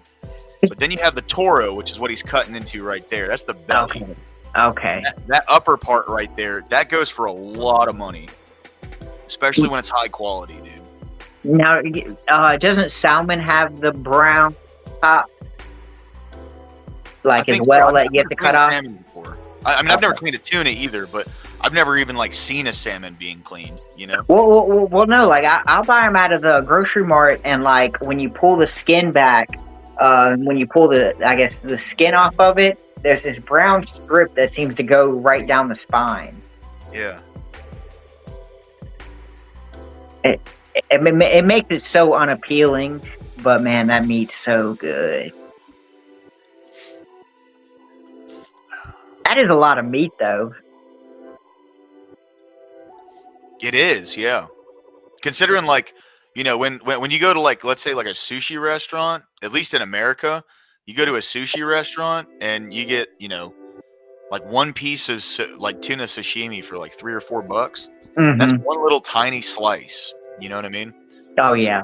I love sushi. I'm a big sushi guy, dude. Like, I haven't had a lot of sushi. I think the only thing I've really tried to experiment with is a California roll, and it's not even like I'm pretty sure it's cooked. Yeah. It's like a processed. I forget what kind of fish they use necessarily, but it's like supposed to be crab meat alternative. Yeah. For people who are allergic to shellfish, but if I'm not mistaken, it's still like an allergy bomb. Good lord. Now, I guess you could cut tuna up into like tuna steaks, couldn't you? Yeah. Like little, yeah. Okay. Uh-oh, buddy, you all right? I might have to take him out here in a second. You good. I was gonna say, I'll probably give you another 12 minutes. I'm probably gonna get off here and go hang out with the kids. Yeah. I might cut it off at 7 today. Just because, you know, it doesn't seem like there's too much going on. The news cycle has fucking slowed down, bro. It's gotta recover, man. It's a lot too much. Yeah. Now, I will say, we started this morning out with some crazy news about the Trump dropping the F-bomb, which That was great. He done pretty well about controlling just going on little cussing fits, but you could see the real emotion behind it. Yeah, he's pretty pissed. Well, I mean, I think he's starting to realize, like, yeah, Israel, look, however anybody in here wants to take this, okay? I'm sorry if you don't like what I'm about to say. Israel is a fucking liability. It is. Israel is a fucking liability. I understand where the geopolitical benefits come from of being allied with them. Oh, sorry, K2, I didn't mean to scare you off, bro. It was like, whoa. Yeah. But you're not wrong. And it's kind of like, look, you can get in the more conspiratorial side that some people get down, but it's simply this. It's kind of like, man, they seem to advocate for us to get in a lot of wars. Maybe it's time America does what's best for America. Yeah. Just let's focus on what we got. We got a lot of problems going on. Let's just fix these. Absolutely, bro. Absolutely, man. I mean, like, and I wish. I don't know. I mean, Ukraine took even less time for everyone to get annoyed with it. Yeah. Like, yeah, man. Oh, I know. Oh, yeah, 100%, Rude. I absolutely agree, bro. Oh, yeah. I absolutely agree, 100%. Yeah. And like I'm pretty, like, I grew up. Yeah, I wouldn't doubt it, Robert Whaley. I wouldn't doubt it at all. But yeah, Rude, I grew up. I was 8 years old when 9/11 happened. And within 2 years, we were in full force over in Iraq, not even just Afghanistan. Yep. So, What's up, K2? Welcome back, dude. Sorry, I think I was having problems, so I had to keep coming in and out. Oh, you're good. I thought I scared you off. It was like you jumped in, and I was like, Israel's a liability. Goddamn. No. Oh, I gotta leave again, but I'm just joking. He's like, he said that word. Rage quit. Yeah. No, I had to find a detour. A couple of guys that we go up to Detroit, and we're like, "Oh, there's a fatality up there," so I was trying to find a detour. Oh, That sucks, man. Robert, I am gonna watch that though. I'll probably watch it just gonna tonight. take the back roads. There you go. I hope you have a quick and safe journey, man. Oh, I just do short haul. I just stay in local. Okay. Hey, yeah, Even dude. still. Dragon Ball Z, man. Rude, how old are you, bro? Dang, yeah, he's a good bit older than us. No. That's the time frame I came from. I was in first grade. Oh, I pulled it up, Robert. I pulled up the full all episodes, like 12.5 hour long fucking video on Odyssey. 40. Oh no shit, bro. Jesus. Wow. I mean, but at least you know it probably goes into depth Yeah. with 40 episodes.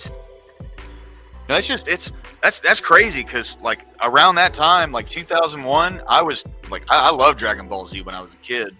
Yeah. So it's I just was in our- funny how there's like almost a decade between us, and still enjoying the same thing at the same time. I had to go back and watch it. Anime culture didn't quite reach me yet. Yeah, I was in 3rd grade when that happened. Funny, interesting story about it. So when I got into class that day,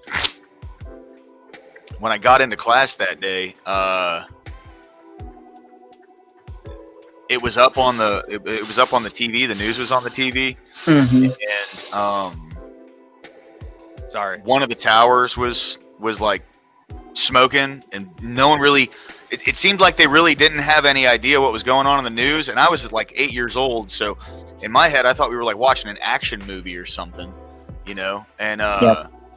and then I forget, it was just a little bit of time went by, and then boom, the second one went off, and my teacher like scrambled and grabbed the remote and turned it off, and then I mean I promise you, within like 30-45 seconds they went up on the intercom and they were like, "All right, kids, we're calling your parents. You're going to be going home today." You know, and we had no idea what was going on. Like, you know, I was a kid. I was like, "Whoa, that's awesome!" You know, but like, I had no idea. Oh yeah, I didn't understand the gravity of what was going on around Yeah, me. exactly. My teacher did not put it on, but other teachers in that school did, and we stayed for the whole school period. For the whole school. I think They we not did turn us too. off. I think we stayed the whole school period too. And I remember I think we were watching PBS, and I think PBS had swapped over to like their emergency broadcasting system. Yeah. It was wild, man. No, it was. I mean, to be honest, so America changed at that pit. There was a huge change after that pivotal moment. Bro, look Well, at that's this. Yeah. One time in history where the left and the right came together, and Yeah. then Yep. we agreed to have our CIA spy on us. I was going to say that's how you get the Patriot Act. Bipartisanship doesn't always equal good. Look at how big that tuna is, bro. Now, I've heard rumors they get about 400 or 500 pounds. That thing's 500 kilos, man. Jesus. That's over 1,000 pounds. That's over half a ton. Oh my gosh. And think those things just swimming out in the ocean like little, or like pretty much like, I don't know, like a motorcycle swimming out in the ocean.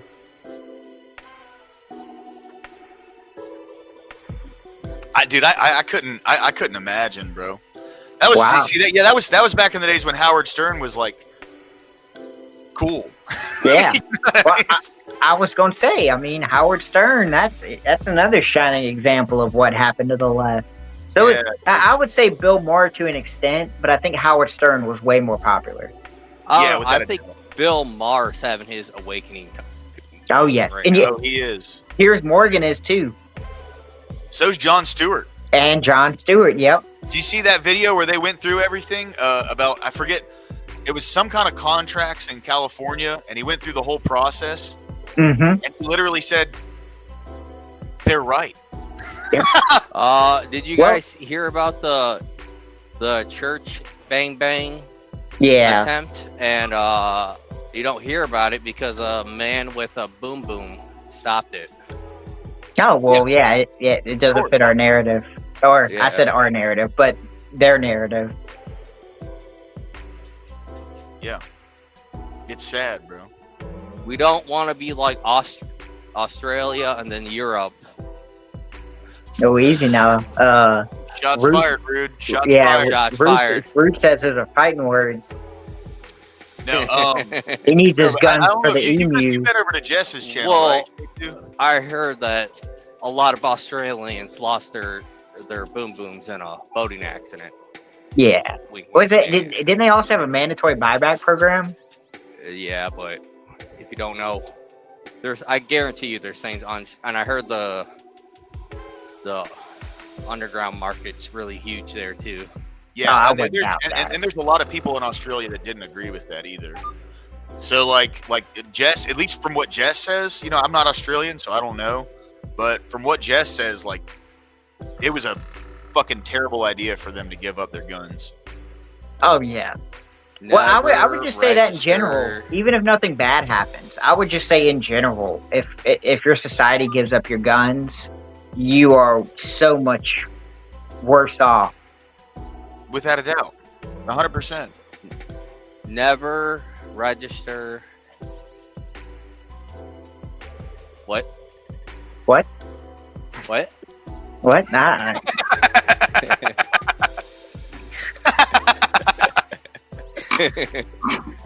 Well, I mean, like, if you live in a state where you don't need to, what's the point? Hey, Big Daddy Government, just want you to know what I got. Like, that makes no sense. Well, remember, they don't want the criminals' guns. They want the good folks' guns. Yeah, exactly. It's gonna end up like Brazil, where only the criminals have them. Or you can end up like Britain, where even your police don't have them. Yeah. Well, I heard that's special training to get that permit. Oh, okay. Well, that does kind of make sense because that would kind of fit how California operates, where there's a special class of firearm that you can get where it allows you to even take it into California and stuff like that. Dude, I'm never ever gonna move to California, so I like my 308, even though it's kind of hard to shoot it where I'm at because there's no long range. I just got it in case shit goes down. Well, I've been waiting for California to break away off into the ocean for a long time now. I don't think it's gonna happen. Like I know. said it They was. keep getting my hopes up. They keep talking about it, and they keep saying, you know, global warming and this, that, and the third, and I'm just like, I'm cheering for it. Yeah. Yeah. Like, good, become your own country. See how things work out. And then we'll invade you once it's over and take back our state. California. You talking about Californian secession? Yeah. That I would was not talking work about out well for them breaking into the ocean. That and then would not becoming work out well for them. No, it would not. It'd work out very bad for them, actually. I'm gonna be honest. With the way Gavin Newsom runs it, I give him a year. I wouldn't even give them that long. That's fair. We need to find a way to get Bricky his visa and become a permanent citizen here. The legal Bricky, way. yeah, dude, yeah. Bricky's based, dude. I like Bricky. We can exchange him for that Khalil guy Yeah, or Ryan. or Ryan. I was gonna say Mel, but then I'm like, oh, Mel's Canadian. Ew. Oh, that makes him even worse, dude. Canadians are, ugh. It's like I've always wanted to go to Canada. I love hockey. I wanted to see the Hockey Hall of Fame. I don't think that's ever gonna happen until they wake up or become the 51st state. So Well, you see what they did with their truckers. yeah, The moment they protest, they called them Nazis. I mean, Yahtzees. You're good, dude. I don't care. I know. Windmills. I try though. windmills. Yep. I like that one. Windmills. Oh, that's a good one. Windmills? That's not bad, dude. Actually, that's a good one. And it's just like you have to understand the reality of when you rely on the workforce of truckers. You may want to be a little nicer to them. Yeah, 100%. Well, that's why they want to replace up with these autonomous. Yep. And then make millions of people go out of a job or nowhere to go to with the warehouse workers and every other worker while there's less jobs. They'll just what do they tell the miners? Learn to code. Yeah, but they're already having AI code majority of the stuff. They just have maybe a guy double checking its stuff now. I mean, we're getting real close to AI being able to code itself. Yeah, that's what I'm saying. Like it's really, Yeah. You just need a guy to make sure it's doing it right. Yep. So Make you sure it wouldn't doesn't pull a lose chat half coders. GPT and. What do you guys think about the channel growth so far? I think it's been fantastic, bud. I'm incredibly grateful. I'm just curious. I mean, it's. I think you're gonna have some ups, you're gonna have some downs, and you just need to stay with it. Oh dear, sorry. Stay with it. I agree with that. I don't have any like expectations or anything of how it's going to go because I already know like kind of like a good idea of what I want to do with the channel. You know, that can change at any point in time. But I'm just honestly, I'm just grateful that I have like this is like a hangout for me. You know what I'm saying? Like I can chill with the boys, dude. Like that's what it is for me. You know, like there's kind of a direction that I want to go with it. But aside from that, bro, I'm just chilling with like the boys, dude. You know what I mean? The I hate bad to thing skedaddle, is guys. you could let. Oh, But sorry. Go ahead. it's been an honor. I'm gonna call it quits for the night. About to go eat me some hamburgers. All right, Corey, you have yourself a great night, brother. Thanks for stopping in, dude. Y'all too. Y'all stay good. You Peace. too, brother. God bless. Later. What was I gonna say? Shit.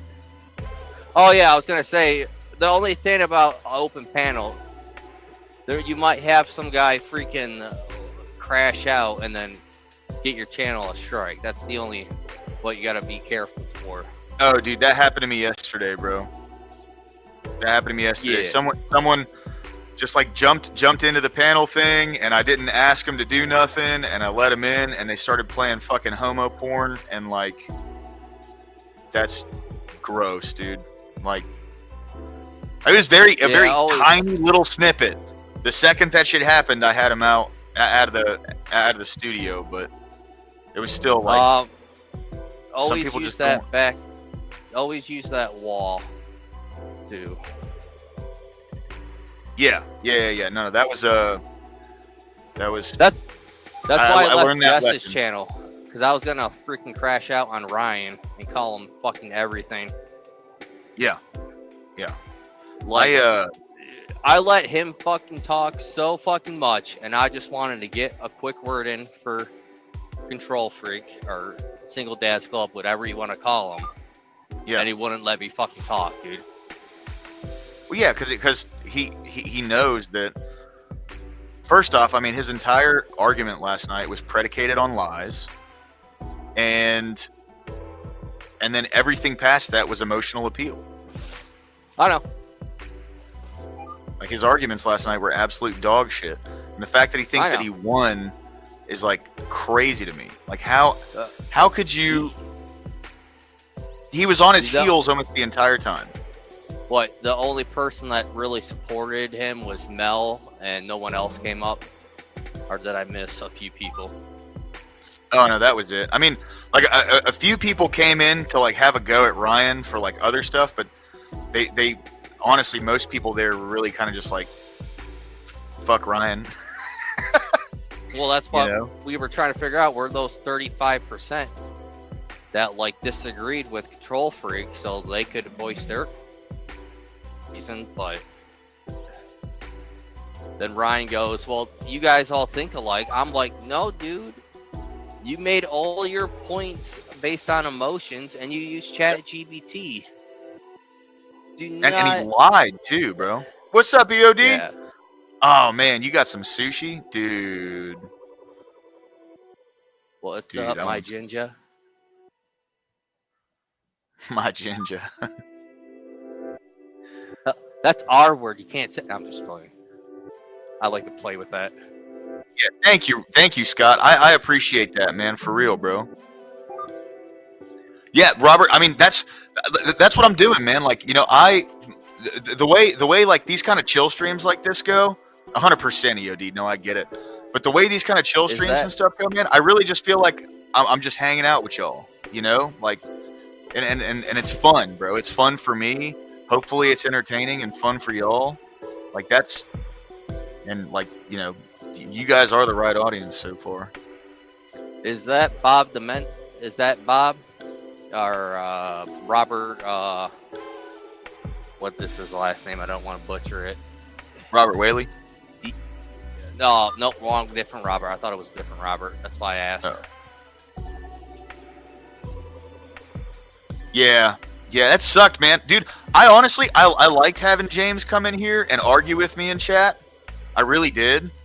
But if he's gonna come in here and like drop TOS bullshit, dude, it's not happening. Get the fuck out of here Wait, with that. James talks live? Or No, not that James. oh, no, I was gonna say no, that it was doesn't a sound like different James. No, it was a different James. Yeah, you know, I like that James. He's cool.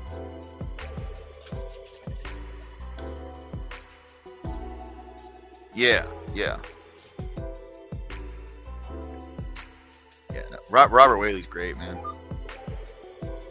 So Scott, salute. So ZOD, salute. So are UK2, salute. Salute. Yeah, everyone that comes in here and supports the channel is. Oh shit, Balzania, what's up, man? Welcome back. It's dead today. Well, I'm a ginger. I spaz out, so I usually salute with my middle finger. So Hey, that's fine, dude. Yeah, there you go. That works. It's the that to all of you. ginger wave. Ginger wave.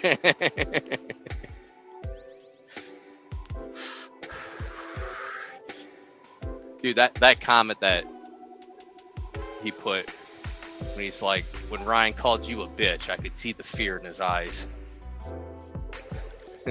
Who? Control Freak. He commented. I actually saw one of the comments that he posted on Justice Stream. I got it screenshot. I don't think I have your Discord. I don't know. I got so many people's Discord. I can send it to you later.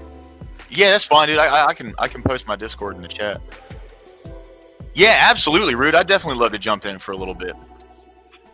I like Hornet. He's going to be talking about Iran. Okay. I definitely, I forget. I'm pretty sure I subbed to his channel already. It's like Avenged Hornet or something like that. Oh no, that's Studio.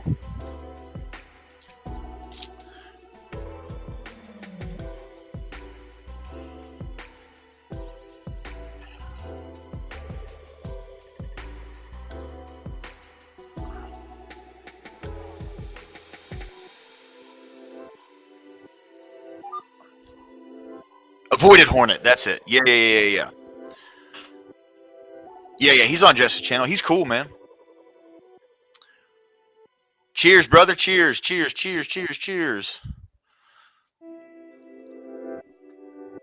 Yeah, I like Avoided Hornet. I've had some good conversations with him. Yesterday, after that debate, it seemed like everyone was jumping in trying to have a go at Control Freak, which I get it. You know, he won, and everyone wanted a piece of the person who won. You know what I mean? Oh shit, bro. Yeah, Robert. Yeah, dude, I'm very sorry to hear that, bro. She'll be in my prayers, man, for real. That's terrible.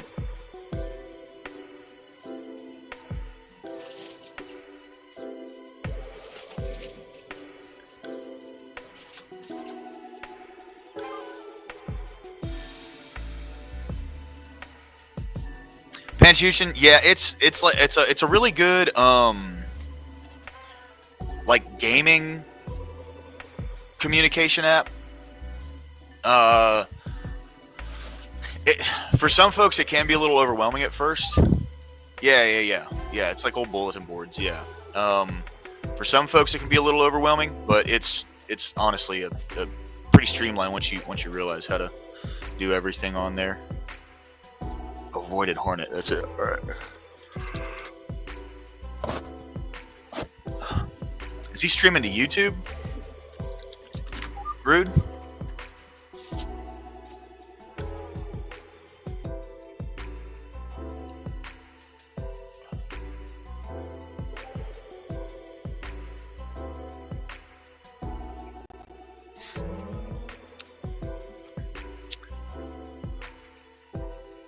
Oh, it's a shit talk. Okay, I see.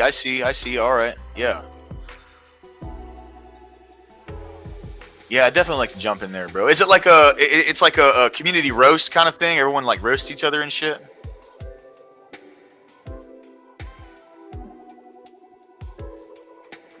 Yeah, for sure. Absolutely.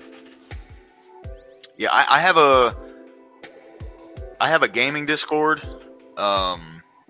For like my old gaming buddies when I used to play Destiny 2 a lot. And, you know, we expanded that. It's pretty good, man. I got like, let me see.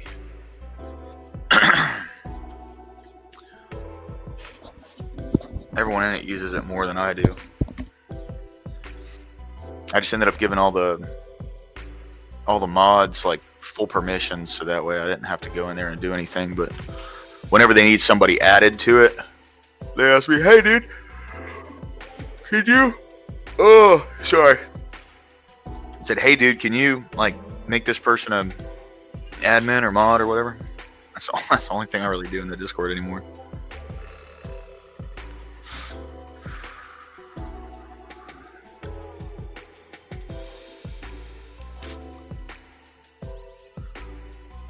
We're still putting people in.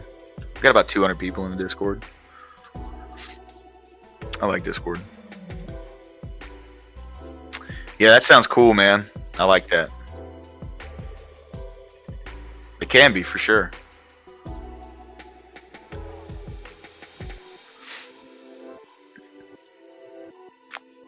Yeah. I'm definitely down to if anything comes of it, I'm definitely down to start a Discord, you know. And I'd probably just have like the guys from my gaming Discord come over. And see, a bunch of them are lefties, man, so they my gamer Discord you're talking about, Robert Whaley? Oh, you alright, Bubba? You sneezing?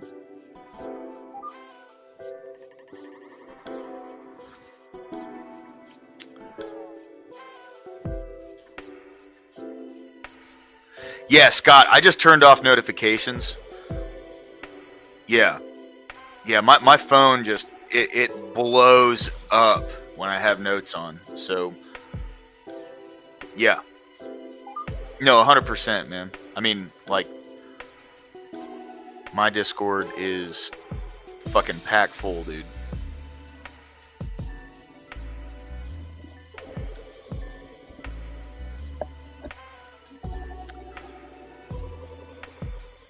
So what do y'all think about doing like the town hall thing? This thing right here. Hold on. Like this town hall debate thing on Saturdays. What do you think?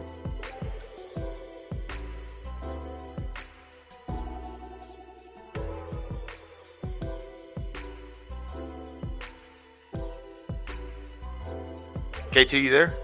Oh, I thought you were asking chat. My bad. Well, I was asking all of you. You know. Oh. Seems like Saturdays. I don't know. Is there always something going on? Yeah, Raging Tomato always has something going on Saturdays. Might take some of your viewers, but That's usually fair.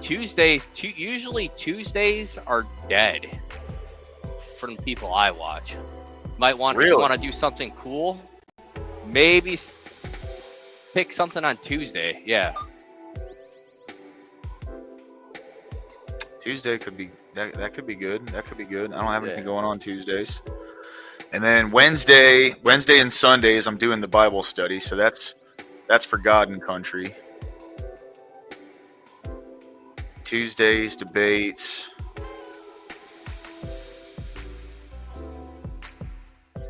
Yeah, exactly, EOD. Yeah. Well, because there's like, you know, there's other bigger people who've been doing this longer than me, and I totally understand that, right? Like, I'm not even really necessarily trying to compete with anybody, you know. I'm just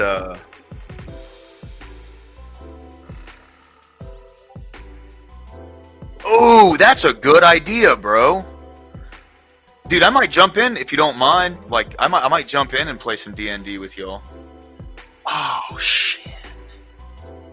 What time?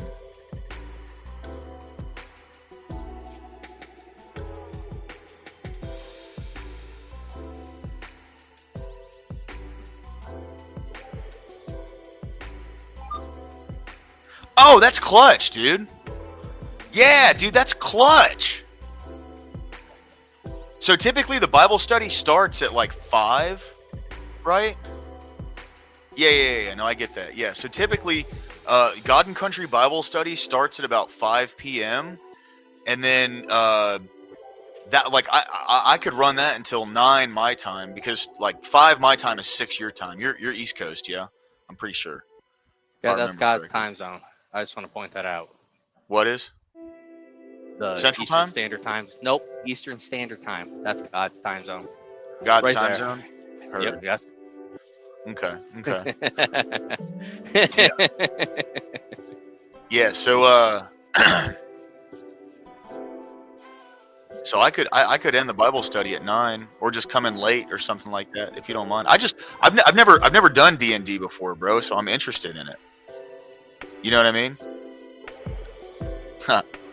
And if you want Truth, K2. if you want to get into some debate, maybe Grid's channel or VK. Yeah, I like Grid's channel. I like VK. I've been pretty regular on Jess's panel, for the better and the worse. You know what I mean? I've gotten on Jess's panel when I had. What's up? Oh, I was saying, if you want to expand a little bit, maybe get your name out there. Absolutely. Get some people to sub. Yeah, for sure. I've been keeping a pretty consistent slow growth so far. I'm liking it, but yeah, anything I can do to grow it would be great.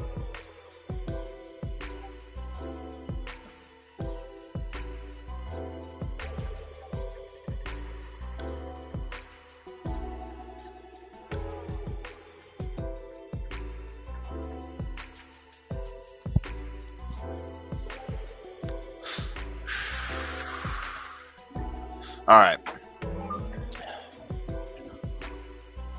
Well, boys, it's about 7:15. I need to go make some food.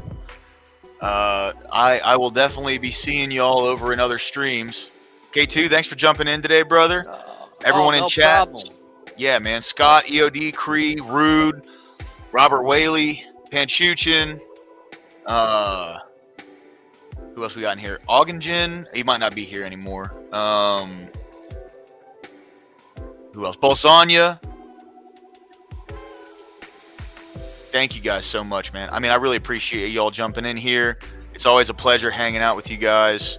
And yeah, you guys will definitely see me around in other chats today. Who's streaming right now? We could do a ghetto raid. How about that? Let's do a ghetto raid. I don't think anyone is right now. Really? Yeah. Unless Abe wants to start something up if he's still around. Yeah, Abe said he was gonna throw something on. Abe too, bro.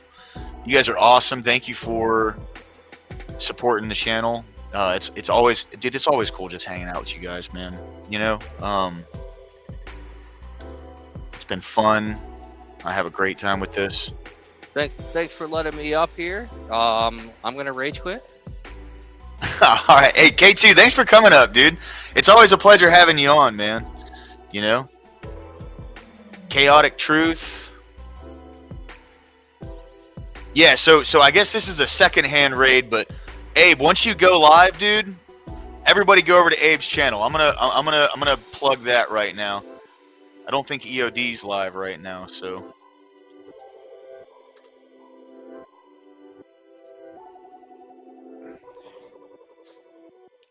I'm gonna come in here real quick.